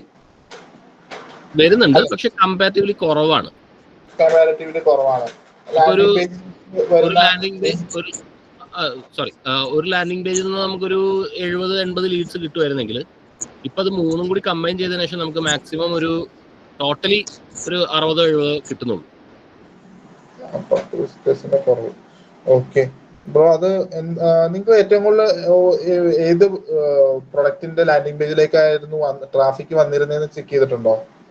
അതില് പ്രൈസ് കുറഞ്ഞൊരു പ്രൊജക്ട് ഉണ്ടായിരുന്നു, അതിലേക്കാണ് കൂടുതൽ വന്നുകൊണ്ടിരുന്നത്. കൺവേർഷൻ വരുന്നിരുന്നത് എവിടെയായിരുന്നു? അതിൽ തന്നെയായിരുന്നു കൂടുതൽ കൺവേർഷൻ വന്നുകൊണ്ടിരുന്നത്. ഓക്കെ, ബാക്കിയുള്ള രണ്ടെണ്ണത്തിനും കോസ്റ്റ് ടിക്കറ്റ് പ്രൈസും കൂടുതലായിരുന്നു, കൺവേർഷനും കുറവായിരുന്നു. വലിയൊരു കോസ്റ്റ് എന്ന് പറയാൻ പറ്റില്ല. ഇത് ഇപ്പൊ ഏറ്റവും ബേസ് പ്രോഡക്റ്റിൽ നിന്ന് ഒരു 5 ലക്ഷം കൂടുതലാണ് നെക്സ്റ്റ് പ്രോഡക്റ്റ്. ഓക്കെ, അത് നിങ്ങൾ എനിക്ക് കൂടുതലും എനിക്ക് തോന്നുന്നത് ലാൻഡിംഗ് പേജ് കണ്ടാലേ എനിക്ക് പറയാൻ പറ്റുള്ളൂ. അതിനകത്ത് എങ്ങനെയാ ലാൻഡിംഗ് പേജിൽ അത് ഫിക്സ് ചെയ്തിരിക്കുന്നത്? 3 ഫ്ലാറ്റ് ഒരുമിച്ച് കാണിച്ചിട്ട് ആ 3 എണ്ണത്തിനകത്ത് ഏത് നിങ്ങൾക്ക് ചൂസ് ചെയ്തിട്ട് അതിനകത്തേക്ക് ഫോം ഫില്ല് ചെയ്യാവുന്നതാണോ, അല്ലെങ്കിൽ ലാൻഡിംഗ് പേജിൽ വന്നിട്ട് ഡാറ്റ മാത്രം ഫിൽ ഔട്ട് ചെയ്യാനുള്ള ഓപ്ഷനേ ഉള്ളൂ? അല്ല, നമുക്ക് 3 കാണിച്ചിട്ടുണ്ട് ലാൻഡിംഗ് പേജിൽ. 3 കാണിച്ച് 3ന്റെ ഡീറ്റെയിൽസ് നമ്മൾ സെപ്പറേറ്റ് ആയിട്ട് തന്നെ ആ ലാൻഡിംഗ് പേജിൽ കൊടുത്തിട്ടുണ്ട്. ഫോം ഫില്ല് ചെയ്യുന്ന സമയത്ത് നമുക്ക് ഏതാണ് പ്രൊജക്ട് വേണ്ടെന്നുള്ളത് സെലക്ട് ചെയ്യാനുള്ള ഓപ്ഷൻ നമ്മൾ വെച്ചിട്ടുണ്ട്. പ്രൊജക്ട് വേണ്ടത്. ഓക്കെ, നിങ്ങൾ ഇത് 3 കൂടെ ഒരുമിച്ചാക്കാനുള്ള ആ മോട്ടീവ് എന്തായിരുന്നു? അത് മുമ്പ് സിംഗിൾ ആയിട്ട് ചെയ്ത സമയത്ത് അവർക്ക് ഒരുപാട് ജങ്ക് ലീഡ്സ് വരുന്നുണ്ട്, അങ്ങനത്തെ ഒരു ഇഷ്യൂ വന്നിട്ടുണ്ടായിരുന്നു. ക്വാളിറ്റി കുറവാണ്. പക്ഷെ കമ്പാരിറ്റീവ്ലി നമ്മൾ നോക്കിക്കഴിഞ്ഞാൽ ഇപ്പൊ ഞാനിപ്പോ കഴിഞ്ഞ ദിവസം ഒരു 6 മന്ത്സിന്റെ ഡാറ്റ ലാസ്റ്റ് ഒരു 1.5 years വെച്ചിട്ട് ഒരു 3-6 months ആയിട്ട് ഡിവൈഡ് ചെയ്ത ഡാറ്റ എടുത്തപ്പം ഓൾമോസ്റ്റ് സിമിലർ ആണ് നമുക്ക് കിട്ടുന്ന ക്വാളിറ്റി സിമിലർ ആണ്. എനിക്കും അത് ഫീൽ ചെയ്യുന്ന എനിക്ക് തോന്നുമ്പോ അതിനകത്ത് കുറച്ചും കൂടി സിംഗിൾ ആയിട്ട് റൺ ചെയ്തപ്പോ ആ ഒരു കോസ്റ്റ് നിങ്ങൾ അതിനകത്ത് ഡെഫിനറ്റ്ലി പറഞ്ഞിട്ടുണ്ടാകും. ഇപ്പൊ ലോ ടിക്കറ്റ് പ്രൈസിന്റെ പ്രൊഡക്റ്റിന്റെ ആണ് നിങ്ങൾ എന്തായാലും ഹെഡ്ലൈനിൽ പ്രൈമറിയിലും കോസ്റ്റ് മെൻഷൻ ചെയ്തിട്ടുണ്ടായിരുന്നു അല്ലേ? അതെ. ഓക്കെ, അപ്പൊ ഇന്ത്യന്റെ ഓഡിയൻസ് അവിടെ ഒന്ന് കയറി, ബട്ട് അവർക്ക് പർച്ചേസിംഗ് ബിഹേവിയർ ഇല്ലായിരുന്നത് കൊണ്ടും അവർ അന്നേരം ഡിസിഷൻ മേക്ക് ചെയ്യാൻ പറ്റാത്തത് കൊണ്ടും അവർ ടോപ്പ് ഡൗൺ ആയി പോയി. അങ്ങനെ ആ ഒരു കൗണ്ടാണ് അവിടെ കൂടി നിന്നത്. ഓക്കെ, ബട്ട് നിങ്ങൾ ഇതിനെ സെഗ്രിഗേറ്റ് ചെയ്ത് സിംഗിൾ പേജിലേക്ക് മാറ്റി കഴിഞ്ഞപ്പോൾ ഓഡിയൻസ് വരുന്നുണ്ട്, ബട്ട് അവരുടെ ഡിസിഷൻ മേക്ക് ചെയ്യാനും അതുപോലെ തന്നെ ലീഡിന്റെ കൺവേർഷനിലുമാണ് ഇപ്പോഴും ഇഷ്യൂസ് ഇരിക്കുന്നത്. എനിക്ക് തോന്നുന്നു അത് കുറച്ചും കൂടി ഒരു വീഡിയോസോ അല്ലെങ്കിൽ കാര്യങ്ങളോ ഗൂഗിൾ ആഡ്സ് റൺ ചെയ്ത് നോക്കിയിട്ടുണ്ടോ? ഗൂഗിൾ ആഡ്സിലാണ് ഈ ഇഷ്യൂ വന്നിരിക്കുന്നത്. ഗൂഗിൾ ആണ് ആഡ്സ് ഞാൻ ചെയ്യുന്നത്. അതെ. ഓക്കെ ഗൂഗിൾ ആഡ്സ് ആണ് ചെയ്യുന്നത്. എനിക്ക് തോന്നുന്നു നിങ്ങൾ അത് കുറച്ചും കൂടി ഒരു വീഡിയോ ഫോർമാറ്റ് മെറ്റീരിയലും കൂടി ഒന്ന് യൂസ് ചെയ്തിട്ട് അതിന്റെ ട്രാഫിക്കിന്റെ ഒന്ന് അണ്ടർസ്റ്റാൻഡ് ചെയ്യുക. അത് എന്താണ് അവിടെ ഡ്രോപ്പ് ഡൗൺ ചെയ്യുന്നത്, ഈ വരുന്നവരെല്ലാവരും തന്നെ ഓരോ സെഷൻസും ഓരോ ഇതിനും ആൾക്കാർ ഫോം ഫില്ല് ചെയ്യുന്നുണ്ടോ അല്ലെങ്കിൽ അവരുടെ ഡീറ്റെയിൽസ് ചെയ്യുന്നുണ്ടോ, കുറച്ചും കൂടി അണ്ടർസ്റ്റാൻഡ് ചെയ്യുക. ഓക്കെ, നമ്മളിതിന് മെറ്റയും ചെയ്യുന്നുണ്ട്. മെറ്റ നമ്മൾ ഇപ്പോഴും ഈ പറയുന്ന പോലെ സെപ്പറേറ്റ് ആയിട്ട് തന്നെ ചെയ്യുന്നത്. പക്ഷെ അതിൽ അത്യാവശ്യം നമുക്ക് ലീഡ്സ് വരുന്നുണ്ട്. അത് സിംഗിൾ ക്രിയേറ്റീവ്, അതായത് ഓരോ പ്രൊജക്റ്റിനും ഓരോ ക്രിയേറ്റീവ് എന്നുള്ള രീതിയിലും പോകുന്നുണ്ട്, കമ്പൈൻഡ് ആയിട്ടുള്ള ക്രിയേറ്റീവും പോകുന്നുണ്ട്. ഈ ലാൻഡിംഗ് പേജിലേക്ക് ടോട്ടൽ ട്രാഫിക് എത്ര വരുന്നുണ്ട്? മന്ത്ലി ആണോ? ഓരോ ലാൻഡിംഗ് പേജിലേക്കുള്ള ഏകദേശം ഒരു 2000 to 3000 ആ റേഞ്ചിലാണ് വരുന്നത്. അത് എല്ലാം 90% പെയ്ഡ് ആഡ് ചെയ്യുന്ന ട്രാഫിക് അല്ലേ? അതെ, പെയ്ഡ് ആഡ്സ് തന്നെയാണ് വരുന്നത്. നമ്മൾ അനലറ്റിക്സ് നോക്കുമ്പോൾ പെയ്ഡ് ആഡ്സിന്റെ മാത്രം തന്നെ ഒരു 2000-3000 ആ റേഞ്ചിൽ വരുന്നുണ്ട് മന്ത്ലി. ഓക്കെ ബ്രോ, അത് മേജർലി നിങ്ങൾ ആ ട്രാഫിക്കിനെ ഒന്ന് അനലൈസ് ചെയ്യും, എന്നിട്ട് ഈ ഏത് പേജിലേക്കാണ് അവിടെയും നിങ്ങളുടെ ടിക്കറ്റ് പ്രൈസ് കുറഞ്ഞതിലേക്ക് തന്നെയാണ് ട്രാഫിക്ക് പോകുന്നതെങ്കിൽ എനിക്ക് തോന്നുന്നു നിങ്ങൾ ഇപ്പം ഈ ചേഞ്ച് ചെയ്യണ്ട. ബട്ട് അവിടെ ട്രാഫിക്ക് പോകുന്നത് എങ്ങോട്ടാണ് നമുക്ക് ഫസ്റ്റ് ഓഫ് ഓൾ അണ്ടർസ്റ്റാൻഡ് ചെയ്യണം. എനിക്ക് ആ ലാൻഡിംഗ് പേജും കൂടി കണ്ടാൽ നിങ്ങൾക്ക് കൂടുതലും സംസാരിക്കാൻ പറ്റുള്ളൂ. ഓക്കെ, ഇപ്പൊ കറന്റ്ലി നമ്പർ ഓഫ് ലീഡ്സ് നമുക്ക് കുറഞ്ഞു, പക്ഷെ ക്വാളിറ്റി നോക്കിക്കഴിഞ്ഞാൽ ഇപ്പോൾ കൺവേർഷൻ വരുന്നുണ്ട്. അവർക്ക് കൺവേർഷൻ എന്ന് പറഞ്ഞാൽ ഒരു മന്ത്ലി 1 or 2 കൺവേർഷൻസ് ആണ് വരുന്നത്. അവരൊരു സ്റ്റാർട്ടിംഗ് പ്രൈസ് എന്ന് പറയുന്നത് ഈ പറഞ്ഞ ഏറ്റവും കുറഞ്ഞ പ്രോഡക്റ്റ് ഇപ്പോൾ വരുന്നത് 44 lakhs ആണ്. ഓക്കെ, ഡെഫിനറ്റ്ലി എനിക്ക് തോന്നുന്നു അത് ബെറ്റർ ആണ്. എനിക്ക് നിങ്ങൾ ചെയ്ത ഡിസിഷനിൽ റോങ് ഒന്നുമില്ല. അവിടെ ഇപ്പൊ അൺവാണ്ടഡ് ആയിട്ട് ട്രാഫിക്കും ലീഡ്സും വരുന്നില്ല. കാരണം എന്താണെന്ന് വെച്ചാൽ നിങ്ങൾ നേരത്തെ ചെയ്തപ്പോൾ ടിക്കറ്റ് പ്രൈസ് കുറഞ്ഞതിനകത്ത് കുറച്ചും കൂടി പർച്ചേസ് ബിഹേവിയർ കൂടുതലായിരുന്നു. അതുകൊണ്ടാണ് കുറെ കൂടെ ലീഡ്സ് അതിനകത്തേക്ക് വന്നുകൊണ്ടിരുന്നത്. ബട്ട് ഇപ്പോഴത്തെ ഒരു ട്രാഫിക് വെച്ച് നോക്കിയാൽ കൺവേർഷൻ ഉണ്ട്. ഓക്കെ, അതിന്റെ ഓരോ ഡാറ്റ വെച്ചൊന്ന് അനലൈസ് ചെയ്ത് നോക്ക്, എന്നിട്ട് നമുക്ക് ചെക്ക് ചെയ്യാം. അല്ലെങ്കിൽ എനിക്ക് തന്നെ ഒന്ന് കണക്ട് ചെയ്താലും മതി. എനിക്കൊരു ഡൗട്ടും കൂടി ഉണ്ടായിരുന്നു. എനിക്ക് വേറൊരു ക്ലയന്റ് ആണ്, ഇപ്പോൾ സ്റ്റഡി അബ്രോഡ് ആണ്. സ്റ്റഡി അബ്രോഡ് ആക്ച്വലി നമ്മൾ ഇവിടുന്ന് ചെയ്യുന്ന, നമ്മൾ കേരളത്തിൽ നിന്ന് ചെയ്തിട്ട് നമ്മൾ UAE വേണ്ടി ഒരു ക്ലയന്റിന് വേണ്ടി ചെയ്തു. സോ അവർക്ക് ഈ പറയുന്ന പോലെ അവർക്ക് ഈ ലീഡ് ജനറേഷൻ ആണ്, അവർക്ക് ഗൂഗിൾ ആഡ്സിൽ തന്നെ ഞാൻ ചെയ്യുന്നത്, ലീഡ് ജനറേഷൻ ആണ് ചെയ്യുന്നത്. പക്ഷെ അവർക്ക് ഈ പറയുന്ന പോലെ ക്വാളിറ്റി, അതായത് ഒരു പോസിറ്റീവ് ലീഡ്സിന്റെ ഒരു കൗണ്ട് അവർക്ക് പൊതുവെ കുറവാണ്. ബ്രാൻഡഡ് ആണോ? എത്ര വർഷമായിട്ട് ബ്രാൻഡ് ഉണ്ട്? കുറച്ച് കാലമായിട്ടുള്ള ബ്രാൻഡ് തന്നെയാണ്. കുറച്ച് നാളായിട്ടുള്ള ബ്രാൻഡാണ്. ഗൂഗിൾ ആഡ്സിലാണ് ഇഷ്യൂസ് ഉള്ളത്. അതെ. എല്ലാരും ജസ്റ്റ് എൻക്വയറീസ് ആണ് പോകുന്നത്. എന്തായിരുന്നു? അല്ല, ഈ വിളിക്കുന്നവര് ലീഡ് പോകുന്നതെല്ലാം ജസ്റ്റ് എൻക്വയറി ചെയ്യാൻ വേണ്ടി മാത്രമാണ് വിളിക്കുന്നത്. അങ്ങനെയല്ല, ഒരു ഫ്യൂച്ചർ പെർസ്പെക്റ്റീവ് കൊടുക്കാറുണ്ട്, അതുപോലെ മോഡറേറ്റ് ആയിട്ടുള്ള ഒരു ഇത് കൊടുക്കുന്നുണ്ട്. അവർക്ക് താല്പര്യമുണ്ട് എന്നാ ഇപ്പൊ നോക്കുന്നില്ല എന്നുള്ള രീതിയിലുള്ളവരുണ്ട്. പിന്നെ ജസ്റ്റ് എൻക്വയറി വരുന്നുണ്ട്. ഓക്കെ, അപ്പോൾ ഇതേ സെയിം കേസ് എനിക്ക് ഉണ്ടായിട്ടുണ്ട്. ഒരു 2 or 3 months ബാക്ക് എൻ്റെ ഒരു ബ്രാൻഡ് ഇതുപോലെ തന്നെ അവരും ഞാൻ ഗൂഗിൾ ആഡിലും മെറ്റീരിയലും ചെയ്യുന്നുണ്ടായിരുന്നു. എനിക്ക് ഗൂഗിളിൽ നിന്ന് വരുന്ന ഡാറ്റ വളരെ മോശം. പറഞ്ഞ പോലെ തന്നെ അവര് ഇപ്പൊ കൂടുതൽ പേരൻസ് ആയിരിക്കും വിളിക്കുന്നത്. എന്റെ മോൾ ഈ 2025 മാർച്ചിൽ ഡിഗ്രി പാസ് ഔട്ട് ആവും, അത് കഴിഞ്ഞിട്ട് അവർക്ക് എന്ത് ചെയ്യാം എന്നൊരു രീതിയിൽ വിളിക്കുന്നു എന്ന രീതിയിലാണ് മോസ്റ്റ് ഓഫ് ദ ആൾക്കാരും വർക്ക് ഔട്ട് ചെയ്തുകൊണ്ടിരുന്നത്. ഞാൻ അപ്പൊ ചെയ്തതെന്ന് വെച്ച് കഴിഞ്ഞാൽ ഞാൻ കോമ്പറ്റീഷൻ നോക്കി. ടോപ്പ് മോസ്റ്റ് എല്ലാ ബ്രാൻഡുകളും കോമ്പറ്റീഷനിൽ ടോപ്പ് നിൽപ്പുണ്ട്. ഞാൻ നല്ലൊരു സ്പെൻഡിങ് ഗൂഗിളിൽ ഞാൻ സ്പെൻഡ് ചെയ്തിട്ട് പൊട്ടിക്കുന്നുണ്ടായിരുന്നു. ഞാൻ പയ്യെ അധികം ഒന്ന് ഡ്രോപ്പ് ബാക്ക് ചെയ്തിട്ട് മെറ്റീരിയൽ കൂടുതൽ കണ്ടന്റുകൾ കയറ്റി തുടങ്ങി. കുറച്ചും കൂടെ ടെസ്റ്റിമോണിയൽസ് ഇൻക്രീസ് ചെയ്തു. ടെസ്റ്റിമോണിയൽസ് വെച്ചിട്ട് വീഡിയോ കണ്ടന്റ് യൂട്യൂബിൽ ആഡ് റൺ ആയി അവിടെ നിന്ന് ലീഡിനെ ജനറേറ്റ് ചെയ്യാൻ തോന്നി. എനിക്ക് അവിടെ അതൊന്ന് ടെസ്റ്റ് ചെയ്ത് യൂട്യൂബിലുള്ള ലാൻഡിംഗ് പേജിലേക്ക് കൺവേർഷൻസ് എനിക്ക് കൂടിയിട്ടുണ്ട്. ഞാൻ സെർച്ച് ആഡ്സിന് അത് ഒന്ന് നിർത്തി വെച്ചേക്കും ഒരു 2 മാസമായിട്ട്. എനിക്ക് യൂട്യൂബിൽ നിന്ന് കൺവേർഷൻസ് കിട്ടുന്നുണ്ട് ആ ബ്രാൻഡിന്. ഓക്കെ, നമ്മളെന്താ വെച്ചാൽ നമ്മളിപ്പോ സെർച്ച് ആണ് മെയിൻലി കോൺസെൻട്രേറ്റ് ചെയ്യുന്നത്. പിന്നെ ഇപ്പോ ഈ മന്തിന് ക്ലയന്റ് പറഞ്ഞു നമ്മളോട് വീഡിയോ ഒന്ന് ട്രൈ ചെയ്യാൻ പറഞ്ഞു അവയർനെസിന് വേണ്ടി. കിട്ടിയ വീഡിയോ എന്ന് പറയുന്നത് ഒരു ഇൻഫ്ലുവൻസർ മാർക്കറ്റർ വെച്ചിട്ട് നമ്മൾ ചെയ്തൊരു വീഡിയോ തന്നെയാണ്. അതിൽ പ്രോപ്പർ ആയിട്ടുള്ള കണ്ടന്റ് ആണ്, ഒരു കോമൺ രീതിയിലുള്ള കണ്ടന്റ് ആണ്. അത് ഇന്ന പെർട്ടിക്കുലർ ഒരു കൺട്രിയിലേക്ക് അങ്ങനെയൊന്നും അല്ല, ഒരു കോമൺ സ്റ്റഡി അബ്രോഡിന് താല്പര്യം ഉണ്ടോ എന്നുള്ള രീതിയിലുള്ള ഒരു കണ്ടന്റ് ആണ് നമ്മൾ കൊടുത്തത്. സോ ഇവരെ കോണ്ടാക്ട് ചെയ്യാന്നുള്ള. പക്ഷെ അത് ഞാനത് അവയർനെസ്സിനാണ് വിട്ടിരിക്കുന്നത്, ലീഡ് ജനറേഷൻ ആയിട്ടല്ല. പക്ഷെ എനിക്ക് തോന്നുന്നു അതൊരു കുറച്ചും കൂടി ഒന്ന് ബെറ്റർ ആയോ എന്നൊരു ഡൗട്ട് ഉണ്ട്. നമുക്ക് ലീഡ്സിന്റെ കൗണ്ട് കൂടിയിട്ടുണ്ട് ഇപ്പോൾ. പക്ഷെ ആ ഒരു ഈ പറയുന്ന പോസിറ്റിവിറ്റി അതാണ് കുറച്ചുകൂടി ഒന്ന്. ഇതിനകത്ത് സ്റ്റഡി അബ്രോഡിനകത്ത് ഡിസിഷൻ മേക്കിംഗ് കുറച്ച് ടഫാണ്. കാരണം ഇത്രയും കോമ്പറ്റീഷൻ ഉണ്ട്. നമ്മൾ വിളിക്കുന്ന അതേ ആള് മറ്റൊരു സ്ഥലത്ത് ആഡ് കണ്ടിട്ട് അവരെയും വിളിച്ചിട്ടുണ്ടാവും. ചിലപ്പോൾ അവര് നമ്മളൊക്കെ ഇതിനകത്ത് ഈ ഇൻഡസ്ട്രിയിലുള്ള ഏറ്റവും വലിയൊരു ബുദ്ധിമുട്ടാണ്. അല്ലെങ്കിൽ ഈ പേഴ്സൺ അതിനകത്ത് വേണം എന്ന് തന്നെ പറയേണ്ടി വരിക. നമ്മളൊരു കൺവേർഷനിലേക്ക് എത്തിച്ച് അവരുടെ ക്ലയന്റിന്റെ ഓരോ ഡൗട്ടും ക്ലിയർ ചെയ്ത് കൊടുക്കാൻ പറ്റുന്ന. ഞാൻ ഒരു 2 ടോപ്പ് സ്റ്റഡി അബ്രോഡിൽ വർക്ക് ചെയ്തിട്ടുണ്ട്. എനിക്ക് ലീഡ് പെർ പോസ്റ്റ് 5 രൂപയ്ക്ക് ലീഡ് പെർ പോസ്റ്റ് കിട്ടുന്ന ഒരു ക്ലയന്റ് ഉണ്ട്. അത് ആ മാമിന്റെ ഫേസ് ആണ് അതിന്റെ ഒരു മെയിൻ കാര്യം. രണ്ടാമത് വേറൊരു ബ്രാൻഡ് ഉണ്ട്, എനിക്ക് അതിന്റെ ലീഡ് പെർ പോസ്റ്റ് 600, 400, 600 ആ റേഞ്ചിൽ നിൽക്കുന്ന ഒരു ബ്രാൻഡും ഉണ്ട്. ബട്ട് കൺവേർഷൻ മറ്റേ ബ്രാൻഡ് വെച്ച് കമ്പയർ ചെയ്യാനേ പറ്റില്ല. കാരണം ആ 5 rupeesന് ലീഡ് പെർ പോസ്റ്റ് കിട്ടുന്ന ബ്രാൻഡിന് ഹെവി കൺവേർഷൻ, മന്ത്ലി ഒരു 50 to 60 കൺവേർഷൻസ് മന്ത്ലി നടക്കുന്നുണ്ട്. മറ്റേ ബ്രാൻഡിന് ആ സമയത്ത് മന്ത്ലി കൺവേർഷൻ 20 or 30 ആ റേഞ്ചിലേ വരുന്നുള്ളൂ. 20 ആയിരിക്കും ഏറ്റവും, എല്ലാ മാസവും ചോദിച്ചാൽ 20 കൺവേർഷൻസ് പോകുന്നുണ്ട്. അപ്പോൾ അവർക്ക് തമ്മിൽ USP നോക്കിക്കഴിഞ്ഞാൽ അവർക്ക് തമ്മിൽ ഒരുപാട് USP ഉണ്ട്. മറ്റേ ബ്രാൻഡും മെയിൻ ബ്രാൻഡ് മറ്റേന്ന് പറയുമ്പോൾ അവർ കൂടുതൽ കൺട്രീസ് വർക്ക്ഔട്ട് ചെയ്യുന്നുണ്ട്. അവരുടെ എക്സ്പീരിയൻസ് കൂടുതലാണ്. അവർക്ക് കുറെ ടെസ്റ്റിമോണിയൽസ്, അവർ ഏറ്റവും കൂടുതൽ മാർക്കറ്റ് ചെയ്യുന്ന ടെസ്റ്റിമോണിയൽസ് വെച്ചിട്ടാണ്. ടെസ്റ്റിമോണിയൽസ് കുറച്ചും കൂടെ വർക്ക്ഔട്ട് ചെയ്യുന്നുണ്ട്. പിന്നെ മാമിന്റെ പ്രസൻസ്.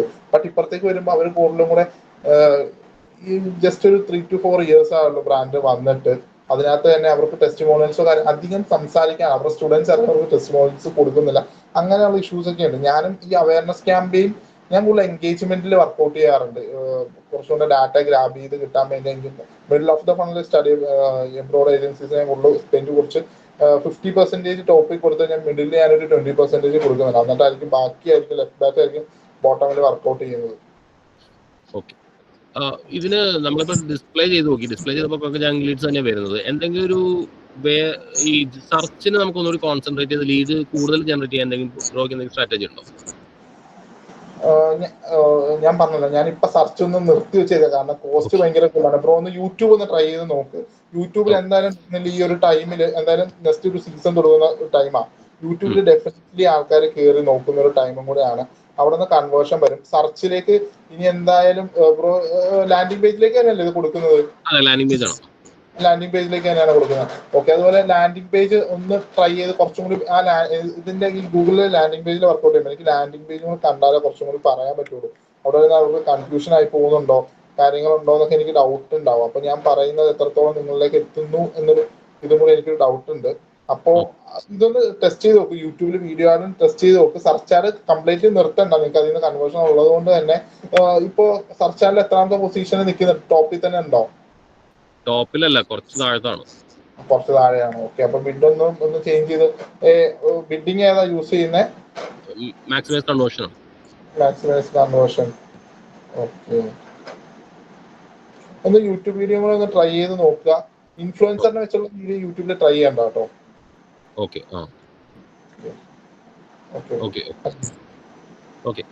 Thank you. മക്കരജി സംശയങ്ങൾ എന്തെങ്കിലും ഉണ്ടോ?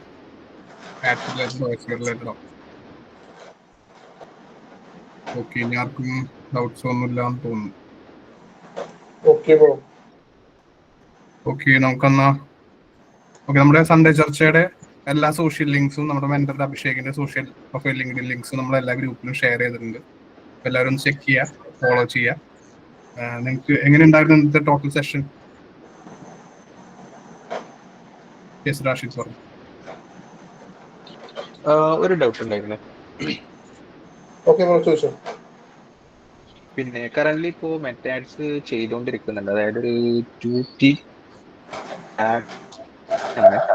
അത്യാവശ്യം നല്ല ക്വാളിറ്റി ലീഡ്. വോയിസ് ബ്രേക്ക് ആവുന്നുണ്ട്, കേൾക്കുന്നില്ല. ഒരു മിനിറ്റ്. ഹലോ ബ്രോ പറഞ്ഞോ. ഓക്കെ, ഓൾറെഡി വരുന്ന ഒരു മെറ്റാ ക്യാമ്പയിനാണ്. അതായത് അത്യാവശ്യം ലീഡ്സും കാര്യങ്ങളൊക്കെ വന്നുകൊണ്ടിരിക്കുന്ന ഒരു ക്യാമ്പയിനാണ്. പക്ഷേ ഒരു ദിവസം പെട്ടെന്ന് ലീഡ്സ് ഡ്രോപ്പായി. അതിന്റെ റീസൺസ് ബ്രോ ക്വസ്റ്റ്യൻ ഒന്നുകൂടെ റിപ്പീറ്റ് ആണ്. ഞാൻ ഫസ്റ്റ് കുറച്ച് ഭാഗം കേട്ടില്ല, അത് നോയിസ് ആയിരുന്നു ബാക്ക്ഗ്രൗണ്ടിൽ നിന്ന്. ഒരു മിനിറ്റ്. ഹലോ, കേൾക്കുന്നുണ്ടോ? ഓക്കെ, ഞാൻ ചോദിച്ചത് എന്താ വെച്ചാൽ ഒരു ഓൾറെഡി ഓൺഗോയിങ് ആയിരുന്നൊരു ക്യാമ്പയിനാണ്. അതായത് ഒരു 2-3 ആഴ്ചയായിട്ട് നല്ല രീതിയിൽ ലീഡ്സ് എല്ലാം പെർ ഡേ വന്ന് ക്വാളിറ്റി ഉള്ള ലീഡ്സ് എല്ലാം വരുന്ന ക്യാമ്പയിനായിരുന്നു മെറ്റയില്. ഫാറ്റിക് അടിച്ചിട്ടുണ്ടോ? ചെക്ക് ചെയ്തോ? എങ്ങനെ? ക്രിയേറ്റീവ് ഫാറ്റിക് അടിച്ചിട്ടുണ്ടായിരിക്കും, ഒന്ന് ചെക്ക് ചെയ്തിട്ടുണ്ടായിരുന്നോ? ക്രിയേറ്റീവ്സ് അല്ല, വീഡിയോ ആണ് യൂസ് ചെയ്തിട്ടുള്ളത്. ക്രിയേറ്റീവ് ഫാറ്റിക് എന്ന് പറയുന്ന ഒരു കണ്ടീഷൻ ഉണ്ട് മെറ്റയില്. അത് നമുക്ക് ഓഡിയൻസിനെ ടാർഗറ്റ് ചെയ്തിരിക്കുന്നവര് ഇംപ്രഷൻ ഫ്രീക്വൻസി കണ്ടു കഴിഞ്ഞ് കഴിയുമ്പോൾ ക്രിയേറ്റീവ് ഫാറ്റിക് അടിക്കും. ഫാറ്റിക് അടിച്ചു കഴിഞ്ഞാൽ പെട്ടെന്ന് സഡൻ ഡ്രോപ്പ് ആയിരിക്കും ലീഡിന്റെ അക്കൗണ്ടിൽ. അതൊന്ന് ആഡ് ലെവലിൽ ചെക്ക് ചെയ്താൽ കാണാൻ പറ്റും. വോയിസ് ക്ലിയർ ആയില്ല, ഒന്നും കൂടി റിപ്പീറ്റ് ചെയ്യാം. അതായത് ബ്രോ, നിങ്ങൾ സെയിം ക്രിയേറ്റീവ് വെച്ചിട്ട് ബ്രോഡായിട്ടാണോ ടാർഗറ്റ് ചെയ്തിരിക്കുന്നത്? അല്ല, ഞാനിപ്പോ കറന്റ് ചെയ്യുന്നത് എങ്ങനെയാ ചോദിച്ചാൽ റിയൽ എസ്റ്റേറ്റിന്റെ ഓഡിയൻസ് ആണ്. നമ്മൾ റിയൽ എസ്റ്റേറ്റ് ആണ് ഇതുള്ളത്. അപ്പോ റിയൽ എസ്റ്റേറ്റിന്റെ ഓഡിയൻസിലോട്ടാണ് ടാർഗറ്റ് ചെയ്തിട്ടിരിക്കുന്നത്.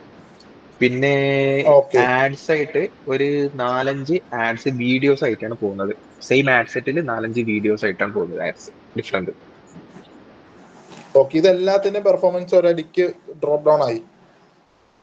അതെ, എങ്ങനെ ചോദിച്ചു കഴിഞ്ഞാല് നമുക്കൊരു പെർ ഡേ ഒരു 6-7 ലീഡ്സ് വന്നിരുന്ന ഒരു ക്യാമ്പയിന് അതിന് ഒരു 1-2 ദിവസമായിട്ട് ഒന്നും വരുന്നില്ല, ഒറ്റയടിക്കെല്ലാം ഡ്രോപ്പ്. അത് നിങ്ങൾ ഡെയിലി സ്പെൻഡ് കുറയ്ക്കുകയോ അങ്ങനെ എന്തെങ്കിലും ചെയ്തിട്ടുണ്ടോ? ഇല്ല, അതായത് ക്യാമ്പയിനും ഒന്നും ടച്ച് ചെയ്തിട്ടില്ല. അപ്പൊ ഞാൻ എന്താ വെച്ച് കഴിഞ്ഞാൽ ക്യാമ്പയിനും ജസ്റ്റ് ഒന്ന് ക്ലിക്ക് ചെയ്ത് ഞാൻ ചോദിച്ചോട്ടെ, ഞാനൊരു കാര്യം ചോദിക്കാം. നിങ്ങളെ ക്യാമ്പയിൻ എൻഡ് ആയി, ആ എൻഡ് ഡേറ്റിൽ നിന്ന് എക്സ്റ്റെൻഡ് ചെയ്തിട്ടുണ്ടായിരുന്നോ? ഇല്ല, അത് ഓൺ ഗോയിങ് ക്യാമ്പയിൻ ആണ്, അത് സ്റ്റോപ്പ് ചെയ്തിട്ടുണ്ടായിരുന്നില്ല. സ്റ്റോപ്പ് ആയില്ല, ബഡ്ജറ്റ് തീരാതെ ആഡ് അക്കൗണ്ടിൽ നിന്ന് സ്റ്റോപ്പ് ആവാതെ കണ്ടിന്യൂസ്ലി റണ്ണിങ് ആണ്. നിങ്ങൾ ഡേറ്റ് എക്സ്റ്റെൻഡ് ചെയ്യേണ്ടി വന്നിട്ടില്ല. ഓക്കെ, ഇല്ല, ഡെയിലി കാരണം ബഡ്ജറ്റ് ബഡ്ജറ്റും അതേപോലെ ഇത് കറന്റ് ദുബായിലാണ് റൺ ചെയ്യുന്നത്. ബഡ്ജറ്റ് വരുന്നത് 6,000 പെർ ഡേ വരുന്നത്. 6,000 പെർ ഡേ വരുന്നുണ്ട്. ഓക്കെ, ഇത് ആർട്സ് ലെവൽ ബഡ്ജറ്റിംഗ് അല്ലേ ചെയ്തിരിക്കുന്നത്? അതെ, ആർട്സ് ലെവൽ ബഡ്ജറ്റിംഗ് ആണ് ചെയ്തിരിക്കുന്നത്. ഓക്കെ, ക്രിയേറ്റീവ്സ് ലാസ്റ്റ് വീഡിയോസ് ആയാലും അത് എത്ര നാളുകൊണ്ട് വർക്ക് ചെയ്യുന്നുണ്ട് ഈ ആഡ് സെറ്റില്, ആഡില്? ഒരു 2 വീക്സ് എബോ ആയിട്ടുള്ളൂ. 2 വീക്സ് എബോ ആയിട്ടുള്ളൂ. ഡെഫിനറ്റ്ലി അതിന്റെ ക്രിയേറ്റീവ് ഫാറ്റിക് തന്നെ ആയിരിക്കാനാണ് ചാൻസ്. അതൊന്ന് ചെക്ക് ചെയ്യുക. ക്രിയേറ്റീവ് ഫാറ്റിക് ആണെങ്കിൽ അതൊന്ന് പുതിയൊരു വീഡിയോസ് അല്ലെങ്കിൽ അതിന്റെ ടാർഗറ്റിംഗ് കുറച്ചും കൂടി വൈഡ് ആക്കിയാൽ മതി. അതൊക്കെ കോസ്റ്റ് ഒന്ന് ഇൻക്രീസ് ചെയ്തിട്ട് കൊടുക്കുക.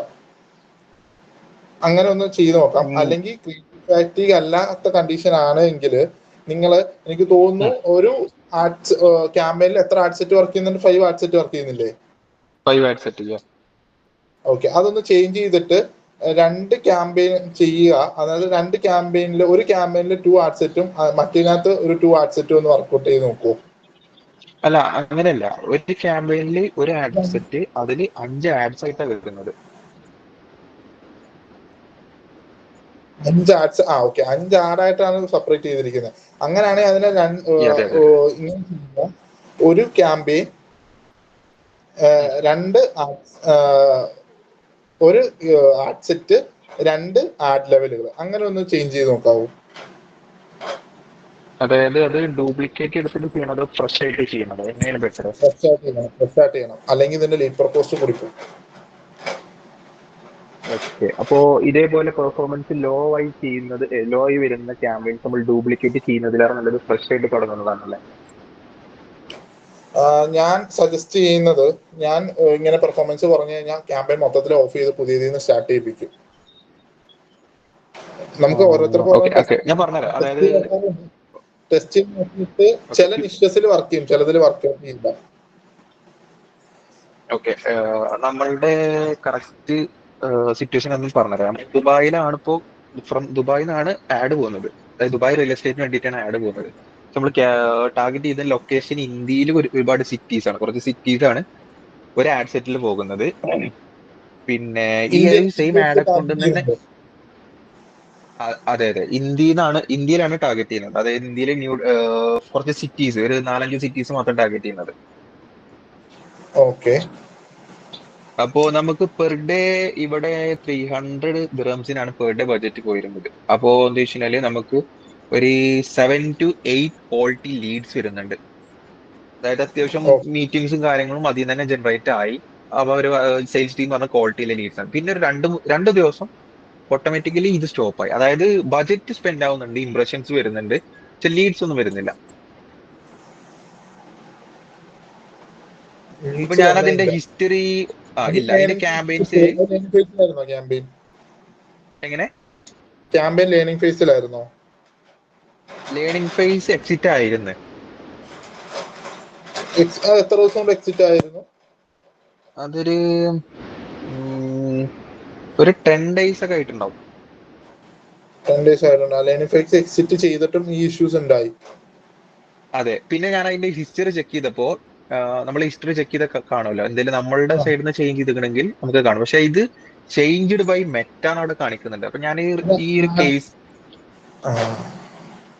അത് ആഡ് റൂളുകൾ എന്തെങ്കിലും ഇനേബിൾ ചെയ്ത് കൊടുത്തിട്ടുണ്ടോ? ആഡ് റോളുകൾ എങ്ങനെ ഉദ്ദേശിച്ച് മനസ്സിലായില്ല. നമുക്ക് ആഡ് റൂളുകൾ മെറ്റയ്ക്ക് തന്നെ ചെയ്യാൻ പറ്റാൻ ഒരു ഓപ്ഷൻ കൊടുത്തിട്ടുണ്ട്. അത് ഒപ്റ്റിമൈസേഷൻ മെത്തേഡിൽ അവിടെ സജഷൻ റെക്കമെൻഡേഷൻസ് കാണിക്കുമല്ലോ, അവിടെ നമുക്ക് ആഡ് ഉണ്ട് റൂളുകൾ ഉണ്ട്. ഓപ്പൺ ചെയ്യാം. അത് എനിക്ക് തോന്നുന്നു ബ്രോ അത് ഓപ്പൺ ചെയ്ത് കൊടുത്തിട്ടുണ്ടാകണം. അപ്പൊ ആ ആഡ് യെസ്. റൂളുകളാണ് വർക്ക്ഔട്ട് ചെയ്തത്. ആഡ് റൂളുകൾ കാരണമാണ് ഇപ്പോൾ ഡെഫിനറ്റ്ലി അതിന്റെ ഇഷ്യൂ അങ്ങനെ കിടക്കുന്നത്. അപ്പൊ മെറ്റ ഓട്ടോമാറ്റിക്കലി ആഡ് റൂൾ വെച്ച് വർക്ക്ഔട്ട് ചെയ്ത് സിസ്റ്റം കുറച്ചും കൂടി ഒപ്റ്റിമൈസ് ചെയ്തിട്ട് ക്യാമ്പയിൻ പെർഫോമൻസ് ഇൻക്രീസ് ചെയ്യാൻ നോക്കി. ബട്ട് അത് സാധിച്ചില്ല. ഇപ്പൊ ഡ്രോപ്പ് ഡൗൺ ആയിപ്പോയി ക്യാമ്പയിൻ. ഓക്കെ. പക്ഷെ ഇന്ന് ഞാൻ നോക്കുമ്പോ ഇന്നൊരു 2 ലീഡ്സ് റിസീവ് ആയിട്ടുണ്ട്. ആ പക്ഷെ ഇതിന് മുന്നേ CPL വളരെ കുറവായിരുന്നു. അതായത് വളരെ കുറവായിരുന്നു. ഇപ്പൊ നല്ല ഹയർ ആണ് CPL. അത് പെർഫോമൻസ് ചെയ്ത് വന്നേക്കല്ലേ, അതൊരു 3 days കൊണ്ട് കഴിഞ്ഞിട്ട് ചെക്ക് ചെയ്ത് നോക്ക്, അതായിരിക്കും ബെറ്റർ. ഓക്കെ. അപ്പൊ ഞാൻ എന്താ വെച്ച് കഴിഞ്ഞാൽ ഈ ഒരു ഇഷ്യൂ മെറ്റയിൽ റിപ്പോർട്ട് ചെയ്ത്, അതായത് മെറ്റ ചേഞ്ച്ഡ് ബൈ മെറ്റ കാണിക്കുന്നത്. അപ്പൊ അവരുടെ ഭാഗത്തുനിന്ന് ഒരു റെസ്പോൺസ് വന്നിട്ടില്ല. അവരെന്താണ് ഇത് ഇഷ്യൂ എന്നുള്ളത് കാണിക്കുന്നില്ല. ആഡ് റൂളുകൾ വന്നാണ് വർക്ക്ഔട്ട് ചെയ്തതാണ് ബ്രോ.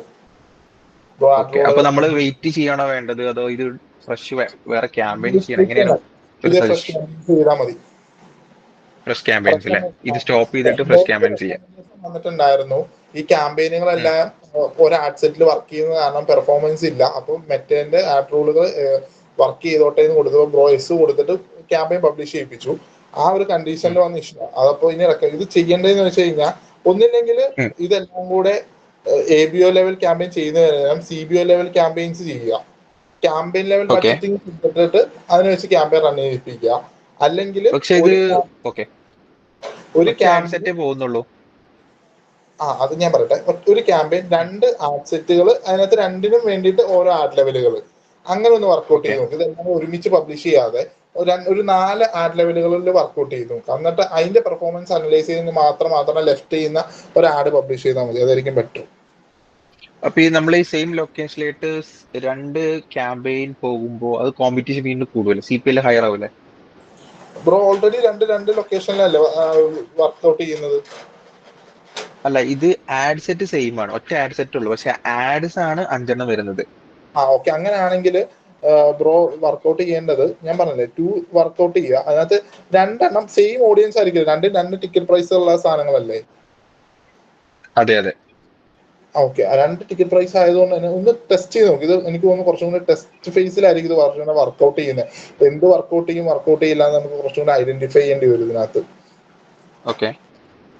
ഇതിപ്പോ ബ്രോ ഇപ്പൊ ഈ പറഞ്ഞ കാര്യം മെറ്റയിൽ നിങ്ങൾക്ക് സജഷൻ വന്നിട്ടുണ്ട്. സെയിം ലൊക്കേഷനിലായതുകൊണ്ട് സെയിം ടാർഗറ്റിംഗ് വരുന്നതുകൊണ്ട് തന്നെ ഇത് വർക്ക്ഔട്ട് ചെയ്യില്ല, നിങ്ങൾ ആഡ് സെറ്റുകളെ മെർജ് ചെയ്യാൻ പറഞ്ഞുകൊണ്ട് വന്നു. അപ്പൊ ബ്രോ എക്സ് കൊടുത്തു. ആ ഓപ്ഷൻ ഇവിടെ ഡ്രോപ്പ് ഡൗൺ ആയിരിക്കുന്നത്.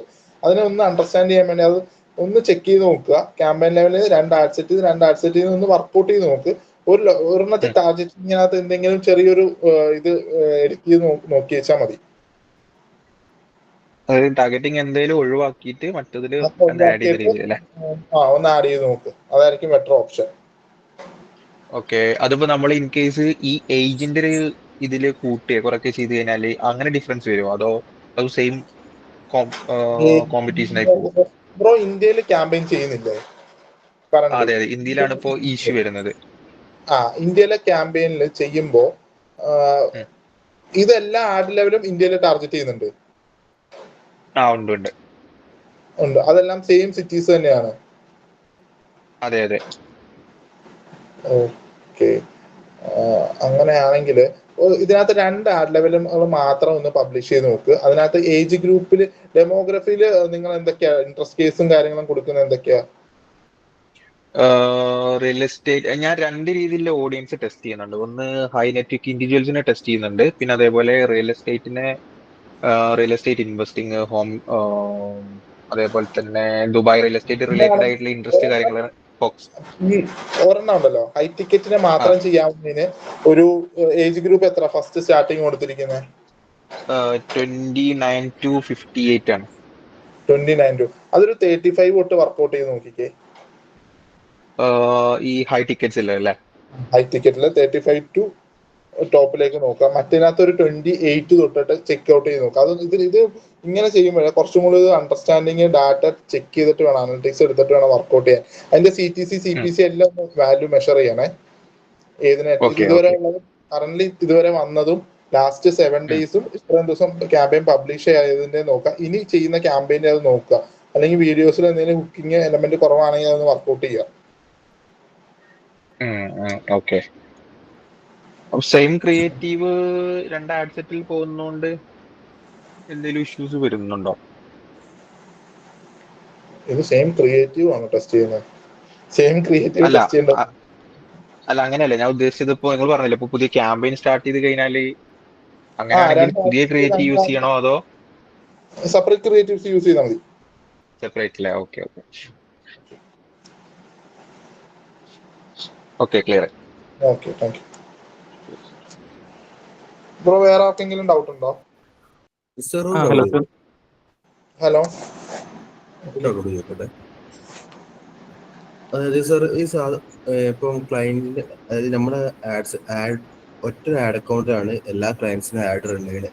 അപ്പൊ നമ്മൾ മുന്നത്തെ ക്ലാസ്സിലൊക്കെ പറഞ്ഞു ഇപ്പം ടാർഗറ്റിംഗ് അങ്ങനെ കൊടുക്കാതെ ഒരു ബ്രോഡായിട്ട് ടാർഗറ്റ് ചെയ്യുന്നതായിരുന്നു നല്ലത്. അപ്പൊ ഇങ്ങനെ ഒറ്റ ആഡ് അക്കൗണ്ട് എല്ലാ ക്ലയൻസിന്റെയും ആഡ് റൺ ചെയ്യുമ്പോൾ ഏതായിരിക്കും നല്ലത്? ബ്രോ, എല്ലാ ആഡ് അക്കൗണ്ടിലും എല്ലാം കൂടെ ഒരെണ്ണത്തിൽ ചെയ്യാൻ ഞാൻ സജസ്റ്റ് ചെയ്യില്ല ഒരിക്കലും. ഞാൻ അങ്ങനെ ചെയ്തിരുന്നൊരു കാലം ഉണ്ടായിരുന്നു, ബട്ട് അങ്ങനെ ഒരിക്കലും റിസൾട്ട് വരില്ല അത്. കാരണം ഇപ്പോൾ ഒരു ക്യാമ്പയിൻ പബ്ലിഷ് ചെയ്യുന്നത് റിയൽ എസ്റ്റേറ്റിന്, മറ്റത് ചെയ്യുന്നത് ഹോസ്പിറ്റാലിറ്റി, ഒരെണ്ണം ഹെയർ റിമൂവ്, അങ്ങനെ എന്തെങ്കിലും എസ്തെറ്റിക് ക്ലിനിക്കിന്, ഒരെണ്ണം സ്റ്റഡി അബ്രോഡിന്, ഒരെണ്ണം ഏതെങ്കിലും ഇൻസ്റ്റിറ്റ്യൂട്ടിൽ കോഴ്സ് പഠിപ്പിക്കാൻ വേണ്ടി. ഇതിനെല്ലാം കൂടി ചെയ്യുമ്പോൾ ഇതെല്ലാം സിസ്റ്റം ഇതിനെല്ലാം അണ്ടർസ്റ്റാൻഡ് ചെയ്യുന്നുണ്ട്. ഇപ്പൊ സിസ്റ്റത്തിന് ഇത് ഡെലിവർ ചെയ്യാൻ ഭയങ്കര ബുദ്ധിമുട്ടായിരിക്കും. അപ്പോൾ ഡെഫിനറ്റ്ലി നിങ്ങൾ ഏതൊക്കെ നിഷിന് വേണ്ടിയാണ് വർക്ക്ഔട്ട് ചെയ്യുന്നത്? ഹോസ്പിറ്റലുണ്ട്, സാധാരണ ഹോസ്പിറ്റലാണ് കൂടുതലുള്ളത്. ഹോസ്പിറ്റലാണ് കൂടുതലുള്ളത്. അപ്പോൾ ഒരു അക്കൗണ്ട് എനിക്കും കുറെ ഹോസ്പിറ്റലിൽ ഞാൻ വർക്ക്ഔട്ട് ചെയ്യുന്നുണ്ട് ഇപ്പോൾ കറന്റ്. അതിനകത്ത് ഇപ്പൊ ഞങ്ങൾ ചെയ്യുന്നതെന്ന് വെച്ച് കഴിഞ്ഞാൽ 2 ഹോസ്പിറ്റലിനും കൂടെ ഒരു ആഡ് അക്കൗണ്ട് ആയിരിക്കും ചെയ്യുന്നത്. അതിനകത്ത് വേറൊരു ക്യാമ്പയിൻ ഞങ്ങൾ പബ്ലിഷ് ചെയ്യാറില്ല. ആ 2 ഹോസ്പിറ്റലിലെ ക്യാമ്പയിനുകൾ മാത്രമേ അതിനകത്ത് വർക്ക്ഔട്ട് ചെയ്യുള്ളൂ. ഒരെണ്ണം എസ്തെറ്റിക് ക്ലിനിക്കും, ഒരെണ്ണം ഒരു കേരളത്തിൽ അറിയപ്പെടുന്ന ഒരു സൂപ്പർ സ്പെഷ്യാലിറ്റി ഹോസ്പിറ്റലിലും. ആ 2 വേണ്ടിയിട്ട് മാത്രമായിരിക്കും ആഡ് അക്കൗണ്ട് യൂസ് ചെയ്യുന്നത്. അതിനകത്ത് ബ്രോഡ് ടാർഗറ്റിംഗും കാര്യങ്ങളും കൊണ്ട് അതിനകത്ത് ഒരു ഇഷ്യൂ ഉണ്ടാവുന്നില്ല. അതിപ്പോ നമ്മൾ ഓഡിയൻസിനെ എങ്ങനെ ടാർഗറ്റ് ചെയ്യുന്നു എന്നതിനെ ഡിപ്പെൻഡ് ചെയ്തിട്ടാണ്. Bro directly boat of the campaigns മാത്രമാണോ വർക്ക്ഔട്ട് ചെയ്യുന്നത്? അതെ. ഇപ്പൊ അങ്ങനത്തെ ഒരു ഏജൻസി രീതിയിലാണ് കുറച്ചും കൂടി അവയർനെസ് ടോപ്പിൽ വർക്ക് ചെയ്തിട്ട് ചെയ്യാനാണ് എനിക്ക്. എന്താ ഇങ്ങനെ വരുമ്പോൾ ലീഡിന്റെ കൗണ്ട് കുറയുന്നുണ്ടോ പെർഫോമൻസിൽ? ഉണ്ട്. ചിലപ്പോൾ അതിൽ ഹയറിംഗ് പോസ്റ്റർ ചെയ്യേണ്ടി വരും. അങ്ങനെ എല്ലതും ഒറ്റൊരു ആഡ് അക്കൗണ്ടില്ല. ഒരു ആഡ് അക്കൗണ്ട് ക്രിയേറ്റ് ചെയ്യാൻ വലിയ ബുദ്ധിമുട്ടുള്ള ഇഷ്യൂ അല്ലല്ലോ. ഒരു ആഡ് അക്കൗണ്ട് ക്രിയേറ്റ് ചെയ്യുക, ആഡ് അക്കൗണ്ട് ക്രിയേറ്റ് ചെയ്യുന്ന അതേ സ്പോട്ടിൽ തന്നെ അതിൽ നിന്ന് ഭയങ്കര മാജിക് ഒന്നും പ്രതീക്ഷിക്കരുത്. ആദ്യത്തെ ഒരു 10-15 ദിവസം ലീഡൊക്കെ കുറവായിരിക്കും. അത് സിസ്റ്റം ഗ്രാബ് ചെയ്ത് വരണം ഡാറ്റ, അതിനൊരു ടൈം അതിന് കൊടുക്കണം. അപ്പൊ അതുപോലെ ഇഷ്യൂസ് ഉണ്ടാക്കാത്ത ക്ലയന്റിന്റെ ഡാറ്റ ക്യാമ്പയിൻസ് അതിനകത്ത് വർക്ക്ഔട്ട് ചെയ്ത് സ്റ്റാർട്ട് ചെയ്യുക. അല്ലെങ്കിൽ ഇനി വരുന്ന ക്ലയന്റിന്റെ ആഡുകളും കാര്യങ്ങളും ആ അക്കൗണ്ടിലേക്ക് പയ്യെ ചേഞ്ച് ചെയ്തിട്ട് അതിനൊന്ന് നർച്ചർ ചെയ്ത് അതൊന്ന് വയബിൾ ആവുന്നവരെ അതിനകത്ത് യൂസ് ചെയ്തുകൊണ്ടിരിക്കുക. എന്നിട്ട് ഇതിനകത്ത് ക്യാമ്പയിൻസ് കുറച്ച് അതിനകത്തേക്ക് മാറ്റുക. അങ്ങനെയൊക്കെയാണ് ചെയ്യുന്നത് normally. Okay, thank U. Okay, നമുക്ക് 5 മണി കഴിഞ്ഞു. നമുക്കൊന്ന് വൈൻഡപ്പ് ചെയ്താലോ? വൈൻഡപ്പ് ചെയ്യണ്ടോ? ഓക്കെ. ഇനി ഡൗട്ട്സ് ഉണ്ടെങ്കിൽ നമ്മുടെ ഗ്രൂപ്പുകളിൽ ചോദിച്ചോളൂ. അഭിഷേക് അവിടെ ഉണ്ട്. പിന്നെ എല്ലാവരും മീറ്റപ്പിന് രജിസ്റ്റർ ചെയ്തെന്ന് വിചാരിക്കുന്നു. രജിസ്റ്റർ ചെയ്യാത്ത ആരെങ്കിലും ഉണ്ടോ? ഓക്കെ, എല്ലാവരും രജിസ്റ്റർ ചെയ്തിട്ടുണ്ടോ? ഓക്കെ, രജിസ്റ്റർ ചെയ്യാത്തവരുണ്ടെങ്കിൽ ലിങ്ക് ഗ്രൂപ്പിലിടാം. Okay, thank you thank you Abhishek. Thank U